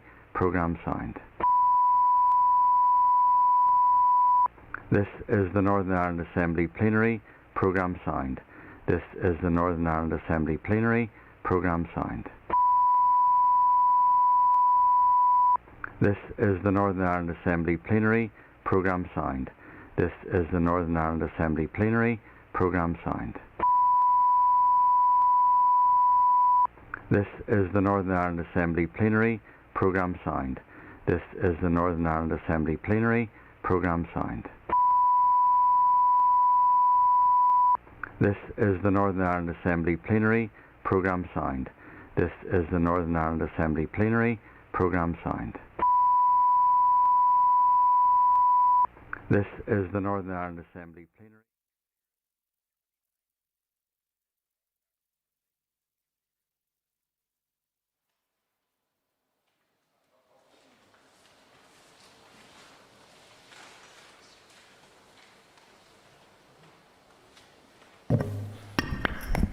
Okay, members, it's now time for questions to the Executive Office, and before I call the first member, I want to say that questions 7 and 10 have been withdrawn, and I call Matthew O'Toole to ask the first question. Mr O'Toole. Thank you, Mr Speaker. Question 1.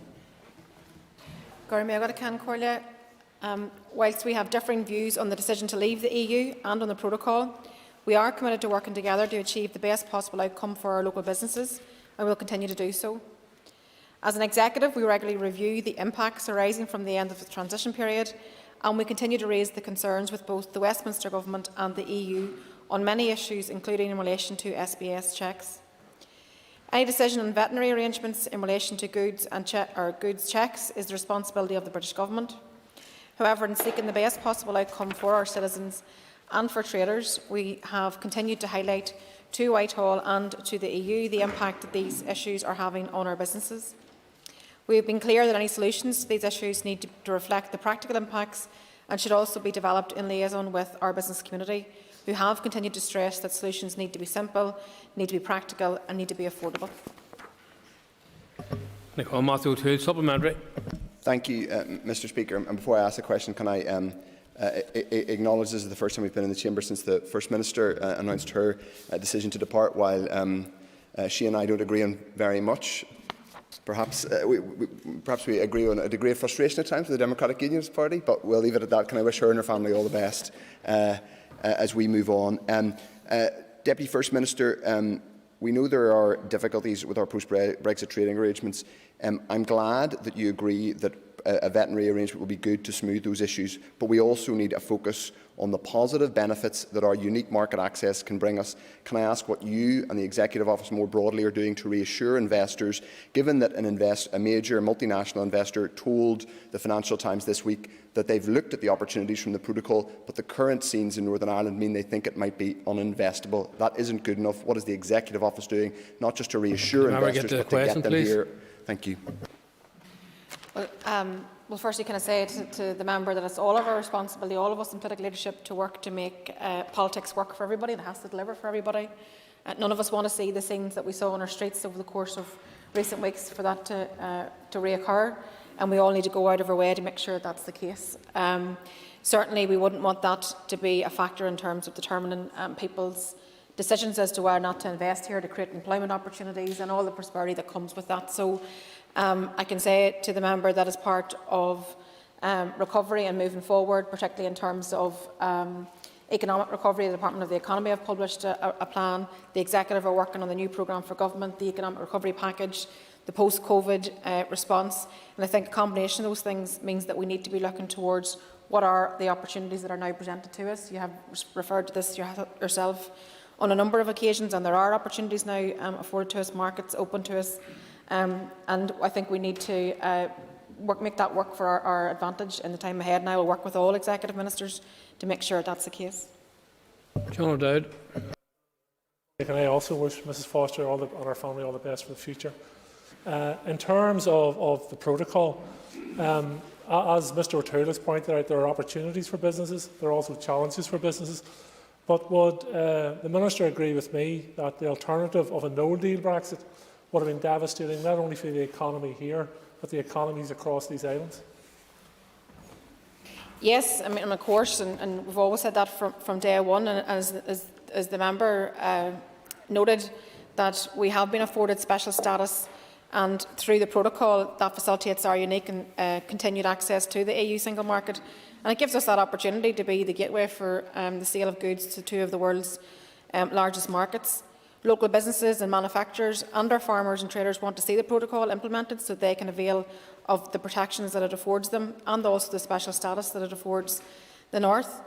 We are now the only place where businesses can operate free from customs declarations, rules of origin certificates and non-tariff barriers on the sale of goods to both Britain and the EU. So going forward, we need to build on that, and we need to build on the strength that the all-island economy brings us to attract jobs and investment. So the British Government must now get on with implementing the protocol in full, and any delays to the full implementation of the protocol, which is our protection against the worst excesses of the hard Brexit, clearly risks any future stability and growth and prosperity, which even the previous member referred to. So I think you're right to say that the prospect of a no-deal Brexit would have been deeply damaging and destructive, and probably even more so very disruptive, not only to our economy but also to our peace process. Call Steve Egan. Indeed, thank you very much indeed. May I thank the Deputy First Minister for her comments so far, and may I too sort of wish all the best for the First Minister in the future and all the rest of it, and say that indeed we might have had our sort of differences, but we wish you all the best for the future. But the question is quite clear. The Ulster Unionist Party has put together several practical suggestions on how to deal with issues of SBS and trading issues as well. Will the Deputy First Minister and the First Minister commit to bring all parties together to be able to discuss these proposals from the Ulster Unionist Party, and indeed with Maria Sefcovic and the EU, rather than talking over our heads, actually dealing with the people of Northern Ireland where these issues actually matter the most? Well, I'll remind the member that the Executive meets every week and all executive parties discuss these issues, try to work our way through it, make the case for what's in the best interests of the business community here, try to find resolution to the issues that we need to find resolution to. I welcome the fact that there has been some progress across a whole raft of issues. However, there are still more to be done. I welcome the fact that there's a commitment from the co-chairs, Joint Committee, Specialised Committee. All that work is continuing to find resolution to the areas, and I think that hopefully in the weeks ahead we will see some progress on that. What's important for our business community, as I said in my original answer, is that we have certainty, that we have stability, that people can plan for the future based on knowing exactly what is coming down the tracks. So, it's very clear that the protocol isn't up for renegotiation.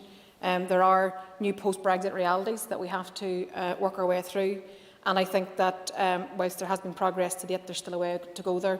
But let's continue to work together to find the resolutions that we all want to find for what's in the best interest of the local economy here. Call John Blair. Mr. Speaker, can I take this opportunity also on behalf of Alliance colleagues to wish the First Minister all the very best for the future. I first met the First Minister when she was doing her duty in my constituency in South Antrim, and I was a local councillor. I saw her dedication to that duty on that occasion and since, and we thank her for that also. Going back, Mr. Speaker, to the original question and discussions and work around veterinary arrangements in relation to goods checks, can I ask the Deputy First Minister to give an update on the work of the Joint Specialist Working Group? Yes.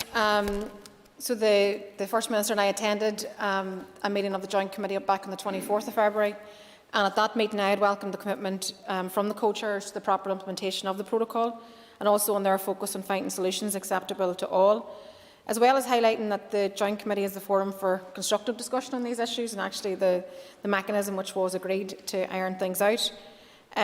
We also made the case that the business community here want that stability, they want the certainty, as well as the fact that they want simplification where it can be achieved. The First Minister had outlined the impact of the protocol and told the EU that the solution to the challenges we face should be fit for purpose and not imposed. But both teams, both on the British Government side and the EU, agreed that their teams should continue to engage further in technical discussions and come back to the Joint Committee. So I look forward to that work happening and for us to be invited again back for further discussion around where we've got to. But I think that there are some positive noise in terms of perhaps some issues being resolved. I call John Stewart. Number 2, please. With your permission, can call the Junior Minister Kearney will answer question number 2.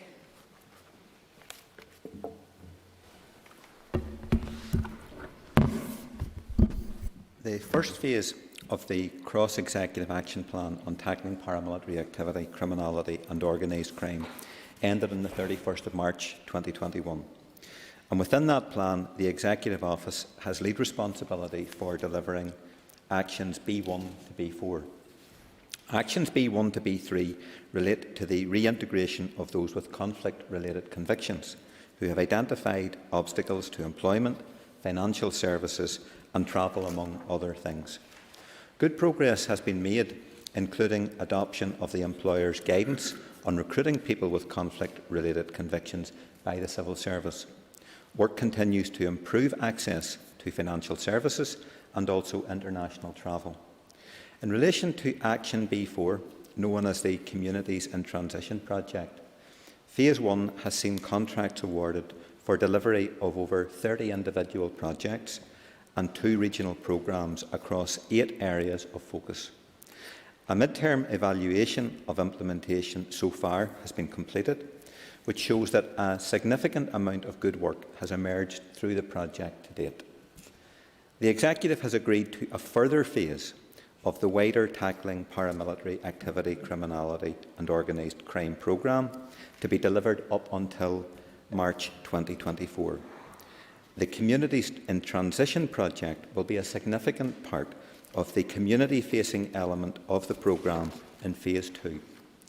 It should also be noted that the Communities in Transition project is only one of many interventions that are being funded as part of the Tackling Paramilitarism programme, which also includes policing responses and focused youth interventions, amongst others. A lasting impact, however, will only be achieved with all parts of the programme operating in partnership. Supplementary, John Stewart. Thank you, Mr. Speaker. And can I take the opportunity also to thank the First Minister for many years of dedicated public service and wish her and her family well for the next steps. Thank the Junior Minister for his answer. Does he agree with me that there is no justification and there has never been any justification for the existence of paramilitary terrorist activity? Given the recent attacks, particularly on off-duty police officers, especially my constituency of East Antrim, does he agree that the security forces should be given all the power they require to take these organisations off their street?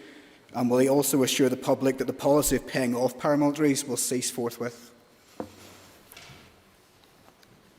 I thank the member for his question. I dispute the point around paying off paramilitaries to make them go out of existence. I don't think that that is a correct characterisation of the work of this programme. But I absolutely agree with you in your condemnation of the attack on the police officer and his family in Larne in your constituency, and I also want to associate myself to condemnation of the attack on the police officer and her family in Dungiven just previous to that. There's no room, no scope, no role for paramilitary or organised crime gangs within this society. It's the antithesis of what we need to see in terms of developing a united, shared community. And we must, as an executive, bend our collective efforts to ensuring that this programme in and of itself is effective and delivers the desired results, but that through political leadership across all 5 parties who are members of our executive, that we speak with one voice, in our absolute, unequivocal opposition to any further use of violence against police officers or any other public servants in our society. I call Orlia Flynn. And maybe just to follow on from Mr Stewart's point, Minister, we know that over the past number of weeks we have seen that destructive influence that paramilitaries can have on our society within the working class loyalist communities, also the murderous intent of the so-called dissident microgroups.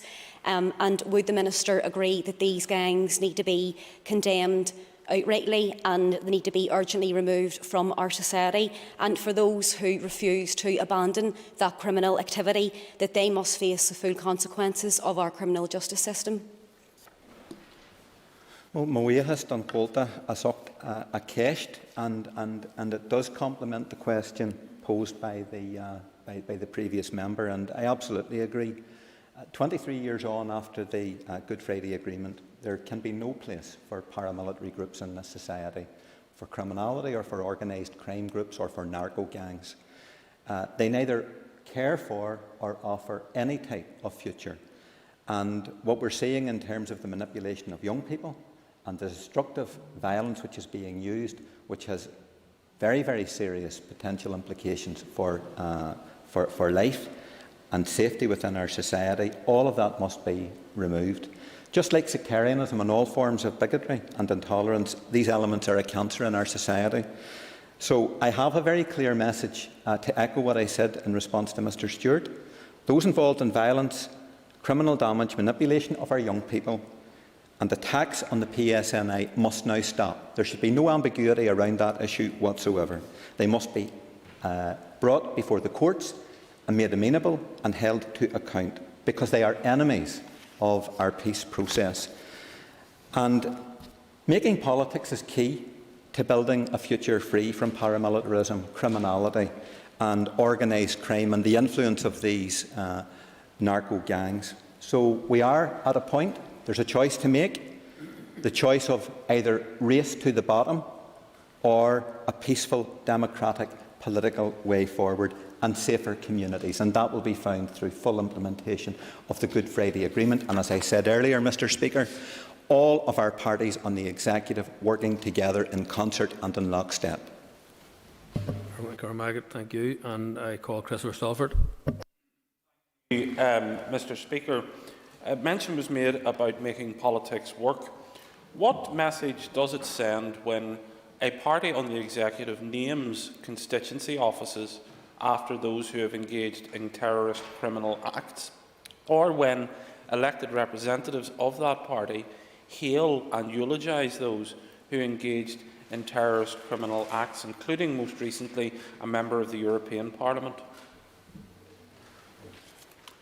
I thank the member for his question, and if he was listening carefully to what I said, we need to speak with one consistent, united voice in our opposition to all forms of violence, terror, paramilitarism, criminality and organised crime in our society. And I am sure, having listened to the member speak on many occasions, that we are at one in relation to that ambition and that responsibility.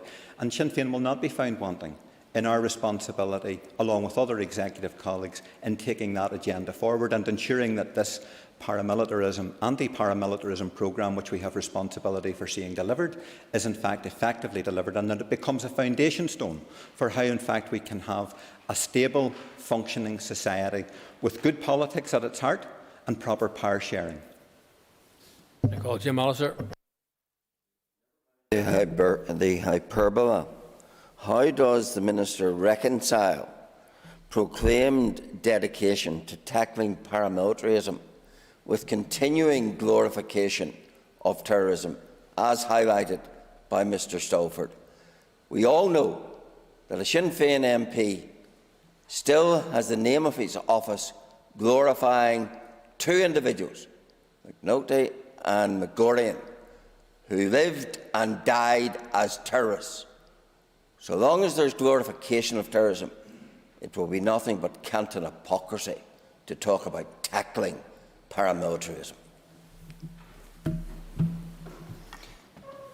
Well, I thank the member for his question, and I won't take lectures from you or your ilk in relation to these matters. My credentials in relation to standing up against paramilitarism, organised crime, criminality, sectarianism and intolerance in this society are beyond dispute, and I can assure the House that I will continue to provide that type of leadership when others perhaps in this House, and perhaps as I look towards the member in question, fail in their responsibility to provide unambiguous leadership for the future. And I call order. I call Dolores Kelly. Mr Speaker, and I'm sure there will be another opportunity to say, but can I offer my best wishes to the First Minister and hope that she will look forward to spend time with her family, some of whom would not have known her outside of the political life, and have that family time together. That would be very precious to her and to them. But in relation to the Communities in Transition funding and the next round of funding allocation and the review that the Junior Minister referred to, can he tell me then which programmes will be the objectives, what will be the objectives for the next round of funding? And will we see a greater integration and opportunity for others outside of those who have already successfully received some of that funding? And will some of that money be skewed towards better outcomes in tackling poverty and low educational outcomes? I thank the member for her question. I think the member knows very well that the issues that we face are integrated, that poverty is an integral part of the society. Poverty breeds disenchantment, it breeds alienation, and that creates the circumstances where paramilitary organisations and also where criminal gangs can actually seek to manipulate young people from. So what we need is a holistic approach. I believe that thus far in Phase 1 we've seen that type of integrated approach taken forward. When we are responsible for the allocation of public monies, it's essential that at all stages we are looking to ensure that the funding is being targeted where it is most required on an objective need basis, that we're getting value for money. The indications in relation to the evaluation to date is that that has been in fact the case in relation to phase 1 of communities in transition. But we are now moving into a pre-market consultation. There will then be a new round of public procurement for organisations to participate in phase 2, and all of the appropriate rules and regulations in terms of good governance and also public procurement will apply at that stage. Moving on, I call Jonathan Buckley. 3. I'm going to Ken Corlea. As you'll be aware, the Executive's COVID Task Force is leading and coordinating an integrated programme of work of response to and recovery from the COVID-19 pandemic. On the 15th of April, the Executive made a wide range of decisions to reopen many aspects of our economy and our society over the coming weeks. In line with these decisions, the Task Force has been at the forefront of coordinating engagement with key sectors through meetings with key representatives in the hospitality and retail sectors. The Task Force adds value to the recovery process by providing advice on key messages and mitigations to help increase adherence to the public health regulations and to guidance. The adherence workstream of the Task Force has facilitated the provision of specialist behavioural insights advice in relation to the pathway out of restrictions, supporting sectors to ensure that they are reopened in a safe and well-managed way. In addition to the work of the Task Force, the Executive has agreed to extend financial assistance to sectors that are still restricted or partially restricted under the COVID regulations. This includes extending the provision of the Localised Restriction Support Scheme to hospitality and gym businesses, payments to the businesses under the COVID restrictions, the CRBSS and the large hospitality and tourism business support schemes up until the 23rd of May for those businesses that remain eligible. Supplementary, Jonathan Buckley. Mr. Speaker, and while I welcome the opening of our society, and in particular the business and hospitality sector, the Minister will know that there was quite a bit of ambiguity around the rules and regulations surrounding that reopening. Could I ask the Deputy First Minister, with that in mind, what consultation has there been with the Executive Task Force with local councils to ensure that we have a continuity of approach in how they deal with the hospitality sector in particular as they deal with these difficult circumstances in the immediate weeks? Well, just to say, I concur. There's been a lot of, I think, maybe not joined up, not necessarily a good joined-up approach across council areas. You can see different approaches in different areas. So the junior ministers are trying to coordinate that work to bring the council leads together. We saw in different parts where businesses got ready for opening up last week and then perhaps didn't get a chance to open or had to amend what they had done. And a lot of these businesses went to huge financial cost to try to get their businesses ready to open. So I think it's so important that there isn't a blade of grass in terms of the approach in terms of the approach that we need to work with the hospitality sector and all the business community actually to get them ready for a state of opening.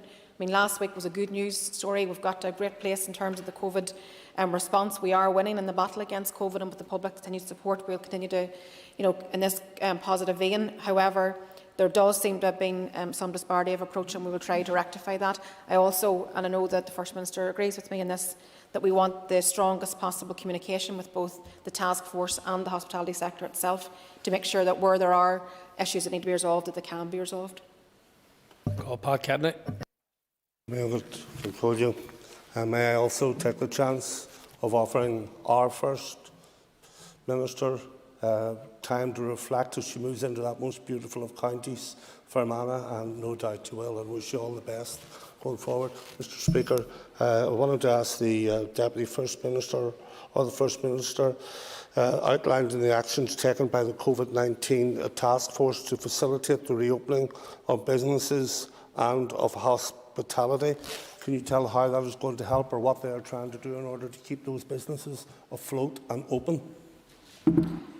Well, as the member knows, that from the 30th of April we had agreed to reopen unlicensed premises, outdoors only, with a maximum of 6 for 2 households, reopening licensed premises including social clubs, outdoors again, with the limits in terms of people from no more than 2 households. The curfew's gone on takeaways, the curfew's gone on off licences, and then we have the indicative date of the 24th of May where we're hoping to be able to have unlicensed and licensed premises indoors with mitigations opened up. So We hope that that is welcome news for the hospitality sector, and the priority for the coming weeks has to be, as I've said previously, is to continue to engage with the sector to make sure that they have all the support that we can possibly offer them, both as an executive, as a task force, as local government, all the supports that are required. It's in everybody's interest. We want to have the industry up and running again. We want to see people back in their place of employment. We want to see people out enjoying themselves and having a meal and you know, getting out and about again. And we want this to be sustainable and continue on our positive vein, but it'll only be through continued communication that we'll be able to do that. Call Pat Sheehan.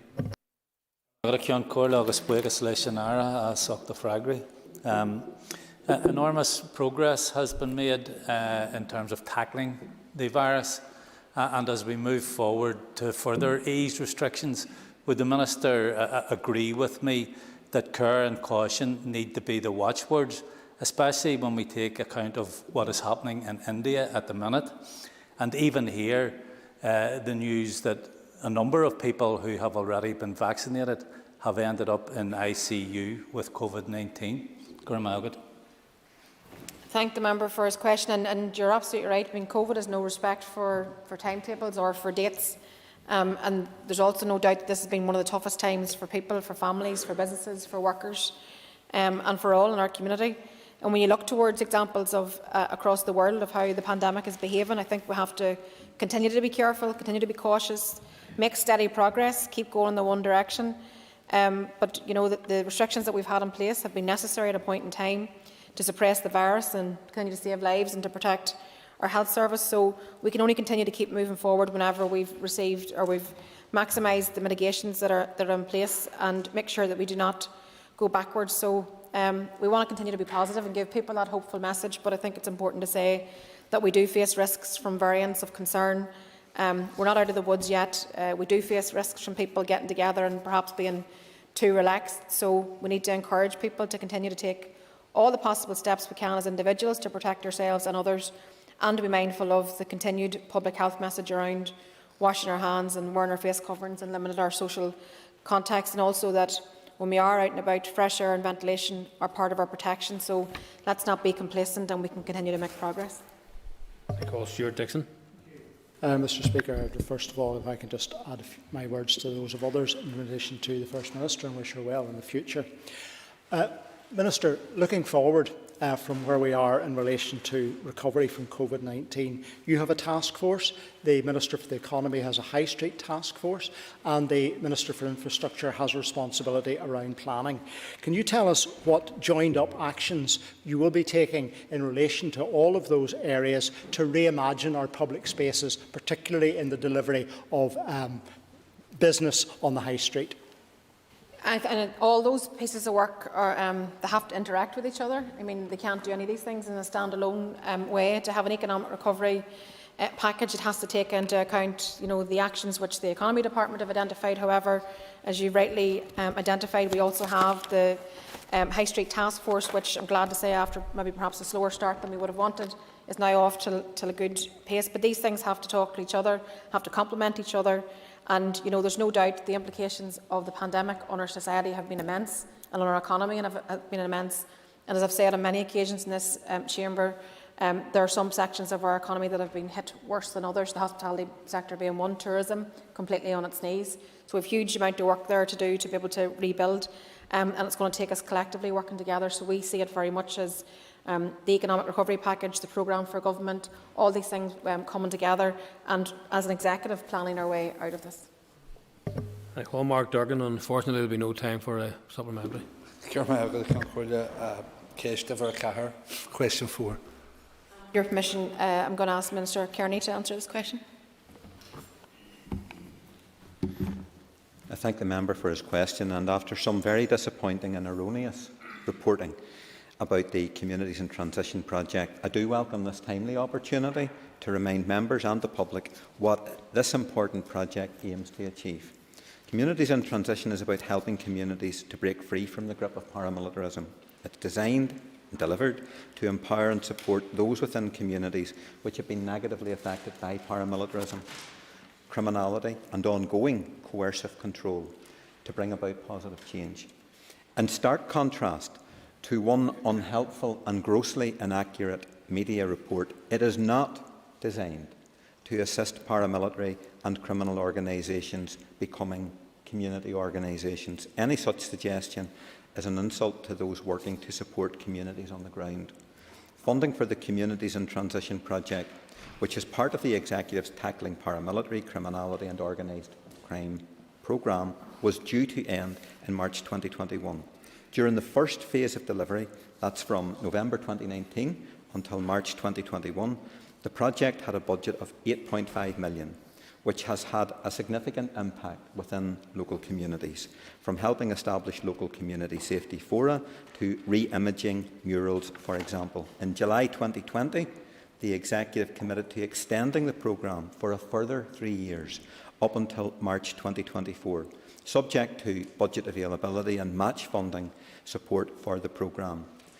This match funding was confirmed in February, and as a result, the Communities in Transition project is set to receive an additional contribution of £10 million over 3 years to support delivery of the next phase of the project from April 2021 until March 2024. And while this sum falls short of the initial bid of £12 million, which was made to support delivery, it is a positive development that the project will have much more surety on multi-year funding rather than being part of an annual cycle. That concludes the period for a list of questions, members, and we will now move on to 15 minutes of topical. Trevor Lunn is not in his place, and can we bring the member Daniel McCrossan on screen, please? Thank you, Mr Speaker, and I thank the Joint First Minister for the answers to questions so far. Can I first add my voice to other members in wishing the First Minister well for the future in whatever path she takes. I know there's things that we haven't agreed with, but I know that the First Minister has always put the interests of her constituency first and has done her best to serve those she represents. I move to a question, Deputy First Minister, the Prime Minister Boris Johnson this week revealed that he believes that social distancing could end by the 21st of June. Is there a similar approach anticipated for here, or has there been discussions at the Executive in relation to it? I thank the member for his question, and just to say no, that hasn't been discussed. I mean, I've noted Boris Johnson's commentary. However, the Health Minister hasn't brought such a proposal to the Executive at this point for discussion, but I'm sure that over due course that's a discussion that we will have to have. Supplementary, Mr. Crossan. I thank the Joint First Minister for her answer. Can I further ask what the Deputy First Minister, Joint First Minister's assessment is of what Boris Johnson said, given that there are still serious concern about infection increasing in our community, and also those who have received vaccinations, as Mr Sheehan has pointed out, still testing positive and ending up in ICU.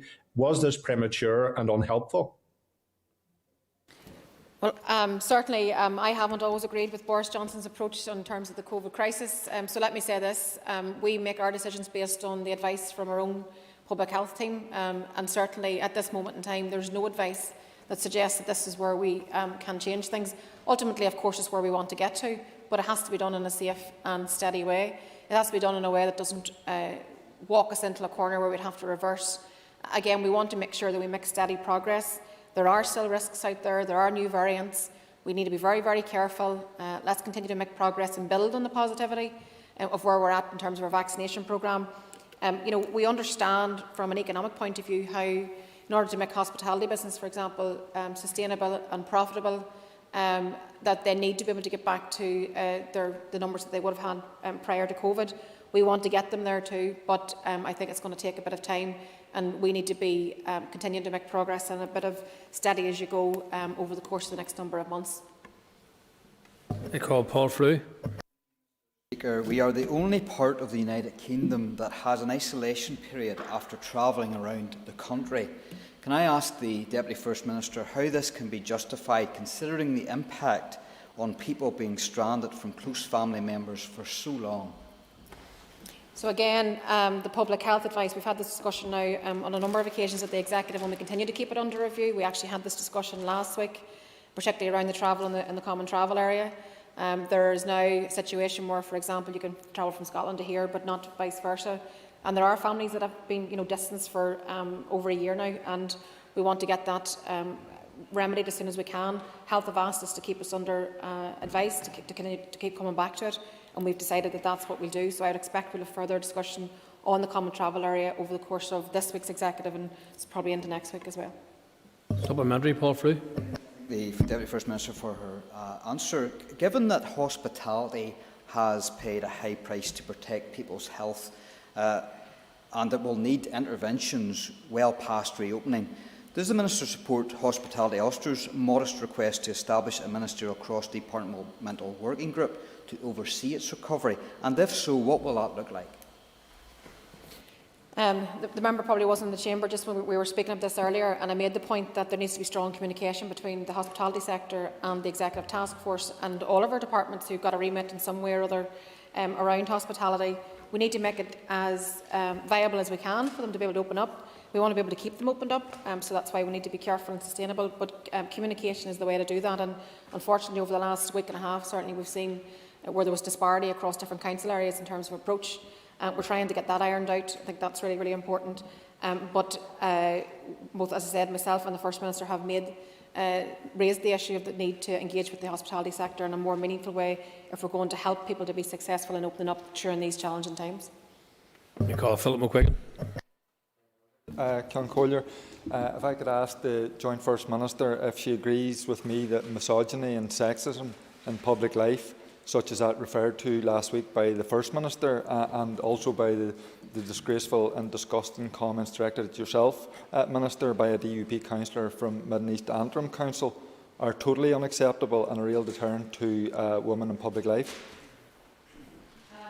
Thanks to the member for raising that. And whilst the comments that you refer to were directed at me, I also want to acknowledge that the First Minister has also recently referred to misogyny that she's had to contend with as DUP leader, and I think we've both said that on many of occasions in terms of what you face in leadership, particularly in terms of misogynistic commentary, as many others in this chamber can testify to the hurt that causes, not just to them as individuals, but also to our families. As a mother and a daughter and a sister, a partner, that's often the most distressing part, is the hurt that causes to your family. So I think we all have to realise in political life, and all political parties must take this on board, that all of that abuse impacts on the reluctance of women to engage in public life. So it's a hugely important issue, and one is the ability to impact on the representativeness of our administration. So it needs to be confronted, and also, most importantly, needs to be condemned at every turn. Supplementary, Philip McQuiggan. And I thank the Joint First Minister for her answer, and I note the comments about the hurt on the person that the comments are directed, but also in relation to the wider hurt caused to the family. Could I ask the Minister if she agrees that whilst it's wrong for anyone to engage in this kind of sexist and misogynistic abuse, it is entirely reprehensible when it comes from an elected representative, as was the case recently by the comments from DUP councillor John Carson? Yeah, I said I think there should be zero tolerance in society to misogyny and any form of intolerance, or indeed any form of discrimination. And if that's going to be achieved, then political leaders will have to lead. There's a responsibility in all of us in this chamber, and that's why I welcome the fact that the members actually raised the issue.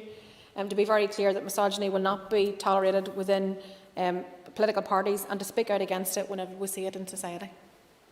Before I call the next questioner, could I remind members that their mobile phones are being operated at the moment and they're disrupting the sound system here. This will affect Hansard. I call her Leah Flynn.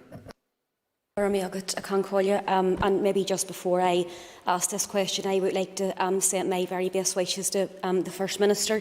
But Joint First Minister, the basis of the restoration of the Assembly and the Executive last year were commitments made in the new decade, new approach. And would the Joint First Minister agree that whatever the outcome of the process to appoint a new First Minister, that these commitments need to be honoured? Yes. Firstly, let me say that you're absolutely correct that the new decade, new approach provided the basis for the restoration of the institution, so there can't be any slippage from the commitments that were made in that deal. Citizens need to see delivery, and politics must work for everybody, and commitments that are been made must be honoured, and I think that's crucially important. I, like everybody else, want to wish Arlene the very best in her future. I know I said it publicly last week, but just given that people are commenting today, I just want to wish you the very best for the future also, and whatever that brings for you. I also want to say that my determination is to work closely with the incoming minister, and there should be no doubt of my determination to ensure that delivery of the outstanding commitments, particularly where citizens' rights are yet to be delivered in respect of language and culture, legacy and women's healthcare. Orlia Flynn, supplementary. And thank you to the Joint First Minister for that response and those assurances. And I suppose that sounds like a very firm and clear commitment to hopefully see that full implementation of the new decade new approach.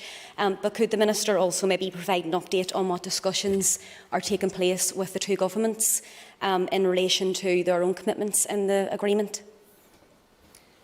Thanks again. I mean, they're very clear and binding obligations on both governments, both the Irish Government and the British Government, to deliver within the NDNA deal and previous deals. And particularly now, as we're starting to emerge from the pandemic and move into being able to deliver on things that perhaps have been delayed, we have to have that commitment and we need to see it every day from both Dublin and London to that end, to ensure that all aspects of the new decade new approach commitments are lived up to. I call Gemma Dolan. And like everyone else, can I also wish the First Minister and my constituency colleague all the best in the future. Can I ask the Joint First Minister, would you agree with me that ongoing illegal street protests are unacceptable and need to be brought to an end? Yes, I mean there's no place for illegality in society, in our society, and many of these protests have been reckless, they've been irresponsible, and they've been a clear attempt to raise community tensions rather than err some kind of grievance. So political leaders need to take a stand against this kind of damaging behaviour, rather than, which has been unfortunately the case from some, not all, from some political parties, providing justification for it as opposed to condemning it. Supplementary, Gemma Dolan. And given the very serious implications of these protests and their potential to turn violent, would the Minister agree that all political leaders should now call for an immediate end to illegal street protests? Yes, I mean, we've seen time and time again that these protests can turn violent, so it's incumbent upon all political leaders to send a very clear message that those involved in violence, those involved in criminal damage, manipulation of our young people and attacks on the PSNI, I mean, they all must stop. We all have a responsibility to build to peace and to making politics work. So again, I urge all those in political leadership to join me in calling for an end to all illegal street protests. Roy Beggs not in his place. I call Dagna McAleer. Minister, you just made reference there in relation to attacks on the PSNI. In light of the disgraceful attacks on a police officer's home in Larne recently, will you join with me in firstly obviously condemning this here, but also calling for an end to the reckless and unacceptable rhetoric that we've seen from some people in political leadership which have been targeting the PSNI?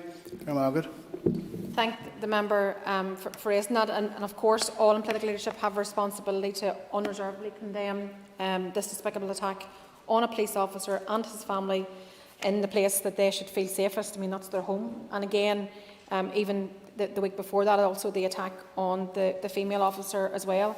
All those reckless actions remind us all that words and the manner in which they're used have consequences, and there can be no place for inflammatory or incendiary language when what is required is progressive and positive leadership at these times. Dagna McAleer, supplementary. Thank you, Minister. And obviously, Minister, will you join with me and indeed this House in sending solidarity to the police officer and their families who were victims of this reprehensible act? Of course I will, and I can only imagine the distress and the anxiety that was caused to this PSNI officer and his family, and as I said, and to the female officer over the past number of weeks. And it's important that we all across this chamber stand in solidarity with the officer and his family and reaffirm our commitment to uphold and protect the rights of every citizen to live free from threat or intimidation going about their job. I call Jim Allister, and you may not have time for the supplementary. Truth and justice is a phrase that the Deputy First Minister has recourse to from time to time. In light of last night's BBC programme, does she acknowledge as the truth that the Northern Bank robbery was indeed the work of the IRA? I didn't watch last night's programme. Supplementary, Mr. Allister. Well, watching it or not, does she accept it was the truth that the IRA robbed the Northern Bank? And can she, as a leader of the Republic movement, tell us where the money is? Funny enough, this isn't something that was discussed at the executive meeting. And time is up. Members take a ease for a moment, please.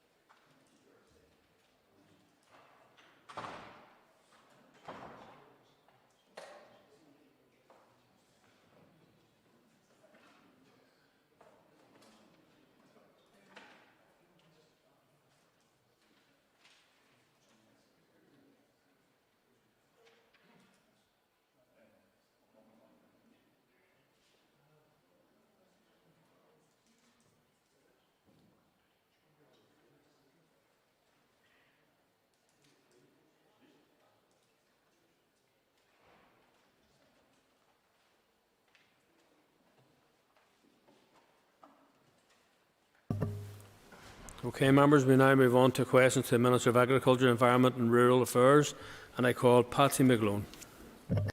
Question number 1, Ceist over here. I can call you.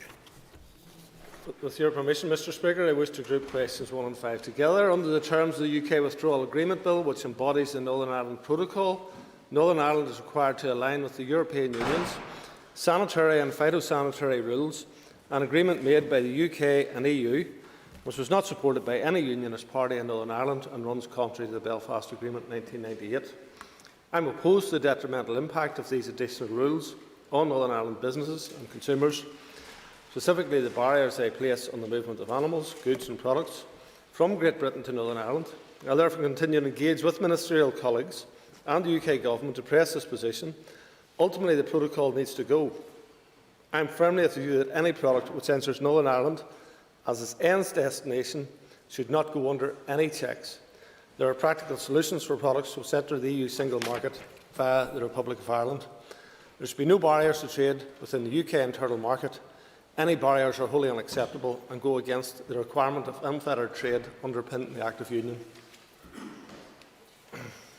Supplementary, Patsy McGlone. Can I ask the Minister just to date what level of compensation either has been paid or is likely to be paid to contractors and those associated with the schemes at the points of entry by the Department? That's not something I'm aware of. It's not something that I've engaged in. I've taken no role in that nor participated in it. What I would say is that as a consequence of the protocol, the estimations now that when the grace period ends is that there will be some 15,000 checks per week. That is something which is going to have damaging impact on every nationalist, every unionist and every other person in Northern Ireland. So we do better not to have any new buildings constructed and not to have any checks on food that is going to end up in tables in Northern Ireland coming from Great Britain. I call Jim Allister. Does the Minister agree or disagree with Peter Robinson that you cannot credibly oppose the protocol while at the same time implementing it? Well, in the first instance, not once have I authorised any infrastructure.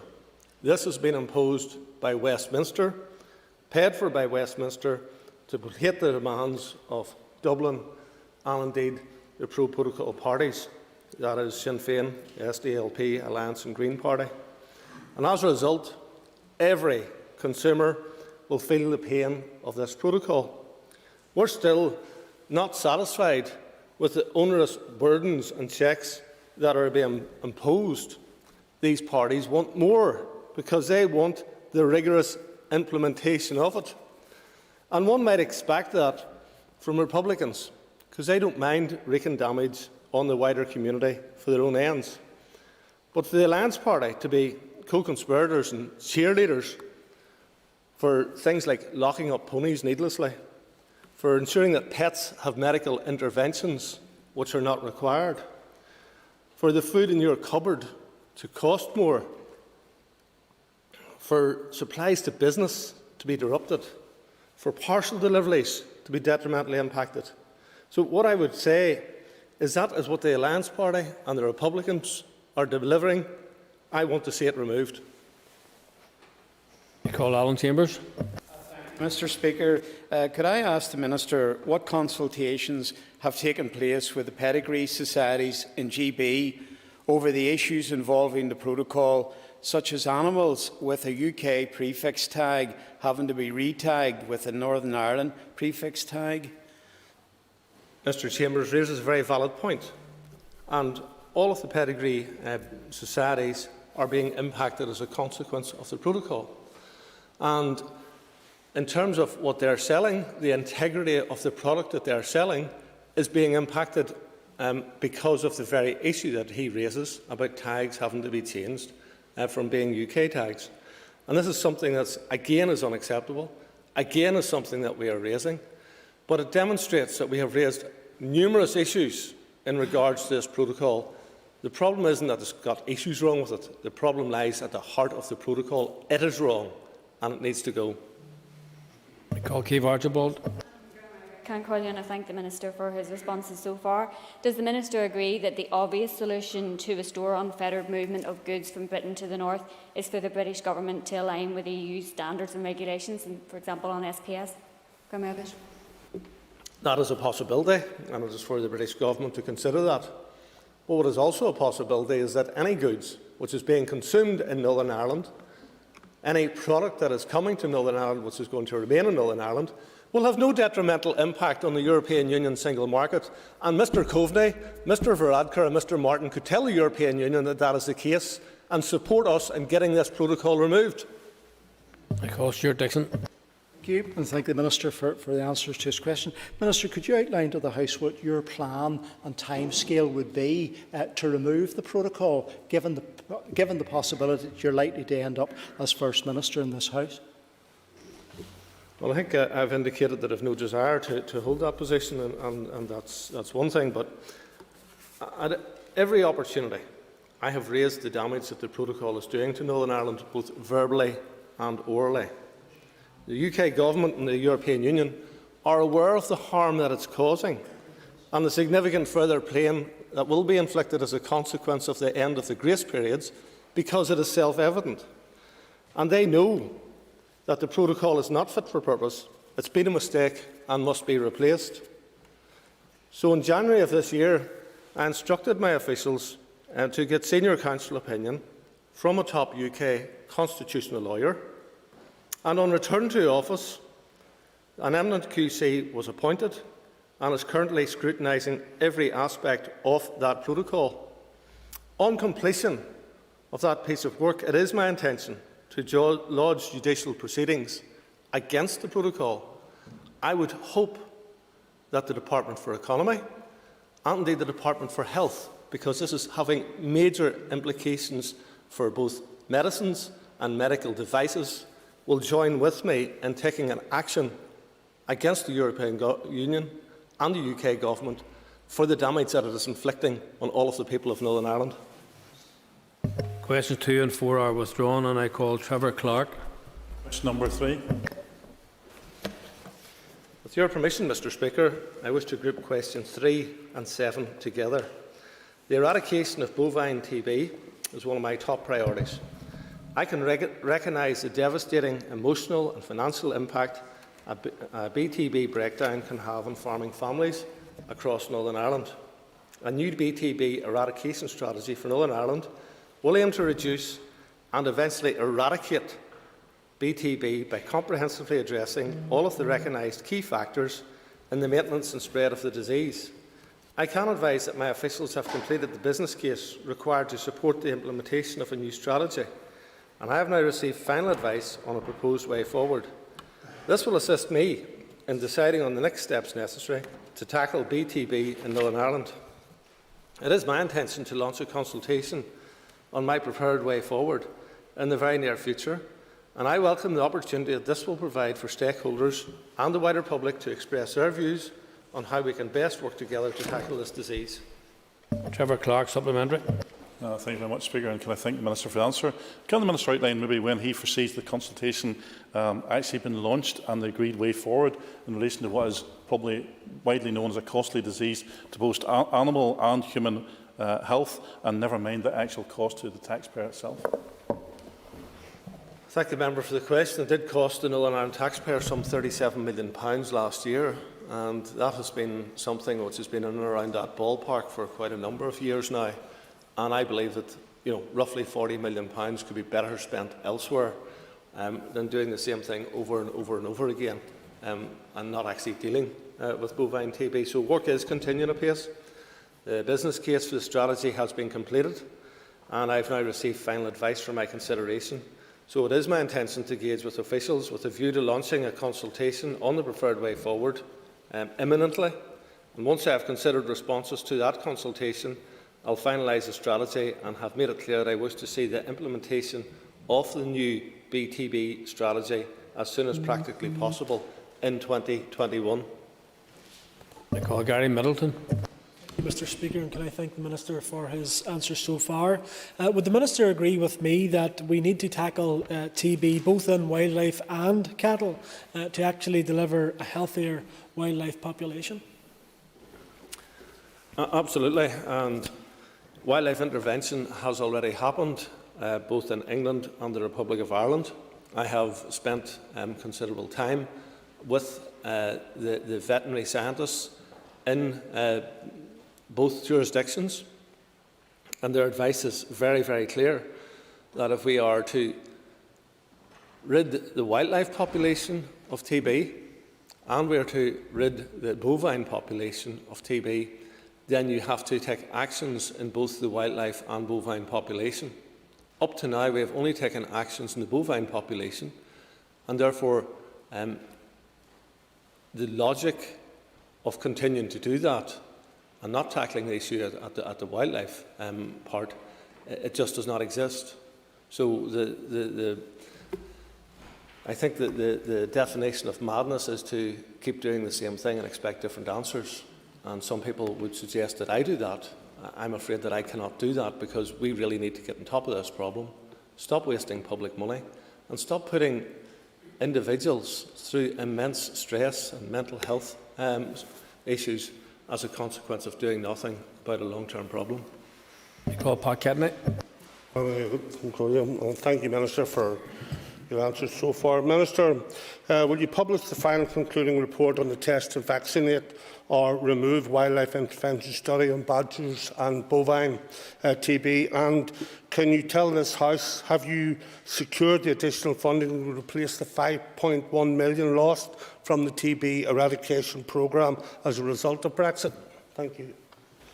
Well, our business plan identifies all of those issues, and that case will be made to the Department of Finance.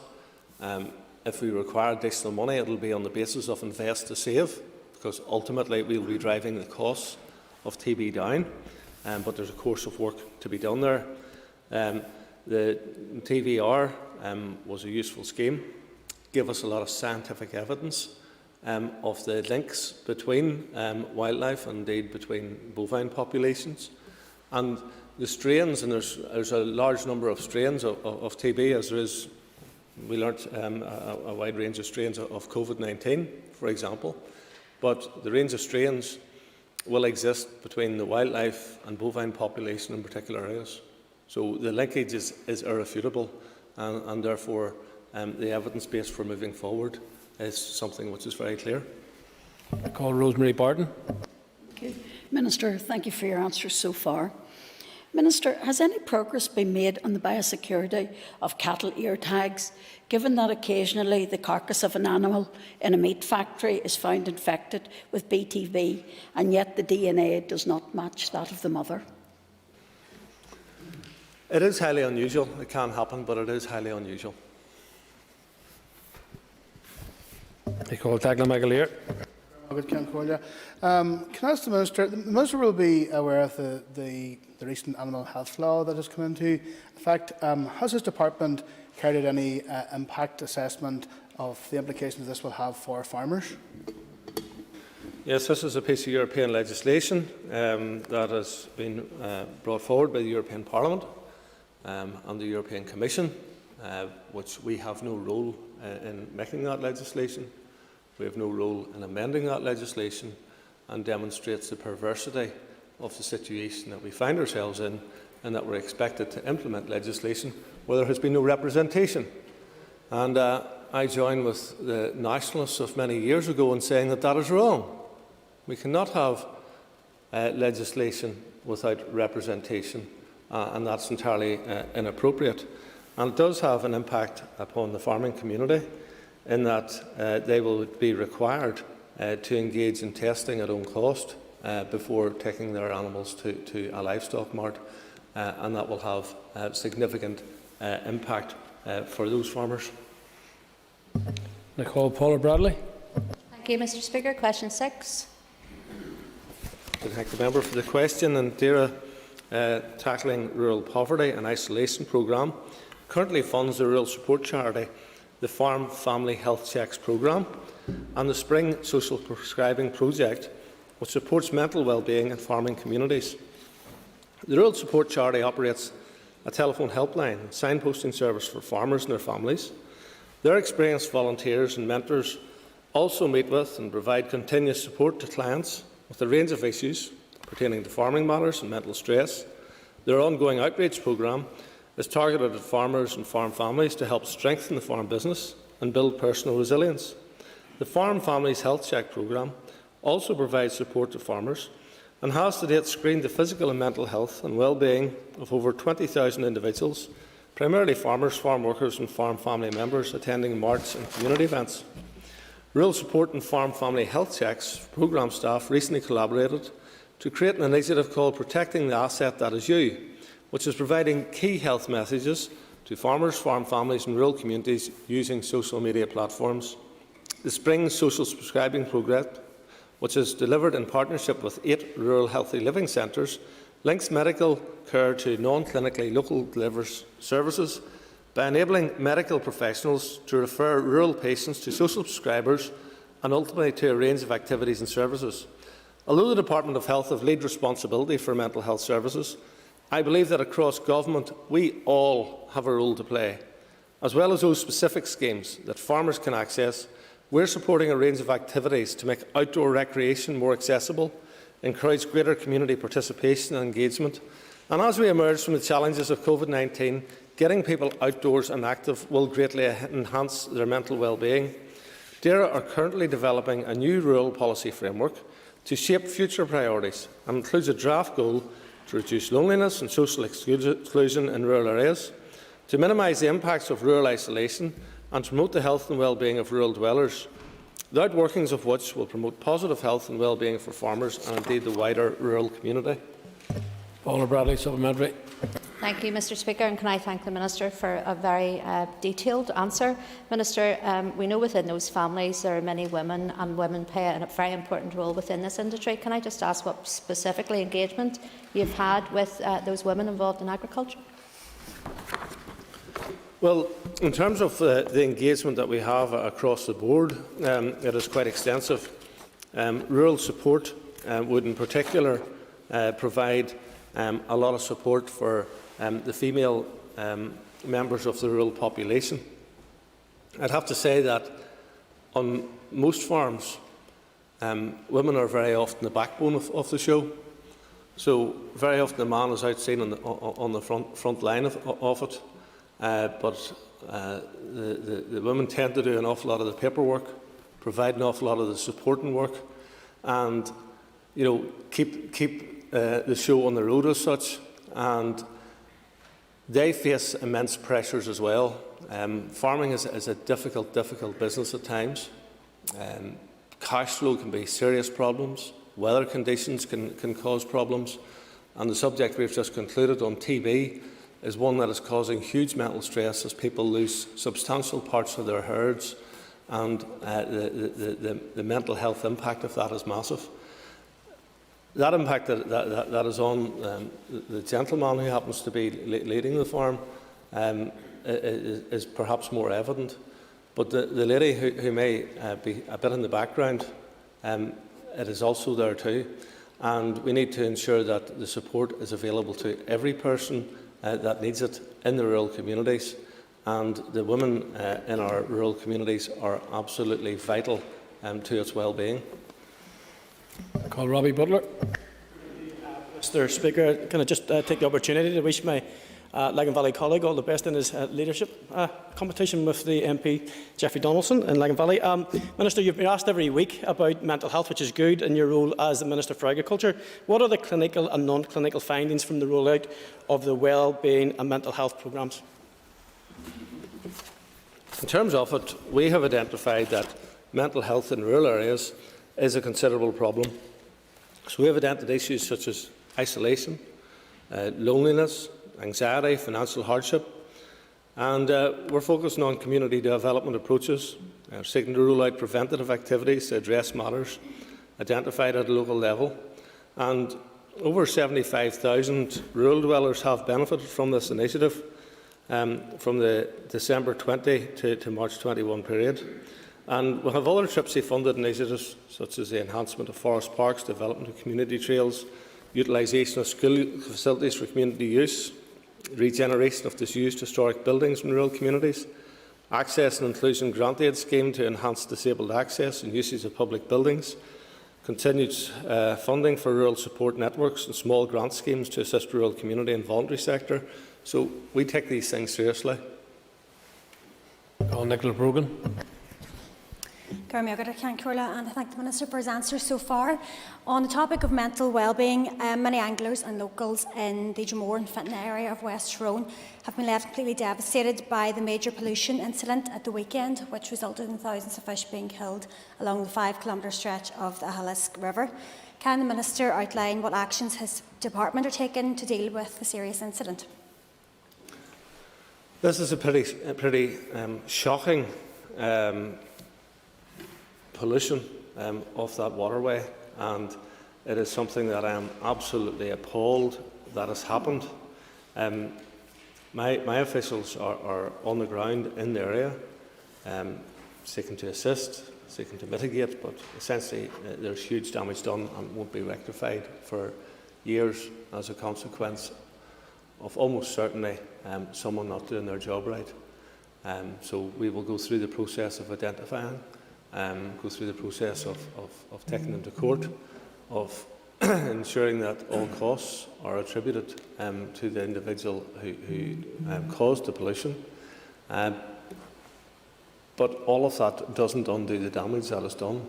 It deals with the individual who done it, but it doesn't undo the damage. And I'd encourage everybody who is involved in business, in agriculture or anything other where there is potential of materials getting into our waterways to take every action possible to ensure that's not the case. Come on, Mervyn Storey. Thank you, Mr. Speaker. The Minister will be aware of another devastating event that took place some 22 years ago in my own constituency with the destruction of the then Lovell and Christmas bacon plant. That was my former employer, and obviously it had a huge impact on the mental well-being as well as the business community, in particular the farming community and the pig industry in my constituency. Will he join with me today in welcoming the fact that Bandside Foods have now published a plan to Causeway Coast and Glens planning, submitted on Friday, with the potential of 400 jobs and a £75 million investment? That surely is good for the mental health and the economic prosperity of the farming community in my constituency. That indeed is a very exciting proposal, and it has been tremendous to see agri-food growing over this past decade and indeed generation. I remember dealing with farmers in the back of the Lovell and Christmas factory being burnt, and the devastation that caused. It drove many of them out of business at that time, and I visited many of them, and it was an awful circumstance. And of course, you and your fellow colleagues in that factory also lost their jobs, which was devastating. So it's very exciting news that 400 jobs could be created, and it demonstrates to us that we need to be really wise when it comes to the proposed climate change legislation, because agri-food is such a large sector in Northern Ireland, that we can make our significant contribution to carbon reduction without annihilating the agri-food sector. Because, you know, taking 50% of beef and taking 50% of dairy production out of Northern Ireland, mark my words, will annihilate the agri-food sector, will annihilate the rural community. And if people are genuine about mental health and about distress, they should think very carefully before they put their hand to something which is causing real stress in the rural community, and give it really a bit more consideration to us all finding a way forward on the issue of climate change and carbon reduction. The next question, I call George Robinson. Question 8, Mr. Speaker. My department has an annual programme to maintain and improve infrastructure at angling waters, including the provision of a disabled angling stands and improved pathways. Some of these waters are located in the lower Ban catchment, such as Movanher, Portnaha, the Ballymoney River, etc. Consideration is being given for the plans to improve the access road and fishing stands at Movanher Canal. The department has also continued to stock game PAE waters throughout the COVID pandemic, as well as carrying out maintenance and improvement works at over 90 PAE waters. My officials also work closely with the Honourable the Irish Society, Waterways Ireland and many angling clubs on the lower Ban tributary rivers to improve angling and fisheries habitat in the area. Finally, my department's management of salmon stocks and conservation measures has helped to stabilise and possibly to start the recovery of numbers of Atlantic salmon returning to the Ban-Nay catchment to spawn. This should help to attract and increase recreational salmon anglers to the lower Ban. Supplementary, George Robinson. Thank the Minister for his answer. And looking to the future, when our tourist trade resumes, would the Minister agree that angling, either river or sea angling, in my East Londonderry constituency and other constituencies will play an important role in the future of our tourism economy? And can the Minister ensure that all action, and I know he probably has answered this, that all action can be taken to minimise the pollution issue which happened overnight in the Auglish River in County Tyrone? The member is absolutely right, and the value of the tourism sector and angling in that sector is absolutely phenomenal. So we really need to look after this, and we really need to ensure that these incidents don't take place. Sadly, they do, but we really need to ensure that we do everything in our power to stop it, and that individuals recognise their responsibilities in ensuring that it doesn't happen. Call Stuart Dixon.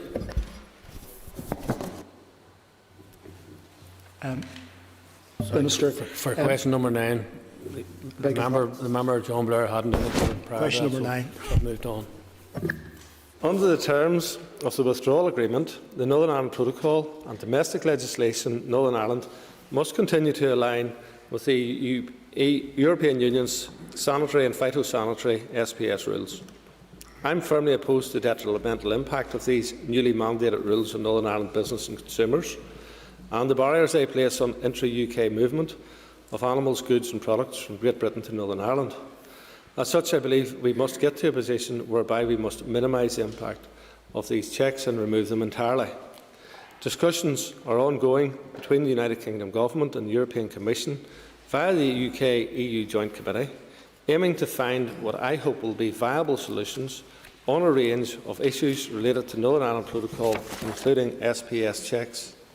The establishment of common SPS area under the terms of a potential UK-EU veterinary agreement could assist in facilitating trade in live animals and agri-food products which would be helpful. However, it would not address the entirety of the rules associated with the implementation of the protocol, and therefore cannot properly address the issue. I have already engaged with my ministerial colleagues, will continue to engage with them, to explore all available options that can help us to remove the protocol and its impact upon Northern Ireland GB trade. Nevertheless, responsibility on the future alignment of the UK within the EU SPS rules, as well as the negotiation of any EU-UK veterinary agreement, rests solely with the UK Government. A brief supplementary, Mr Dixon, please. Thank you, Mr Speaker, and thank you, Minister. Minister, listening to your answer, it does actually sound as if you are engaged in doing practical things to deal with the protocol. And may I take this opportunity to congratulate you on that and to encourage you to continue down that route rather than perhaps a route of trying to oppose the protocol?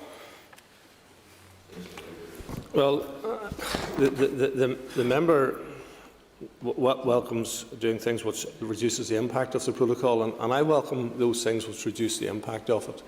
But ultimately, it is, we do something which helps, for example, on potatoes coming into Northern Ireland or other materials coming into Northern Ireland, but it leaves so much other things which are so negatively impacted. So ultimately, we need to deal with what is the underlying problem. The underlying problem is a protocol. Northern Ireland does not pose a threat to the European Union single market, and consequently the goods that enter Northern Ireland from Great Britain, all part of the United Kingdom single market, should not be checked because they do not pose a threat to the single market.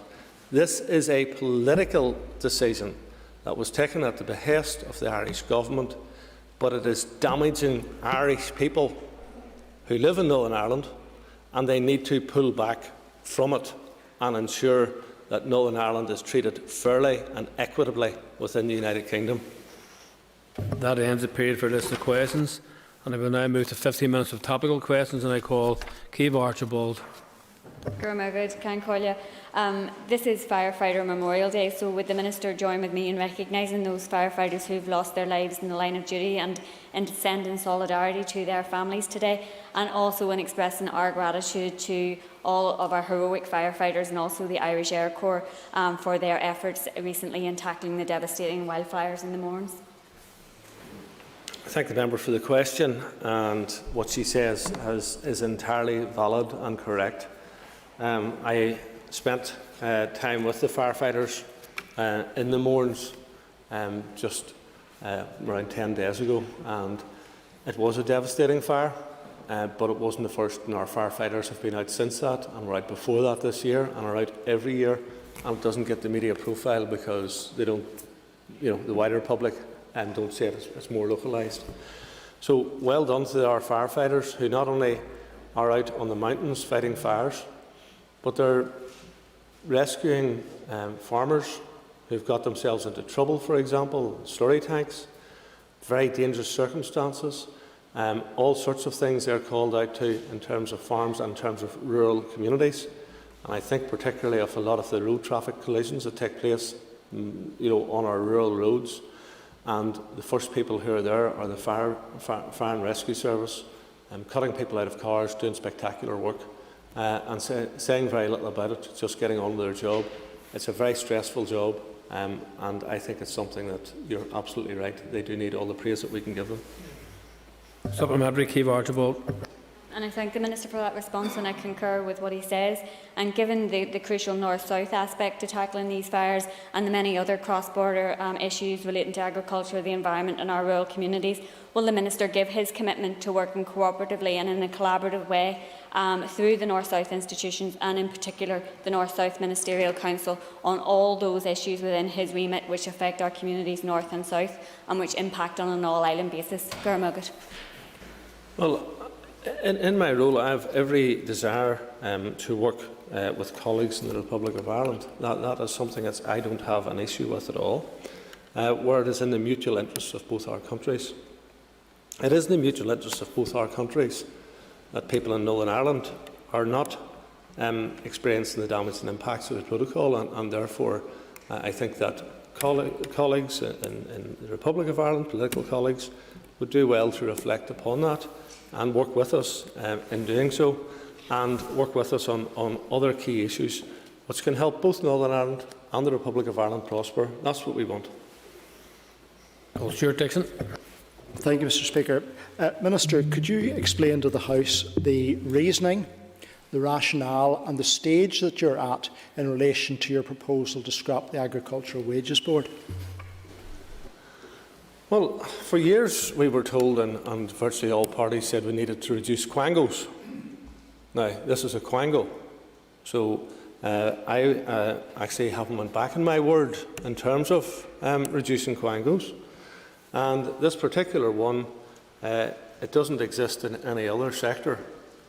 We don't have a health wages board, we don't have an education wages board, we don't have a builders wages board. The Agricultural Wages Board was there whenever agricultural wages were very low, when we didn't have minimum pay, when we didn't have a series of other things that were put in place in terms of pensions, in terms of sick pay, in terms of maternity, paternity pay, and all of those things. So much of what the work that the Agriculture Wages Board would have done in the past is obviated as a consequence of all of the other things that have happened, and therefore there is no point in keeping a quango whenever it is entirely unnecessary. Supplementary, Mr. Dixon. Thank you, Mr. Speaker. So, Minister, effectively you're echoing the words of the Ulster Farmers Union and their rationale behind wishing to scrap the Agricultural Wages Board. You've cited a range of other types of employment, but all of them have very highly well-developed collective bargaining and other negotiating arrangements for pay. The agricultural sector is one that is not really heavily trade unionised, is one where people live in very rural and diverse and widely spaced communities, and therefore I believe, and I think you should reflect on the matter and join the trade union movement in suggesting that we need to retain the Agricultural Wages Board for the very reasons that I've outlined, that this is a group of people for whom there is very little or no collective bargaining arrangements in place. Well, the member mentions collective bargaining, and what's more important is individual bargaining. And the truth is that farmers, and particularly as things goes forward with more challenges in bringing people from other countries into Northern Ireland to carry out work, young people who want to go out in inclement weather and work in very physical conditions are hard to get. So the best negotiating position is when labour is more in demand than the other way round. And therefore, at this moment in time, those people who are working in the farming community can demand a good source of income, and will get a good source of income because if the farmer needs them, the farmer's going to have to pay for them. It's as simple as that. Call Emma Sheeran. Minister, can you tell us why the scope of your plastic reduction action plan is so narrow, applying only to government buildings? There are some 9 different pieces of individual plastic that's involved in terms of this. It is our intention to roll things out further considerably. It's our intention to increase the plastic bag levy, and that is something that we're currently doing. And we recognise the damage that plastic does. We recognise that there has been much plastic used in the past that is unrequired, and therefore single-use plastics is something which we want to screen out of government departments and indeed beyond. Supplementary, Emma Sheeran. Thanks to the Minister for his answer. Minister, as you'll be aware, you're required to implement the articles of the EU Single-Use Plastics Directive that apply to the North and are to be transposed in July of this year. The action plan that you've produced doesn't provide an awful lot of confidence in your commitment to the reduction in single-use plastic usage. Can you commit to applying those directives as per the timeframe, and can you go further and say that you'll look at implementing the directives that you aren't required to commit because of the innovative ideas contained within? Well, you're the first person that I've heard that hasn't had confidence in it. That hasn't been expressed anywhere else, so that suggests to me that it's more political than anything else. What I would say is that I don't need an EU directive to know the difference between right and wrong, and I believe that we should be reducing the use of plastic, full stop. I don't need a bureaucrat in Brussels to tell me to do that. Dolores Kelly. Thank you, Mr Speaker. Minister, you'll be well aware of the increased usage of Lough Neagh during this period of lockdown and its potential, I think, for staycation-type holidays. Could you maybe outline some of your department's obligations and visions, a vision for Lough Neagh? Lough Neagh is a huge asset, and I believe it's been an underutilised asset. And I've always said that from my early days of visiting Lough Neagh, either at Antrim or Oxford Island. And I would love to see Lough Neagh more utilised. It is the largest water body, fresh water body in the United Kingdom. I think that we have tremendous opportunities from the agri-environment side to reduce the pollution in Lough Neagh, because it has faced problems with eutrophication in previous years, and that starving of oxygen in the water undermines what we're capable of doing on the Lough Neagh waterway. So it is important that we do everything that we can to ensure that Lough Neagh has clean waterways, that the land that is around Lough Neagh is land which is low in phosphates in particular. And I think that there is much that we can do in terms of my green growth strategy to ensure that we have a better management system of slurry, and consequently a lot less slurry is spread in generations to come. That is my big aim, and that we move to anaerobic digestion of slurry materials and separation, and then pelletise the phosphates as opposed to land spreading it.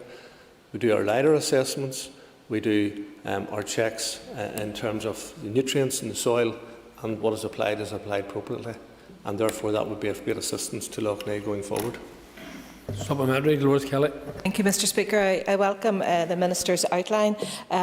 Last week, Minister, you made an announcement in relation to grants for the fishing industry for the Lough Neagh fishermen. Could you just confirm that the application should come from licensed eel and scaled fish fishermen? Yes, the applications are out there, and the fishermen who fish in Lough Neagh are entitled to do that on the basis of a licence. Minister, I wonder if it would be possible for you to give us an update on the indicative timeline for the publication of your new rural policy? That policy has been completed and is with me at the minute. So I would imagine that over the course of the next couple of weeks, we'll be ready to move that ahead and get it launched. Supplementary, Daglan McAleer. The Minister will be aware that the UK Shared Prosperity Fund was the main means to finance a new rural development policy. Given the fact that we've lost the EU funding for it, does the Minister have any update on the status of the UK Shared Prosperity Fund and the likelihood of that being forthcoming? No recent updates on the Prosperity Fund. Unlike some people, I welcome it. I think it's good that we're getting that investment, and I will take that support from the UK Government as I took the support from the European Union, and we'll work with them to seek to maximise that support and dispense it fairly and equitably across rural communities where that need is manifested. Jonathan Buckley. Thank you, Mr Speaker, and I thank the Minister for his answers thus far. I know the Minister looked on in horror at the devastation that the fires caused in the Mourne Mountains and his quick response to that. Could the Minister elaborate on actions that can be taken by both his department and others to help the rebuild of wildlife in the Mourne Mountains following this devastation? Well, there needs to be a lot of engagement with the landowners there, including the National Trust, who are a very large landowner, and we need to work very closely with them. I will give you a place that has worked extremely well, Glenworry Hills, where there's been a very close engagement with the local farming community, and as a result of the work that has been done between the local farming community and NGOs, We have a lot more wildlife, including species which are under threat of ground nesting birds. There's been tremendous work done there. There has been good work done in terms of what is called muir burning in those areas, which is strip burning, and consequently we don't have the damage that is devastating damage that is caused by the huge fires. The other aspect of it is that working well with local farming communities, you can ensure that there is not overgrazing or undergrazing, because both of those leads to a circumstance where gorse gets out of hand, and that leads to the gorse fires. Supplementary, Jonathan Buckley. I thank the Minister for his answer. Minister, you will know that there was such an intense reaction and, in fact, affection towards those members of our fire service that took part in that blaze at the time. Could the Minister elaborate, is there any way by which the community can get more involved to help when situations like this develop on our mountains? Well, the community response was fantastic in that they recognised that those fire personnel were up those mountains, working extremely hard, and the food just didn't come from the Newcastle area. The Newcastle people were absolutely fantastic, but right down to Belfast and you know, far beyond the immediate area, people were sending provisions for the fire personnel. I do think that in these areas where we have this quality heathland and beautiful landscapes, that we do need to be working with communities, with the NGOs, creating opportunities. I've just announced the Environmental Fund, some £2 million, and I'd encourage NGOs and councils who are managing these sensitive areas to get really good quality applications, get funding from elsewhere, maximise the support that they're getting from my department by getting support from others as well, and come forward with really good schemes so that we can continue to develop and build and enhance our environment. And time is up. Could members please take your ease for a moment or two?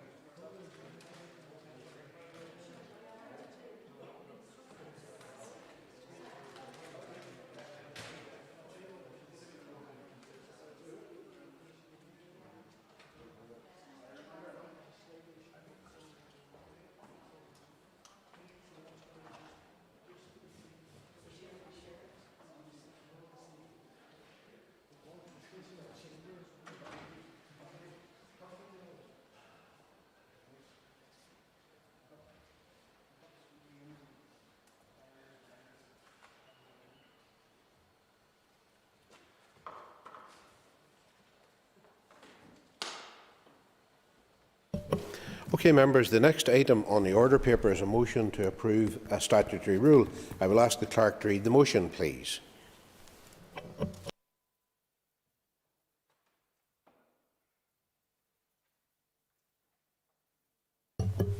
That the Corporate Insolvency and Governance Act 2020 Coronavirus Amendment of certain relevant periods, regulations Northern Ireland 2021 be approved.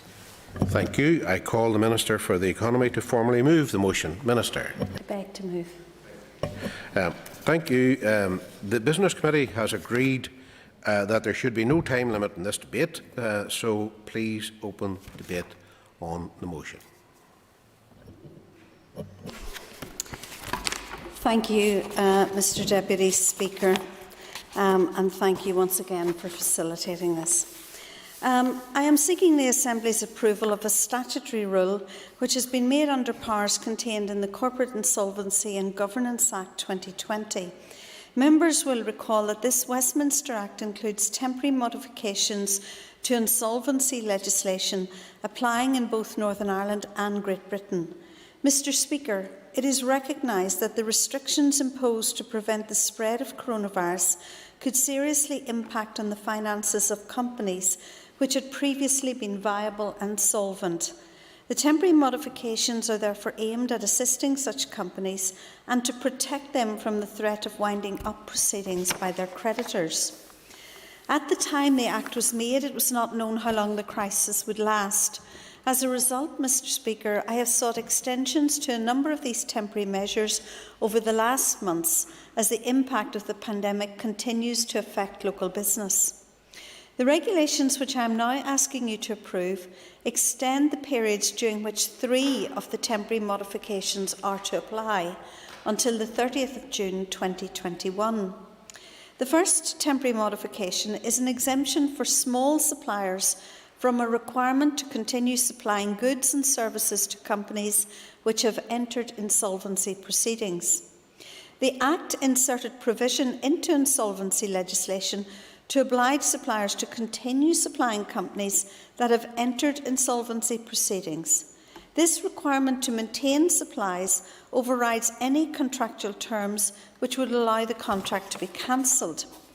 This is to ensure that companies in financial difficulty would continue to have access to the goods and services they need to continue trading, whilst their rescue or sale was being considered. However, it is recognised that the obligation to maintain supplies to companies which have entered insolvency proceedings does present some financial risk to suppliers.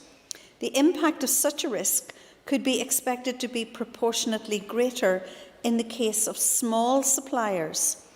Therefore, with the heightened risk of customers becoming insolvent during the pandemic, it was decided to alleviate this risk by temporarily exempting small suppliers from the obligation to maintain supplies to companies subject to insolvency proceedings.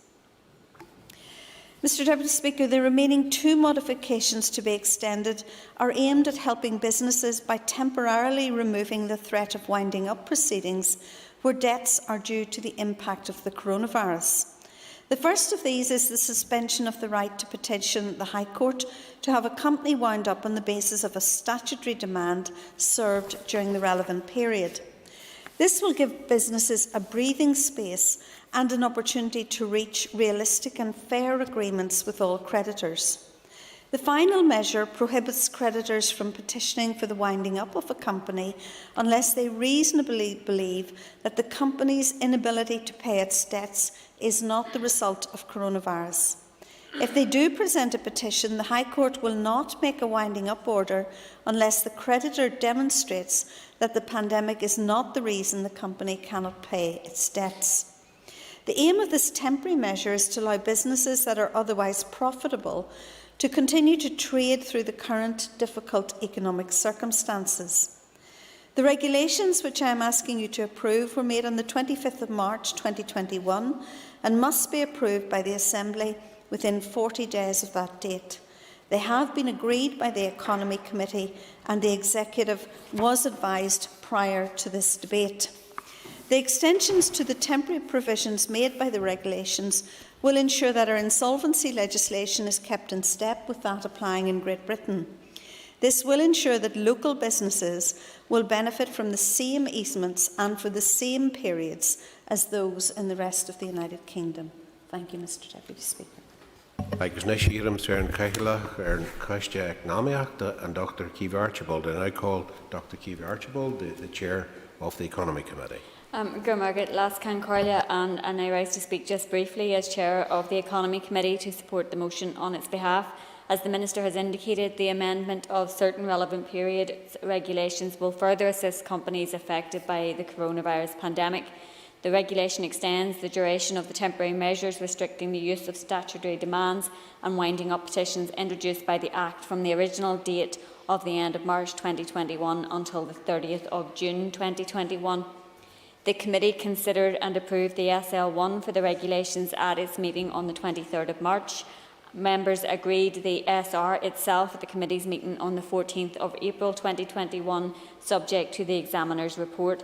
And on behalf of the Committee, I support the motion to approve this regulation. And just briefly, Lascan Corlia, as Sinn Féin Economy spokesperson, similar to previous SRs on the Corporate Insolvency and Governance Act, this extension of the date will give businesses some protection from the continued impact of the pandemic, and it's sensible that we allow for these provisions to be extended. Hopefully we'll be continuing on the positive trajectory that we are currently on, and I would just like to pay tribute to all of those businesses and workers across the North for their efforts in reopening safely over the past couple of weeks, and certainly locally I've seen it in my own constituency in Coleraine and in Portstewart and across Dungiven as well, where my constituency office is.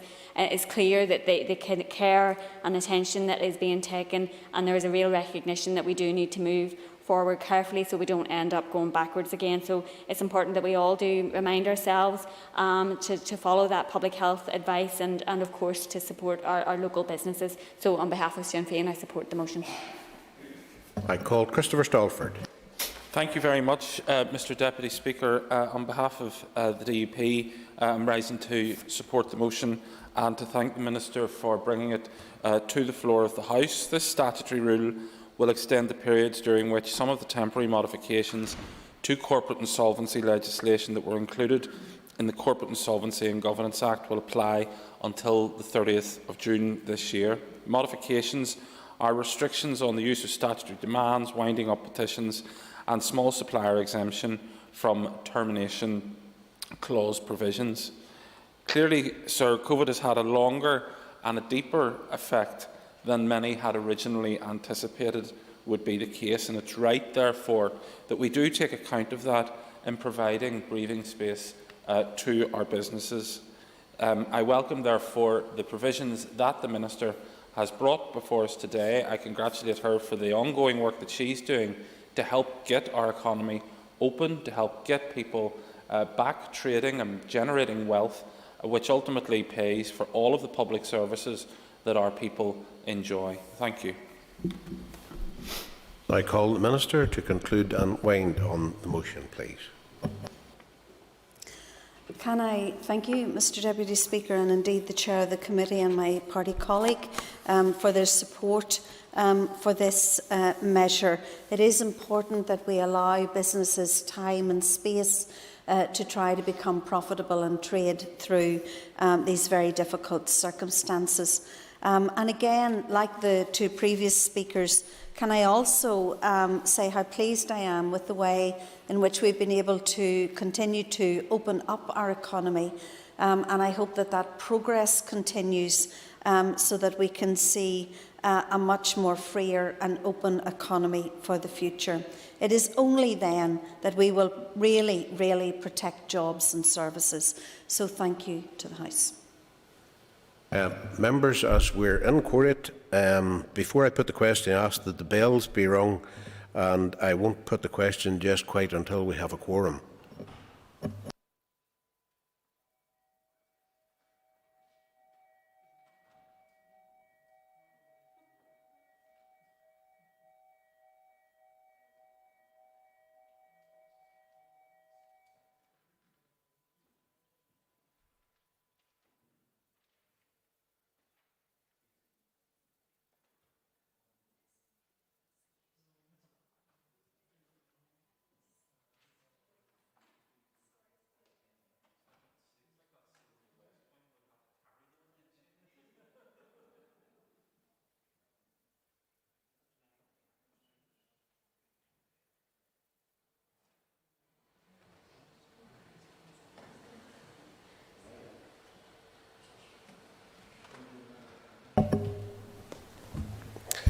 Members, the question is that the Corporate Insolvency and Governance Act 2020 Coronavirus Amendment of certain relevant periods, Regulations NI 2021, be approved.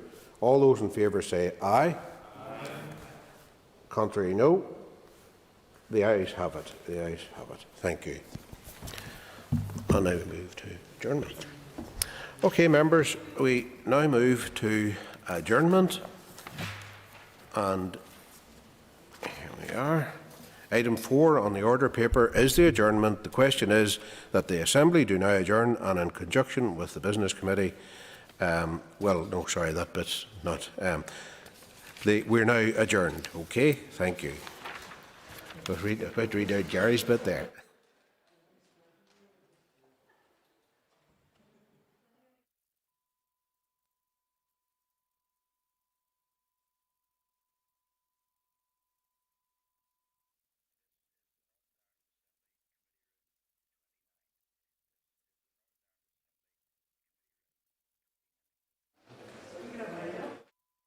This is the Northern Ireland Assembly Plenary Programme signed. This is the Northern Ireland Assembly Plenary Programme signed. This is the Northern Ireland Assembly Plenary Programme signed. This is the Northern Ireland Assembly Plenary Programme signed. This is the Northern Ireland Assembly Plenary Programme signed. This is the Northern Ireland Assembly Plenary Programme signed. This is the Northern Ireland Assembly Plenary Programme signed. This is the Northern Ireland Assembly Plenary Programme signed. This is the Northern Ireland Assembly Plenary Programme signed. This is the Northern Ireland Assembly Plenary Programme signed. This is the Northern Ireland Assembly Plenary Programme signed. This is the Northern Ireland Assembly Plenary Programme signed. This is the Northern Ireland Assembly Plenary Programme signed. This is the Northern Ireland Assembly Plenary Programme signed. This is the Northern Ireland Assembly Plenary Programme signed. This is the Northern Ireland Assembly Plenary Programme signed. This is the Northern Ireland Assembly Plenary Programme signed. This is the Northern Ireland Assembly Plenary Programme signed. This is the Northern Ireland Assembly Plenary Programme signed. This is the Northern Ireland Assembly Plenary Programme signed. This is the Northern Ireland Assembly Plenary Programme signed. This is the Northern Ireland